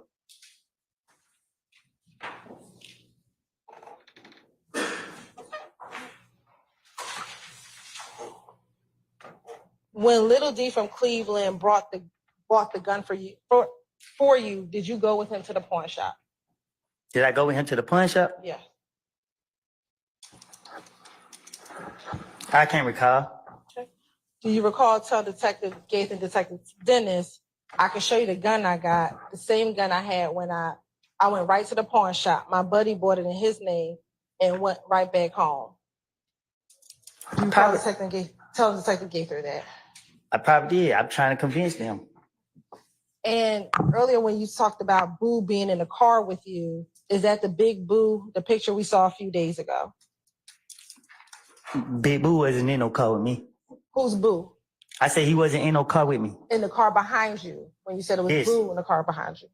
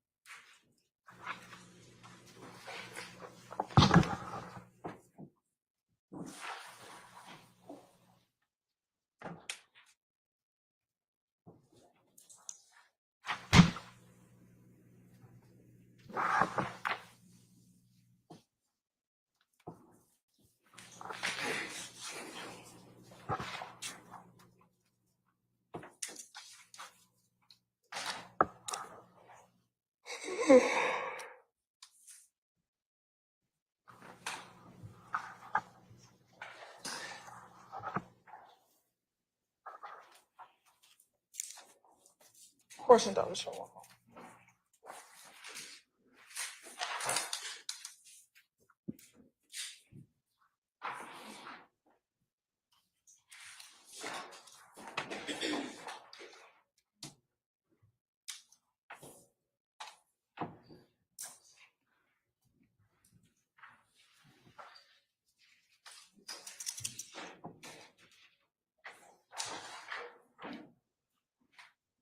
Now,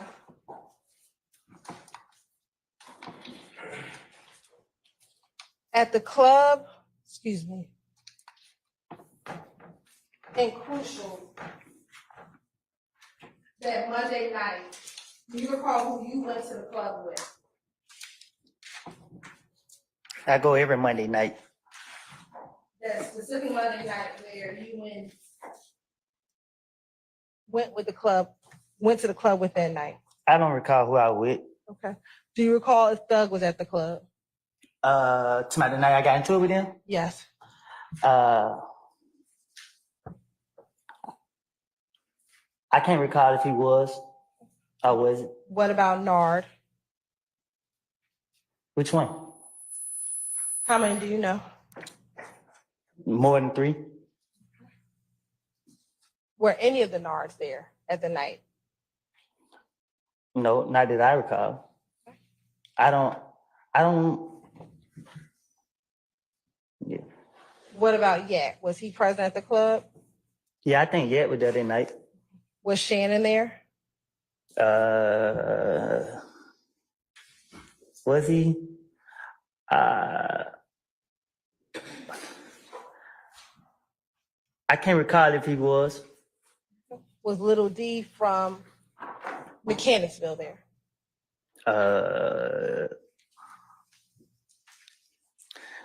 I can't recall who that night because I've been up there so many Mondays and I'd be lying if I say somebody was there, somebody wasn't there. I don't remember who was there that night about anybody.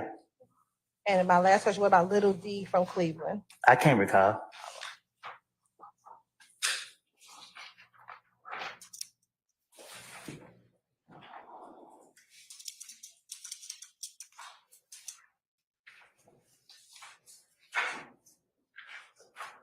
Now, after this interview, did you go and speak with police regarding what I just asked you about, which is the shooting between you, your child's mother, and your child being shot at? Can you know what you say? What about it? Did you speak with police regarding that incident? They came and spoke to me. Okay.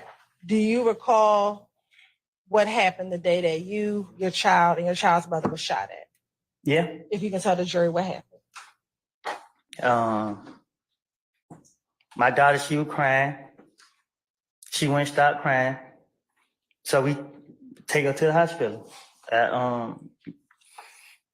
We came out the door. I seen the car, seen it at the stop sign. I had a gun. The car, they came my way.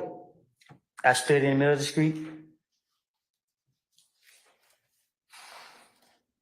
They rolled up on the side of me. They lit the window down and they tried to shoot me. And were they able to fire off any shots? I believe so. Where was your baby at when they fired off those shots? I don't know if she was in my hand or if I put in. I can't remember if I put in. It happened so fast. I can't remember if I put it in a car, if I had it in my hand.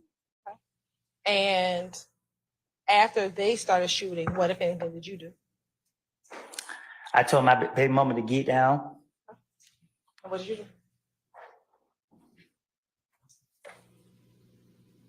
What you mean? When they shot at you, your baby, and your girlfriend, what did you do? I got them up off of us. And how did you get them up off of you?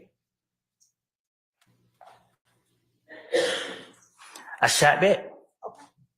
And what happened when they shot back? When you shot back? I kept shooting. Okay. And what happened? I made them crash. All right. How far away did they crash from your house?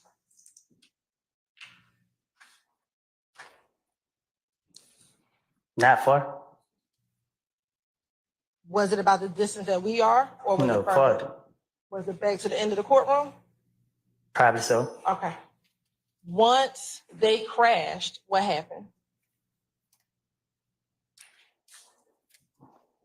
I grabbed my baby and my baby mom and I ran them back in the house. And were y'all able to make it inside the house? Did you go back inside your house or did you go to the neighbor's house? Well, she left her purse in the car. Okay. She left the keys. We couldn't get in the door, so the neighbors let us in.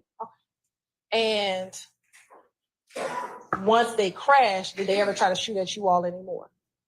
I started shooting again. And what happened? I kept shooting. Did they eventually leave? They had no choice. All right. Did you have to talk to the police about that incident with you, your child, and your child's mother? Yeah, the police caught me before I could leave. And did you go down and tell them everything that you just told the jury about what happened? No. What didn't you tell the police?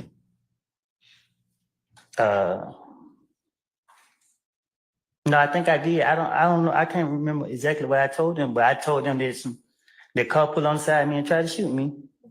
I think I didn't tell them that, I think I told them somebody else shot back. Do you recall something that you shot back? Yeah, I remember. Cause I remember the other one told me, he asked me, did I shoot? He asked me something. I lied and said somebody else was shooting. And then when Gathering came, I knew that she was going, I couldn't come up with the name that I said was shooting back was a name that Gathering knew I wasn't going, she knew I was lying about. So when she came, I went ahead and admitted that it was me who was shooting because I knew that I couldn't lie on I couldn't put it on the name that I tried to say.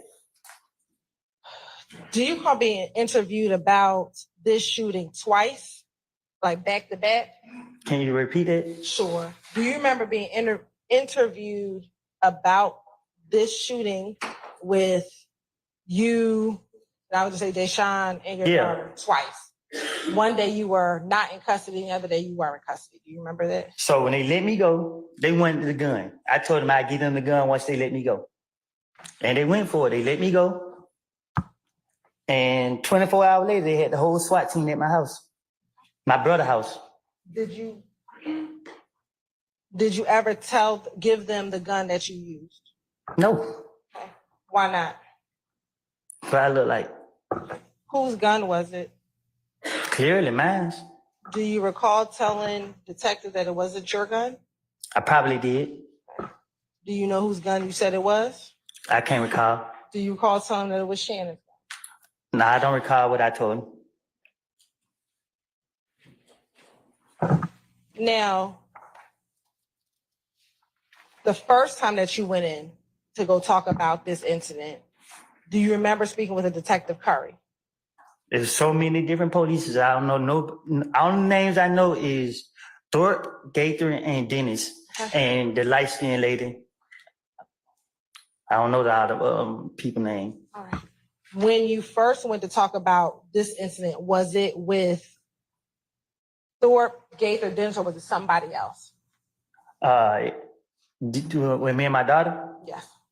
When I came out the neighbor house to try to get the door key, I looked over, I ain't seen no police. When I walked out the door, the SWAT team was already right there.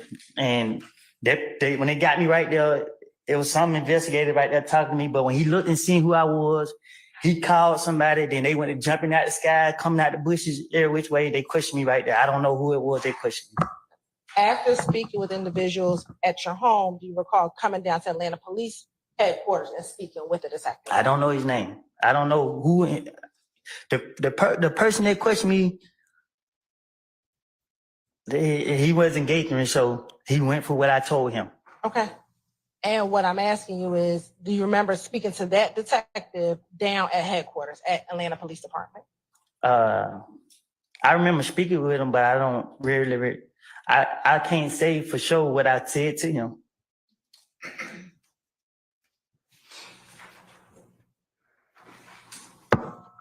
I know he kept saying he wanted that gun, and I kept telling him, if you let me go, I go get it.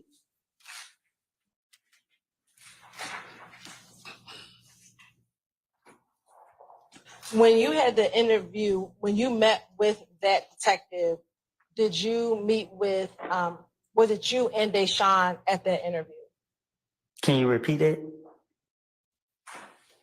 When you went down to that interview, was it you and Deshaun? Did y'all both go to that interview? Yeah, I made them let her, because why y'all want to question me if it was both of us? Y'all, and I told him, y'all gonna lock me up, just gonna lock me up. And he was like, no, we not locking you up. So I'm like, well, why she can't come if she was a victim too? Okay. So he's like, well, she can come. All right. And did the both of you speak with that detective? I don't think she spoke with him, but because she didn't see nothing.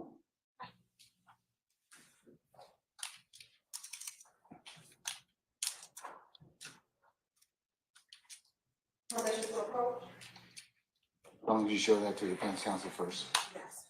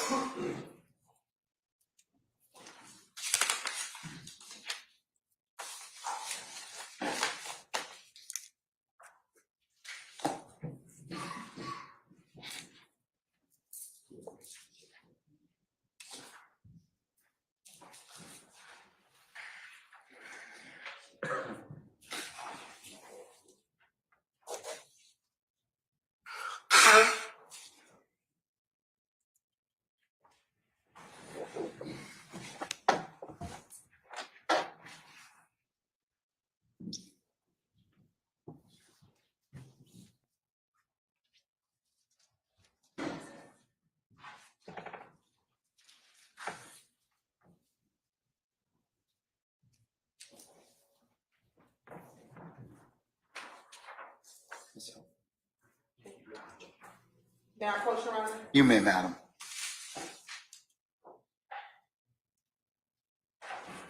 I'm showing you what's been marked as State Exhibit 378, Yankee Charlie 1.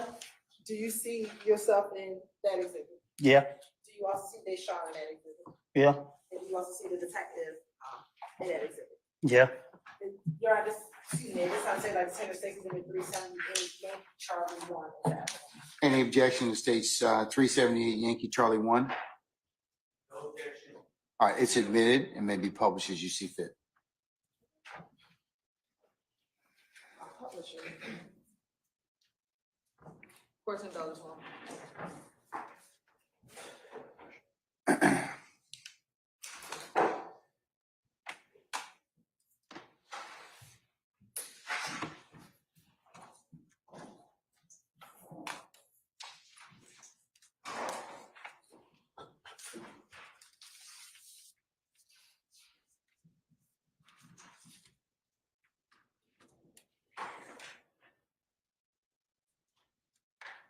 Mr. Copeland, is that you in the corner with the white hat on? Yep, And is that the Sean sitting next to you? yep, And is that the investigator who conducted it? I guess so. Now, Mr. Copeland, a few moments ago, you said that he wasn't Gator, so he went for what I told him. What did you mean by that? He wanted the gun Okay, so why would you say that he wasn't Gator, so he went for what I told him? because I know Gator know, she know me. Okay, and when you say she knows you, what does that mean? She know I'm about to bullshit her. She knows me, and again, watch your language. Oh, my bad, I'm sorry. And it's an adult forum.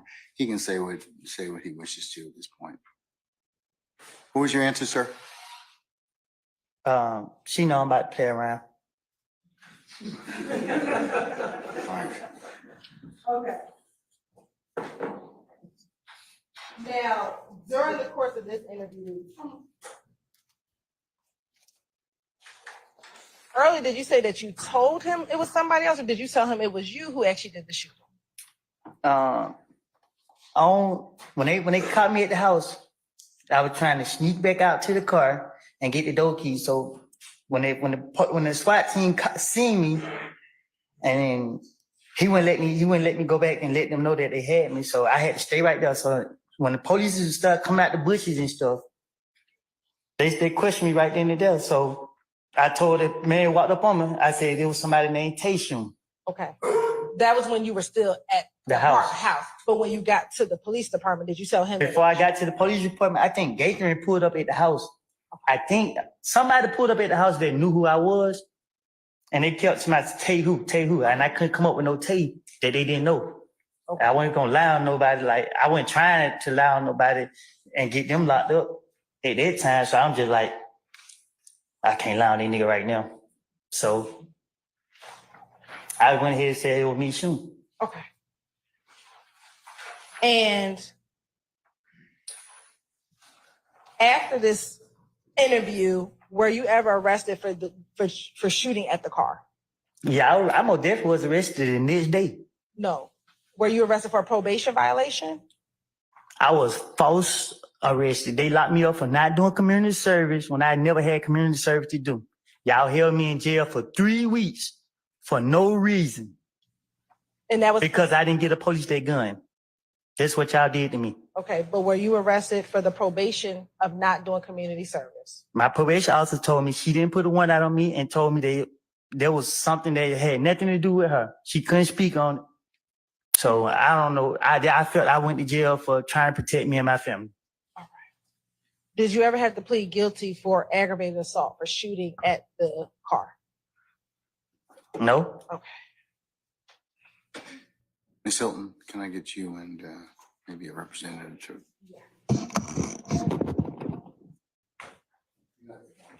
Yeah.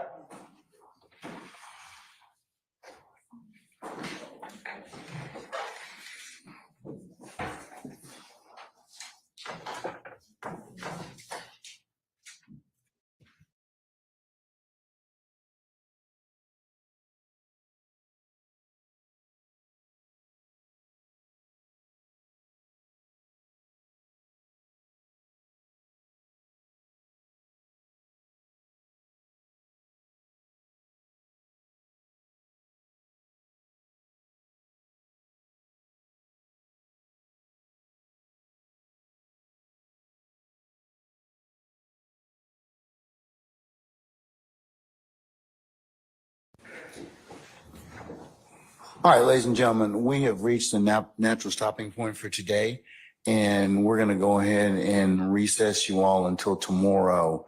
Remember that this Friday, I have other unrelated business in the morning, so you won't need to report tomorrow until 12:30. And then we'll start up somewhere around 1 o'clock, and then we'll work until somewhere between 4 and 5 o'clock, okay? All right. Mr. Copeland, we'll see you tomorrow at 12:30, okay? Peace out. All right, thank you.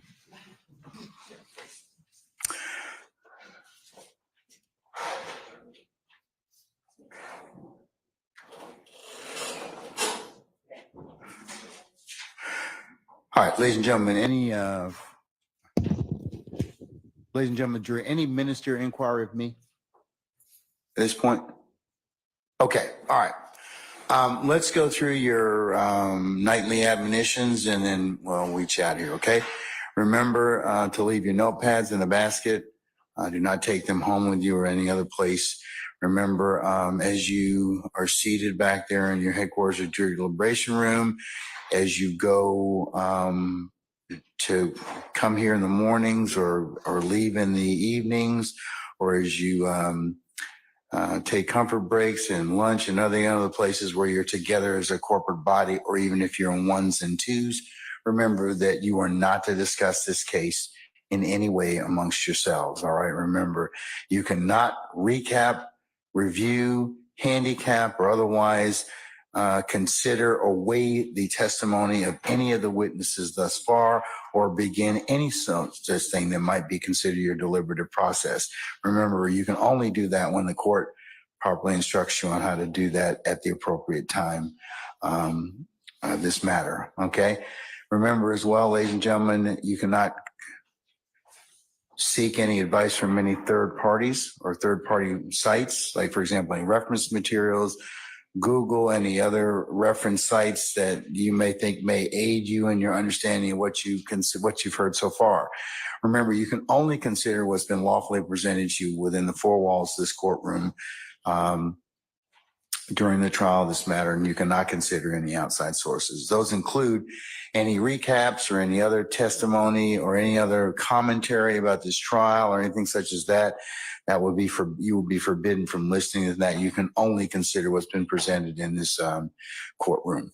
Remember that if any third party should try and reach you by any means, manner of communication, that your duty and responsibility would be to let myself and Sergeant Ingram know immediately. All right. And then remember, ladies and gentlemen, I told you as well that you've heard a number of scenes or you've seen maps that may depict different things. You cannot go by any of those places. You cannot do any sketches. You cannot take any pictures, and you cannot share any outside information you may or may not know about any of those places with anyone. Remember, you can only consider what's been presented to you lawfully in the four walls of this courtroom. And then lastly, ladies and gentlemen, thank you for your patience, and thank you for your attention that you've given and will continue to give to this matter. And unless you have any other ministerial inquiry of me, 12:30 tomorrow, and we'll get started by 1 o'clock, okay? All right. All rise.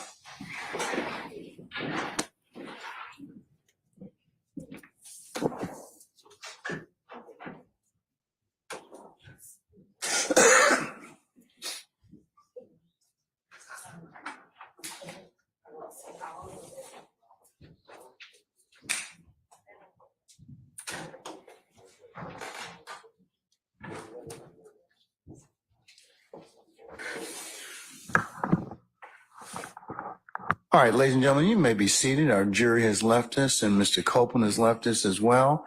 All right. Any ministerial inquiry of me before tomorrow morning at 12:30. All right. Hearing none. Ladies and gentlemen, I'll see you tomorrow at 12:30, okay? All right. We're in recess.